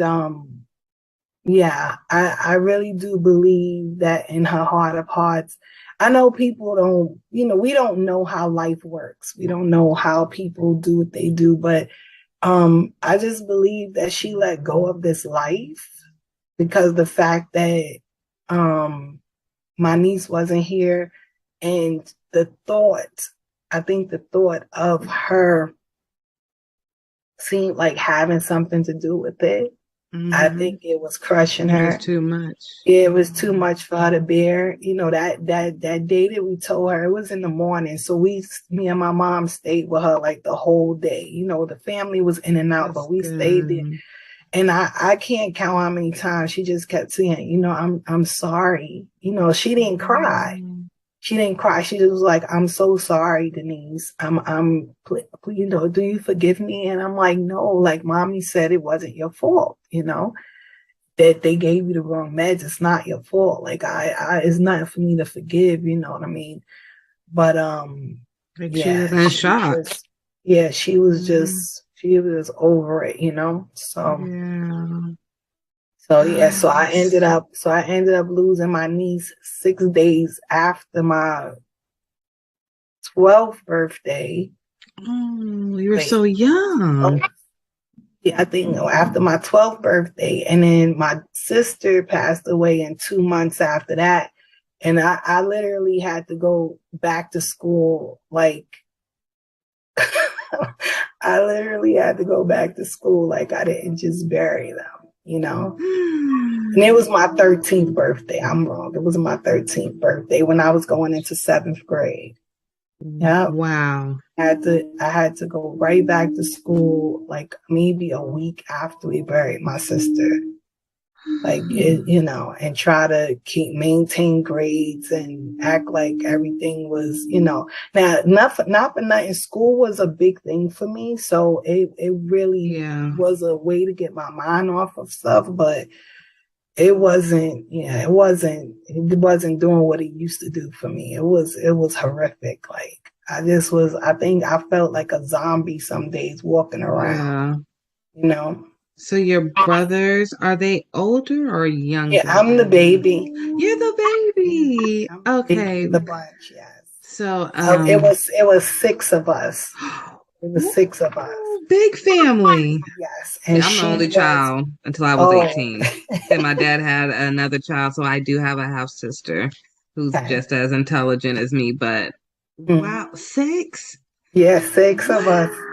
Yep, and she was the 3rd oldest. It's my sister, my brother, my sister, my brother, then me. Okay. So you had a lot of brothers. Did they during this time, because you're talking about going back to school, and obviously you went through something very traumatic. Do you think your brothers was very consoling to you at that time? Because you're the baby, so I'm gonna be completely honest with you. My sister was like the glue. Yeah. You know, and we realized something very, very weird. My older sister says that my other sister was my mom's best friend. So my sister was born February 1st. My mom was born February 20th. Oh, okay. My mom passed away August 28th. My sister passed away August 31st. No. Yes. Yep. And it really was strange because my mom is buried on top of my sister. Wow. So when we finally got because due to COVID and all of this, it took a little while for, to get things in order. But when we finally got the stone, the way my mom purchased the stone, so 20-something years ago, it was left with enough room. So instead of us buying a brand new stone, we just had them remove it and add my mom's information to it right under my sister. And when we went there, we were looking at the stone like, wait a minute, they were born in the same month. They passed away in the same month. And my sister was like the life of the party. She was the one, that one person in the family that kind of lights it all up and have everything and everybody. So anybody from New York to South Carolina, I'm skipping Washington, D.C. We have a lot of family there. Anybody that knew my sister was really devastated. It was hard. At the time, I'm going to say really that no one kind of wrapped around me. No one really, was like, oh, little sis, like, how you doing? And as I was writing the book, I realized that we all were in the daze. We all were traumatized. It was so tragic. My brothers thought that her boyfriend had something to do with it. They were on the warpath. They were thinking more about that. Yeah. Yes, because she was at our house. She had left her house in the pouring rain with the baby. That's how we knew something was wrong. So, and she came to our house for like shelter. And then her boyfriend showed up around 3-4 in the morning trying to get her to go home. And so she went home. And then the next phone call we got was that she went out the window. So my brothers were on the warpath. We didn't know what happened. She couldn't really remember too much. So we didn't know if he did something to her or whatever. So no one, and right after my sister passed away and we went to the hospital and came home, I kind of went mute for a week or so. Like I wouldn't speak, I was just dazed out. My mom was there. So I don't, they didn't really come to too much, gather around Denise because something might be wrong with her. My middle name is Denise. I'm sorry. Oh, okay. Yeah. So, but as now that I'm older, I don't really blame anybody because I know that we all were just in the daze. It was unbelievable, unfathomable that this was happening, to us, to her. Yeah. And so I don't blame everybody. Everybody, went into their own corners to try to figure out how to process it and deal with it and get their lives together. So I can't even imagine, like, just visualizing everything you're saying right now. It almost feels like a bad dream that's never going to stop.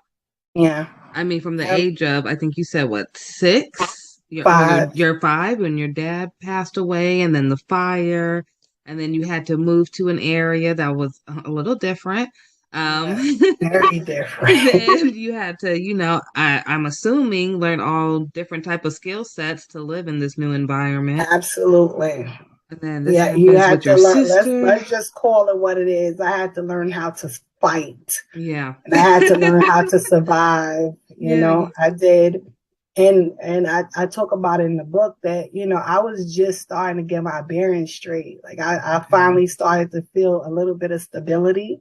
Yeah. Like things were normal for a little bit, and then my sister, it just literally pulled the rug from under me. And then after that, so that happened when I was 13. Yeah, I was gonna ask. So you met your first husband around that time, right? And by the time I'm 14, I'm having a baby.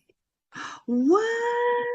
Yeah. It just, I'm telling you, my sister dying really just threw me off. It threw me off completely. Like it just threw me completely off my game. I'm telling you. Okay, wait. I'm telling you. Okay. This interview is getting so good. Okay, I have one question. We got to 13. Okay. And then we're going to have to get you a documentary, okay? You get to 13, and I'm just so curious. You were talking about going back to school and your grades. Mm-hmm. Like, did your grades at this point just completely fall, and then you met him? And so that summer, while I was dealing with everything with my sister, we went into we went with my girlfriends. Were always talking about him.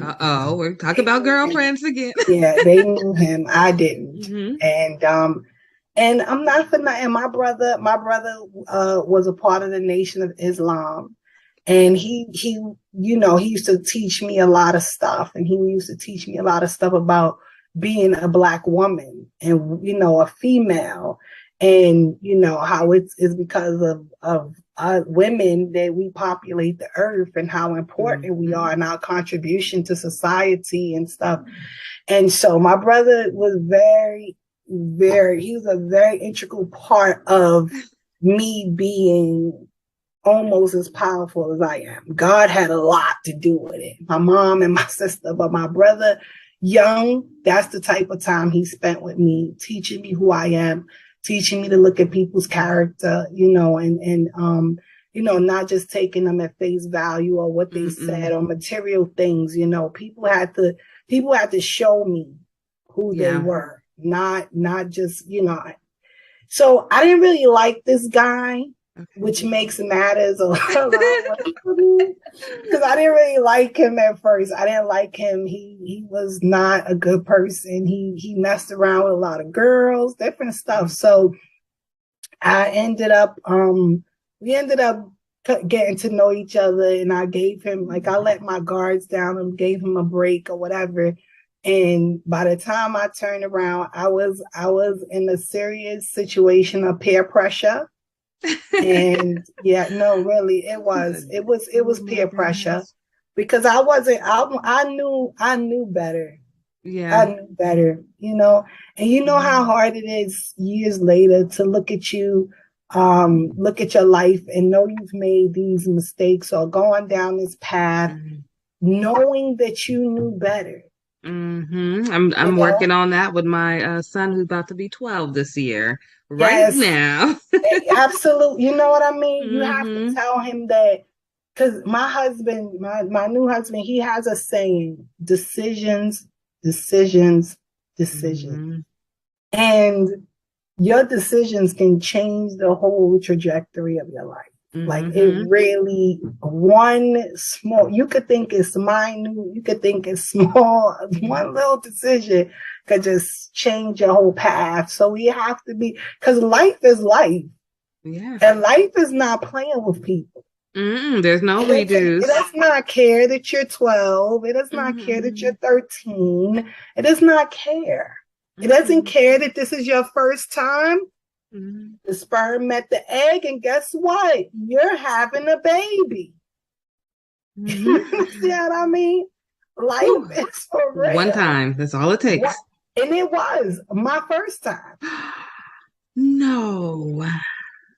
Even more traumatic. Let me tell you something. I was just like, I was like, what is happening to me? Like, why? Wow. You know?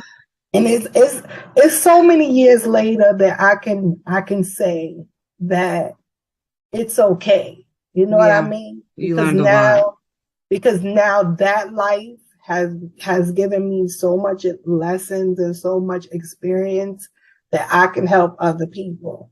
You know what I mean? So they say that God gives his the toughest battles, you know, to the strongest soldiers. So if he saw fit to say, like, you know what, she can handle it. She's gonna make it through it. You know, she's gonna come through and she's gonna glorify me and let people know that I do exist because I brought her through. Then it's okay. But in the process of it, it's not. In the process, it wasn't okay. I know you were just wanting to throw in the towel so many times. What's going on? I was like, what is going on? What is happening? You know, why is this happening? All of these things just keep happening. And I'm in the center of it all, you know. What a testimony. Yeah. And we haven't even got to the end yet. We're only at 14 years old. Oh my goodness. I have to ask. Yes, ma'am. I won't get into so many because you do have this in your book, right? Yes. Some of this. So I won't ask too many questions. But I am so curious to know, when Mama Baby came in and said, Mama, I'm pregnant, what was Mama's response? Because you the baby. We got to remember. Yes, absolutely. Oh, I'm glad you realized that. I can't wait for you to read this book because I'm glad you. I can't wait to read realize that I'm 13 and pregnant, and as a woman, you can say, you know, she's still a baby. Because some people didn't treat me that nice. Yeah. Some people didn't care that I was 13, but you'll read about that.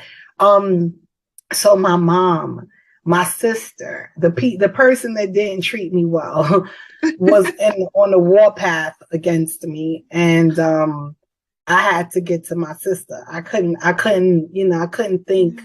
I couldn't take time to think about anything, so I had to call my sister. My sister is my rider. She does not have children. Okay. I am. And I don't care about her godchildren. I don't care about my children. That's her nieces and nephews. I am the closest thing she has to her own daughter. You claiming that right now? Absolutely. And you can ask her. She'll tell you. She has always treated me well. She has always taken care of me. She has always, you know, she's never, in all of my ups, downs, back and forths, mistakes, you know, my sister has never treated me like, what's wrong with you? Are you dumb or something? Like, what's happening? But she's always That's all we want to hear. She's always just like, little niece, what's up? What we going to do? What you want to do? You know? So I got to my sister, and once my sister was on my side, that was all she wrote. That was really all she wrote. You know, she was like, she had just moved into a really nice area of the Bronx. She had 2 bedrooms, and she was like, if you want to come and live with me, you know, with the baby, she's like, you're more than welcome to that room. She was like, I know you might be a little embarrassed. Like, I don't know what you want to do. You know, she was like, well, I don't care. But all I know is you're finishing school. I'll pay for daycare. I'll do you're finishing school. You understand? And I was like, all right, you know. So when we went, she went with me to tell my mom. She actually told my mom for me. Oh, so good. Buffer. She wasn't one of those people like, you have to say it. You're gonna say it. It was like, Mom, this is what's going on. This is what's happening. This is the part I'm playing. Like, so what? And my mother was like, what? My mother was like, like, wait a minute. That ain't a part of the plan. You know, we talk about college in this house. We talk about finishing school and education. That's not a part of the plan. And so I pretty much told my mom, you know, this is what I'm doing because of my brother. You know, my brother was very big on the things he taught me. Abortion was not one, like, we were not going to do that. So, you know, I told my mom I didn't want to do it, you know, and I was going to have this baby. You know, I made my bed and I'm going to lie in it and we going to be okay, you know. That's why I was hoping to, when I saw that you had youth and parents on there, I wanted to tell children. Because I feel like I was my most powerful at 13 years old. Even when I sit in front of people and they're like, oh, you seem so confident. You seem to have it all together. And I'm like, ooh, some days I don't. But when I was 13, I was severely determined and persistent. And like, kids are powerful. You know, kids are powerful. I think kids are powerful because they have not been in the world long enough to be, you know, some of them, because some of them do have it rough. I don't want to discount the ones that come into the world with these rough things going on. But for the most part, kids have not like been tainted. They've not been like traumatized to their core, really hurt, you know. And so they still have a lot of strength and resilience in them. They know how to bounce back quick. And so I always want kids to believe in themselves and know how powerful they are, you know. And so so at 13 I was like dynamic. I was just like, I was like, let me tell you something. I did this. This is my responsibility. I'm taking ownership of it, and I'm having this baby. I'm not gonna do it. Like I just wasn't willing to do it, you know. And you had to advocate for yourself. Yeah, and you are a really good advocate. It sounds like. Thank you. And you know what? I don't only advocate for me. Even when I was a kid, I advocated for others. You know, my mom, she used to work, she was a para for the New York City Department of Education, and she worked in the special ed department. And you would not want to make fun of those kids. You would not want to be on the side of, you know, talking down to people, or, you know, my mom, she was that person. She was not, she wouldn't allow it. And so if we did it as her kids, we would have something to pay once we got home. So, you know, we grew up looking at other people, you know, as equal to us, you know, not beneath us in no way, education wise, financially, anything of that nature. We had to respect people, you know, whatever station in life they were in. And so I think that's what made me a big advocate for kids even when I was younger. I don't like bullies. Yeah, I don't like clique mentality. I have a zero tolerance for it. And so I've always been willing to stand up for those that are like less fortunate and things like that. in my book, my mission, I have a mission in my book. And so for let's get to the mission. Yes. So for a certain amount of books sold, I do fully loaded backpacks for the homeless. Okay. I love it. It's like so cute, right? So New York has this thing called the Midnight Run, and what they do is they go out at night, and some of the homeless people might know where they can go to meet up with the Midnight Run, or they go around the city and they give out different stuff. And so I used to give out blankets like during the winter and things like that. COVID came, so it kind of threw me off my game, but I'm definitely gonna get back into it. Now I like to do little backpacks, right? Make them a survival kit. Put some blanket in there, socks, a hat, some gloves, because it gets cold out there in the wintertime. Some soup, some hot chocolate, some toiletries and stuff, toothbrush and different things. Look at Let's you. give out some back. Me and my husband did it a couple of times. It was awesome. It was really, really good. It was really good. Keep me updated. When you guys are doing it, let me know if there's a way we can donate some items or funds. Maybe if we have some extra funds, we don't mind helping out for Definitely. the cause. Let me know. I know I've talked to you. You're still in the Bronx, right? Yes, ma'am. Okay, I think I talked to you before, but we work with a hospital really closely in that area. So we do have a lot of families in Glo Preemies who live in the Bronx. Okay. So I will be coming out there soon. We were supposed to come last year, but COVID. So we'll probably be there next year to take a little tour of the Bronx area. Yeah. But I would love to help meet you face to face. Yeah. I'd love to meet you face to face. I would love to meet you too. I got one more question. Hold on. But wait, I want to say this to you. I want to thank you for doing that for people in the Bronx. The Bronx is a very low socioeconomic territory, and we don't have the greatest health care. We don't get, the Bronx in New York City, to me, gets treated like the little redheaded stepchild. And so And so there's not a lot of programs for our families here. And so I take my hat off for you for coming from somewhere else to help the people here. I really appreciate that. I will tell you, thank you so much. Let me start with that. I appreciate it. I'll tell you this much. My family is not involved at all with what I do. Okay. So if you ask them, hey, what does Ashley do? They'll probably tell you, I don't know. She works from home, I guess. They have no idea what Glo Preemies is. They have no idea what the Alliance is. They have no idea how many policies I have single-handedly helped change. For your area alone, I believe we have already sent maybe 6 breast pumps to new NICU moms, Black NICU moms. We are working on sending more right now as we speak. So that is just one of the little things that we do. So just to let you know that I am very appreciative for you acknowledging anything that I do, but I never do it for clout.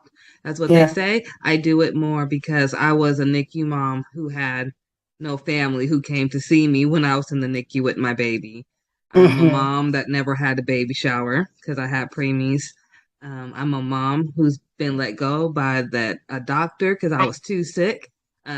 Just too many bad things. So I thank you for sharing your story, particularly the preemie story. But is there a way for those who just heard what you're doing with the mission to be able to help donate to you? Do you guys have like a Cash App set up, or will you get one so that if people see this video and want to help contribute to what you guys are doing without getting the book, or if they want to get the book and still donate, how can we do that? So currently I don't have a Cash App set up for it. We'll work on one. Yes, we will. Yes, we will, ma'am. Listen, you're gonna be right. You don't even know how much you're helping me right now by kind of giving me some tips and instruction. Like, hey, girl, get this together. Oh, good. We're gonna have you Yes. popping, okay? Don't worry about it, you guys. So you heard her. She is gonna get a Cash App or something to that caliber, and when she do, I will post it under this video. So keep looking for this video, see if there's any updates. I'm sure I'll have you back when the book comes out. Absolutely. I do want to do a giveaway for the holidays. I need that book for the giveaway. Okay. For and sure. we will definitely stay in touch. I want to see you when you come to the Bronx. I want to, I want us to get some lunch or something. Yeah, I can't wait. I greatly appreciate you having me. It's been an honor. And to know what you're doing here in the Bronx is really, is very moving to me. Because like even when my sister was in the NICU, there was no helping. There was no, was thank God we had my mom and my sister to do stuff and to help and to, even me when I had my daughter as a teen, I was like that, growing up, I was like, there's nothing here to help, people that have I did have a high school. I did go to a high school that had a daycare, but even with that high school is still an alternative high school, but it no longer, I don't believe it has the daycare center anymore, which was tremendous because that gave people a real opportunity to go to school and continue their life and, so, but yeah. Do they have any of those options anymore? I'm not really. That was the only school. It was called Bronx Regional High School, and I forgot the name of the extension because they had an extended piece to it where all the pregnant girls went to school. So if you were pregnant, you can attend and you just be in class with other pregnant girls. You wouldn't be amongst the general population. Yeah. And then once you had your child, you were able to still come to school and bring that baby to the daycare center.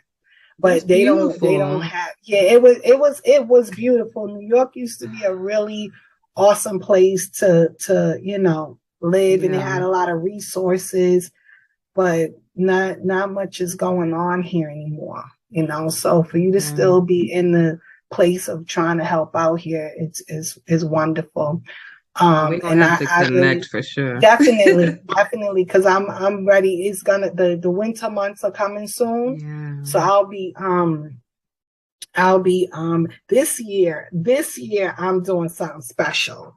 This year, all of the blankets that I buy, probably in the blankets and maybe in the hats, I'm gonna have my daughter sew in patches that says Jesus loves you. Because I want them to know that it comes from him, not from me. Yes. Look at you. So, I love that. I want them to know that he is thinking about them. He's not forgotten. He's not forgotten. Yeah, because I would not have gotten to this moment without him. Absolutely. Mm-hmm. I feel the same way. Yeah. I don't. Yep. That's why I said earlier. I believe everything happens in divine timing. Mm-hmm. Mm-hmm. God little ones is what GLO stands for.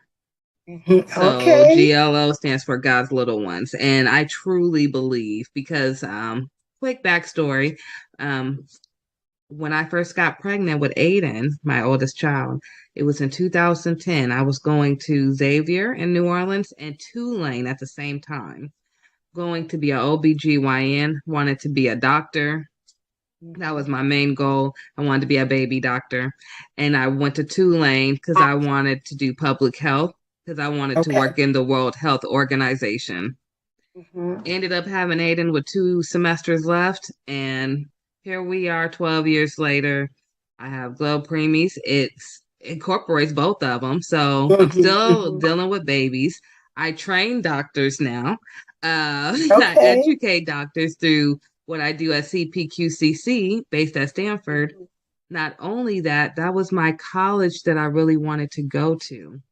My Okay. mom said I couldn't go to Stanford because she wanted me to go to Xavier because they were known for African Americans to go to medical school. Okay. I still ended up at Stanford. Absolutely. I'm still there, and I'm the Still first gave you your African dream. American to become chair. So I have that honor under my belt. Congratulations. Thank you. I got that this January, so it's probably one of my most proudest moments. But just like you said, your trauma makes you who you are. I only got that honor this year because of my 3 preemies, because I came in as a preemie parent who became advisory board member, who then became chair of everything within the NICU. So everything's divine timing. Your book is divine timing. Man, thank you. We're not going to go into your divorce because you guys, I want you to get this book. Help her with the book as well as help the mission. So if anybody do want to donate before she has it, you can donate to Glo Preemies. Please put the mission in the description so we know where to send the money to. If you're sending it to Glo Preemies, just put donation to Glo Preemies. If not, put the mission so we can send it directly to her. Thank you. Thank you. And then, yeah, we'll get that going. I'll put everything in the description. To everyone, we are now on iHeartRadio now. So we are on iHeartRadio, Anchor.fm, YouTube, as well as Roku TV and Spotify. So you can look up Glo Preemies or the Ashley Randolph podcast. If you have a question that you would like to give to Miss Marie to have her answer for you, maybe by email, you can do so at anchor.fm/Glo Preemies/message. And we will make sure she gets it. And we are just so grateful. Now, before I let you go, because it's amazing, and I am going to bring you back for part 2. Before I let you go, where can people find you? Because that's the most important thing. Is where can they find you? I am on Instagram at marie.d.mosley, Mosley. And I'm also on Facebook at Marie Mosley. And like you said, they can email the pretty divorce at gmail.com. And I'm also going to I'm going to set up a Cash App and send it to you. So if anybody wants to donate, I would greatly appreciate it. I will share photos so you can see that your money is going to good use, because I would like to do at least 50 backpacks this coming winter. I want to do more, but I'm saying my minimum is going to be 50 to give out to the homeless. So there's a lot going on out there right now. And people need our help, And let's not forget that it does snow, so it's very, very cold. So this would be going to a good cause. If everyone helps, even $5 adds up. I do hat, glove, scarf, and socks, and a blanket. And the blanket. So, yeah, I think it's wonderful. You have such a good heart to say everything you've been through. Your family sounds amazing. Thank you. So we know that you came from some kind of good background. We may not know them personally, but we know that they're tough, they're strong, and you're the baby. So you're gonna just take everything that you've seen from them. So you have to be a tough cookie. So we are so appreciative of you and thank your you, my work. dear. And I appreciate you. On behalf of all the millions of women who may be going through a divorce right now, thank you for writing this book on behalf of them, so that they can move forward like the women in my family. Hopefully I'll never have to go through that. I don't think I will, but you don't want to go through it, but it's those that have been through it, or those that feel like they're stuck, I definitely feel like my book would help them. Because I have a little bit in there about us divorcing ourselves, not only from men, but some other toxic behaviors. See what I'm saying? So Yeah. it's, it runs, it's a pretty, I'm proud of it. I'm very proud of it. And I can't wait for everyone to read it. I appreciate you. My husband appreciates you. My 4 babies and my 2 grandsons appreciate you. I could not get off the here without mentioning my kids. They are awesome. They are resilient. They went through this divorce with me. Yeah. They empowered me and I empowered them. And we built amazing bonds with each other behind it. And so, yeah, it's doable. It's okay. I got a question. Yes, ma'am. How comfortable is your husband and kids with being on TV? I don't think my kids would have any problem with it. Let me tell you something. First of all, not for an interview though. My son is Mr. Congeniality. He's so astute, and he's such an awesome young man. My girl, I have one daughter though. She's very much into her faith, and she's very modest. And so she might be like, "Mommy, I don't want to be on TV." But the oldest two would get ready for you. Like, here we are. I'm here. Yes. And hubby, like I said, hubby's an alpha. He's very confident. He believes in himself. He would have no problem. We'll show up. We'll definitely talk after this. Yes. We're doing a holiday special for our Roku TV. Okay. And I would love to offer you and your family a little part in it. Okay. And I'll talk to you off of here about it. And then, I just want to offer it. We are trying to uplift as many Black voices as possible. Because when I first got started, there was a lot of people who are at the top right now in the NICU world who told me I would never make it unless I had everyone included. And I said, absolutely not when we have the highest rates. So I know how hard I had to fight, and I'm going to try to make sure that you guys don't have to fight as hard as I did. And I appreciate that. And I want to say this, my book, anybody can read my book. Okay. But I really did have us in mind. Yeah. We go through a unique set of circumstances in almost every situation out here. So I have women that might not have resources. You know, I talk about court and everything in there. Like, you got a lawyer, all of that stuff. The good questions. You know what I mean? Absolutely. Because we have to speak up for one another. We have to, and I don't shun anybody. Like I said, it's because we all women, we all go through divorce. But when I was going through divorce, I didn't have, $10,000 to get a lawyer to fight for the house and the Rolls Royce. I didn't have all of that. And so I want to talk to people that really do need the assistance, and that need someone to be able to be a voice for them. And so I appreciate you for that, and just know that I am following in those footsteps as well. I'm so happy for you. This time next year, you're going to be like, ooh, girl, I'm on book number 2. It's like, girl, when is it coming out? Oh, you already have it out? No, I don't have it out, but it'll be done in the next few weeks. Like, I'll be ready to send it off for editing. Ooh, all right. Okay, so when book number 3 coming? So it was. I think the Lord was like, I want you to do 3 this year, but I didn't. I've been going through a lot of because my mom passed away. Okay. And so I've been finally coming up from that, from that. She passed this year? Stuff. No, she passed in 2020. Girl, it's so much stuff. Let me tell you something. It is so much stuff. And I'm gonna quickly say this. My daughter, the one that I said is modest, this woman, this cult leader, talked her into. No, I'm being honest. I'm not. I'm serious. I'm being very serious. She talked my daughter into leaving home and not speaking to us anymore.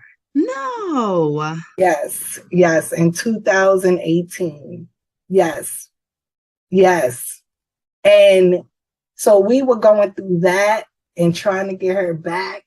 And Then my mom passed away. It's been a lot, but you know what? God is still good. He's still on the throne. I stayed in prayer with me and my sister and my family. We started a whole prayer group, and God brought that baby home. She's home. She's doing well. She's happy. She's not, she's not, she has things, but she's not like some people that come out of situations like that. She was there for 2.5 years, and she came home, and she's not anywhere near some of the horror stories that I heard. So I'm grateful. It's been a battle. A journey. It's been a journey, girl. I'll tell you really quickly, too. Oh my goodness. See, I told you we could talk forever. Really quickly, my story kind of matches yours. So my mom died January 4th, 2019 with a CPAP machine on her after she'd been complaining about it for a year. She dies in her sleep. My dad dies February 11th, 2020, the next year. Last year, I find out that there is a lawsuit case against Philip Respironics because they knew for 10 years that their CPAP machine was letting out toxic gas instead of oxygen, which is what my mother was complaining for.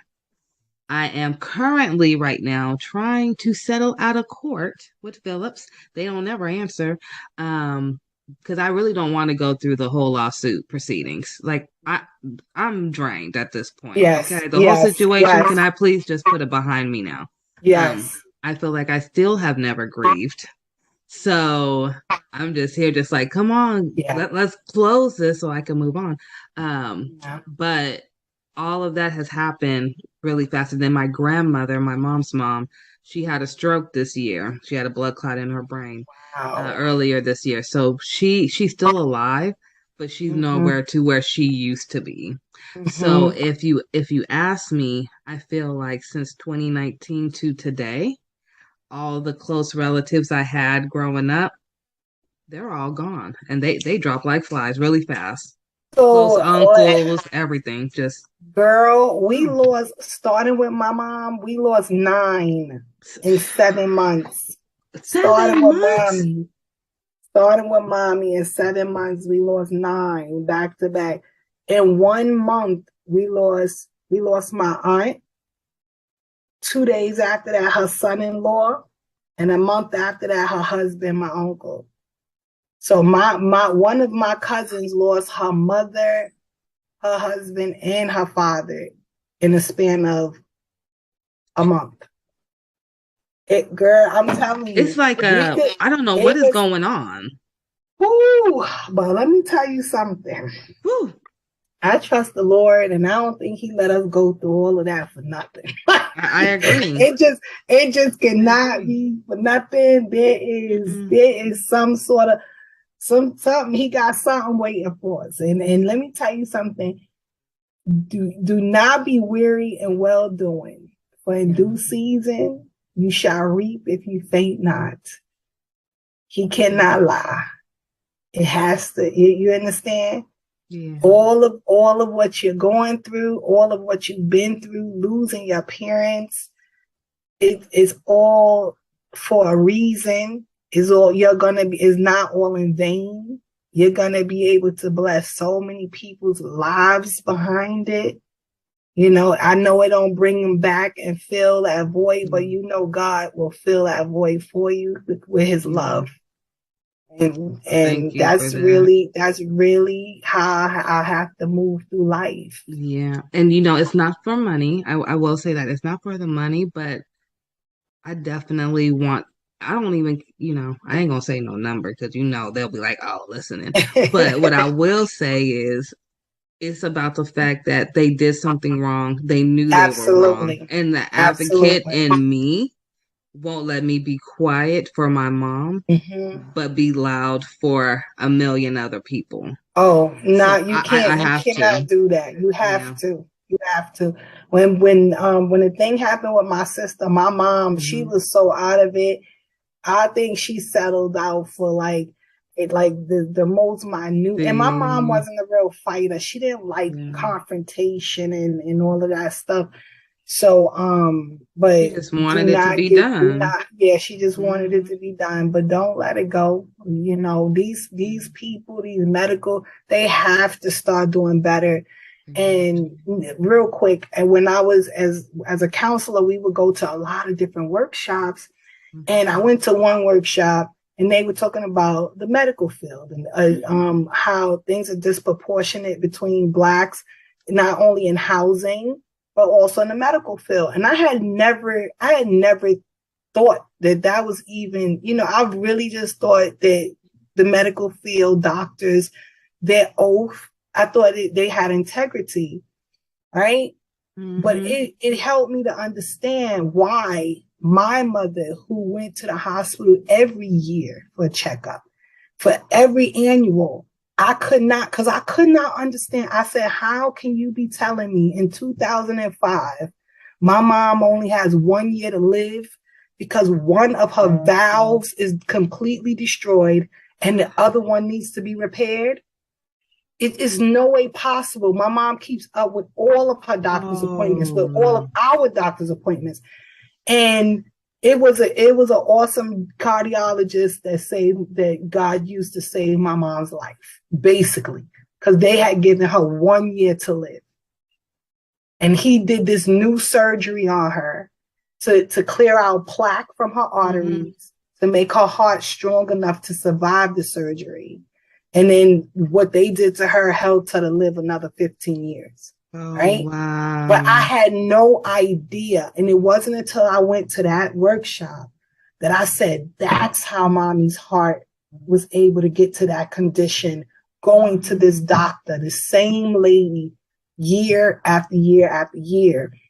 And they explained how in the white community, they'll get the cure, while we just get something to you know, help send us symptoms. home. We get the something to help the symptoms, but we don't actually get what we need at sometimes. And I was really thrown back by that. I was like, doctors are doing like, wait, all about insurance. Have people's lives in their hands.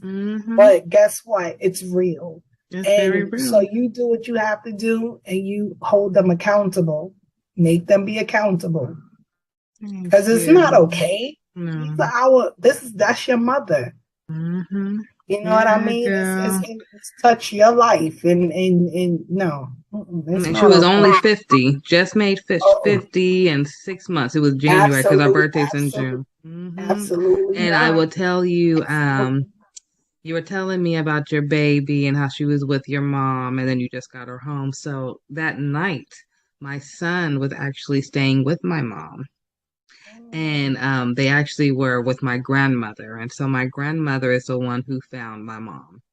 And my son didn't know that she had passed. By the time he woke up, they had already came and took my mom out and everything.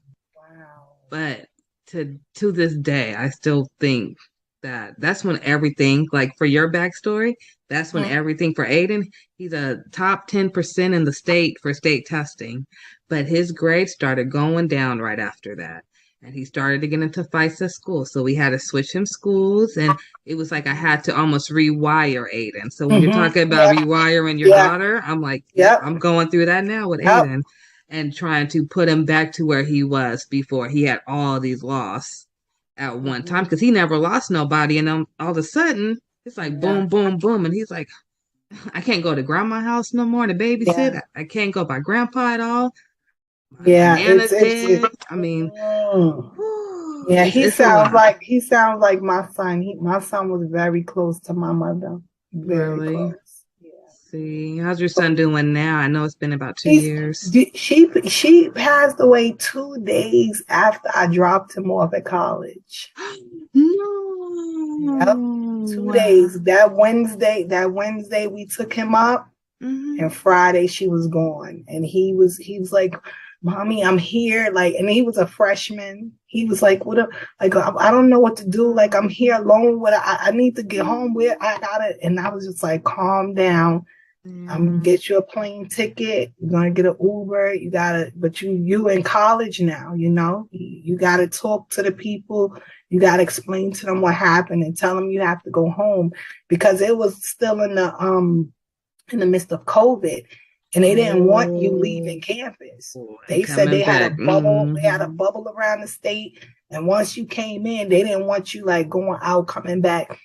But my son was like, I don't care if I can't be in school, then I was like, no, we're gonna talk to them first, and then we're gonna get you home. But I got like I'm terrified because you're there by yourself. I need you to calm down, and we'll figure it out.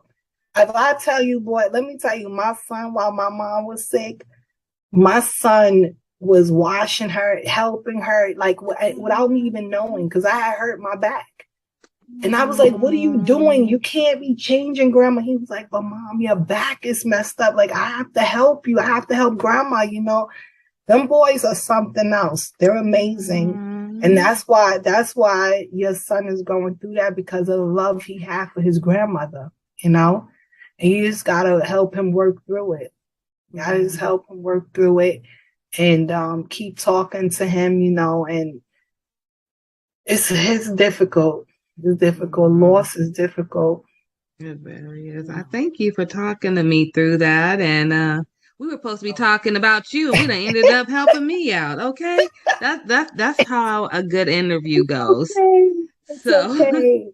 Yes, and we will definitely stay in touch. Yeah, Okay. we'll have you back for a part 2. And thank you so much. And everyone, please share and go visit her Instagram and Facebook. Like, follow, subscribe, share, all that jazz. And look out for the mission. That's what we're going to call it now. So if you hear me say we're getting ready to do the mission, we're talking about them backpacks, okay? So thank you again, Marie, for talking to our families, and we will talk soon. Yes, ma'am. Take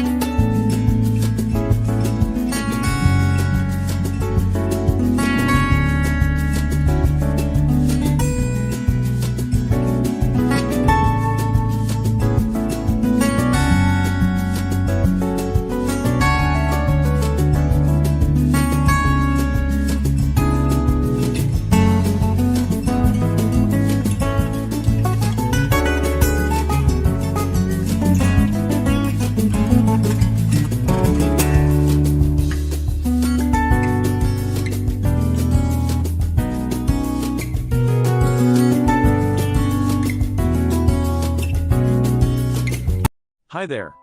Have you ever wanted to publish your own story but didn't know where to start? In this video, we'll show you a step-by-step guide to self-publishing your own story. Step 1. Write your story.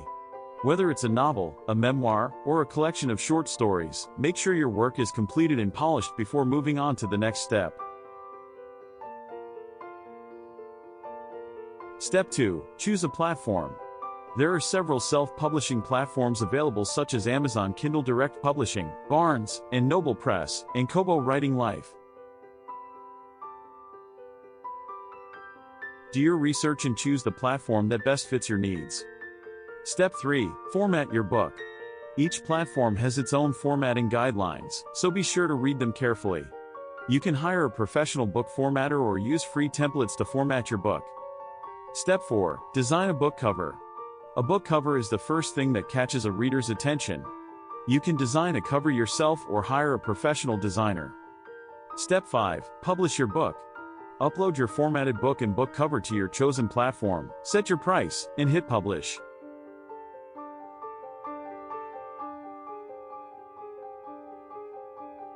Step 6. Promote your book. Use social media, book blogs, and book review sites to promote your book to potential readers. And that's it. With these 6 steps, you can self-publish your own story and share it with the world.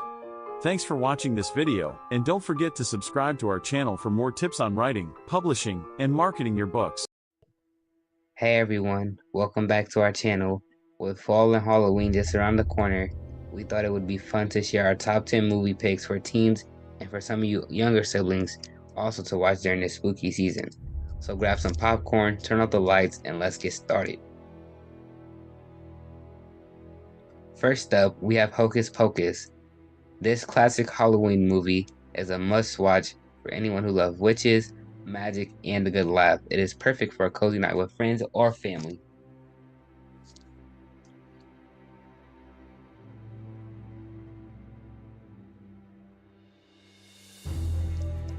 Next on our list is The Nightmare Before Christmas. This Tim Burton classic is a great choice for those who love a mix of Halloween and Christmas. The music is catchy, the animation is stunning, and the story is heartwarming.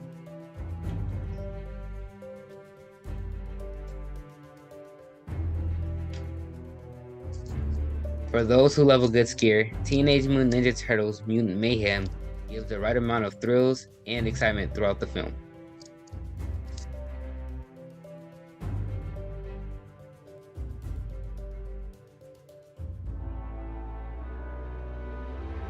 If you're in the mood for a classic horror movie, The Monkey King: The Legend Begins is the reimagined version by Hollywood of the film The Monkey King: Havoc in Heavens, the origin and birthplace of the Monkey King story. For those who love a good mystery and a good movie to watch with your younger siblings, and Paw Patrol: The Mighty Movie, a magical meteor crash lands in Adventure City and gives the Paw Patrol pups superpowers, transforming them into mighty pups.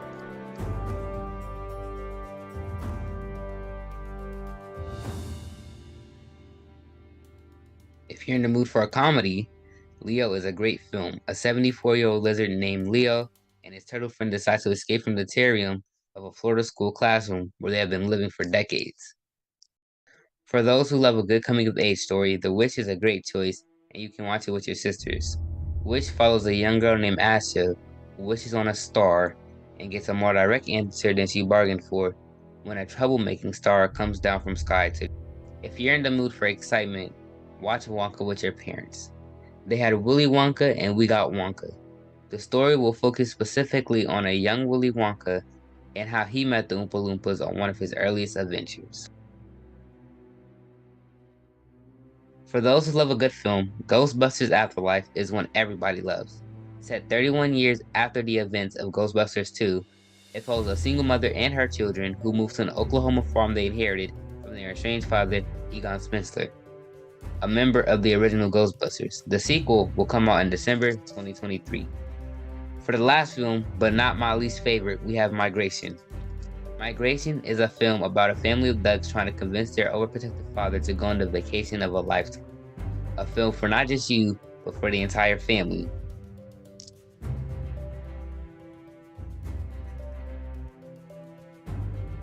Well, that's all we have for today. Leave a comment of your favorite fall movies and don't forget to like, share, subscribe to GLO Preemies. to never miss new content and to check us out at glopreemies.org. Thank you. Have a good Halloween.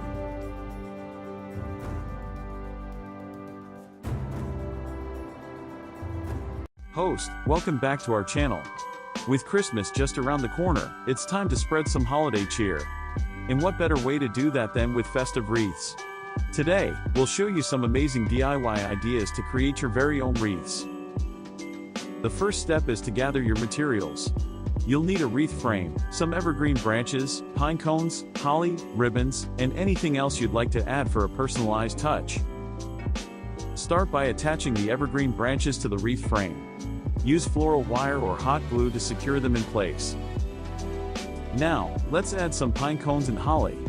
You can arrange them in clusters or evenly spread them out. Get creative and make each wreath unique. To give your wreath that finishing touch, tie a beautiful bow with a festive ribbon.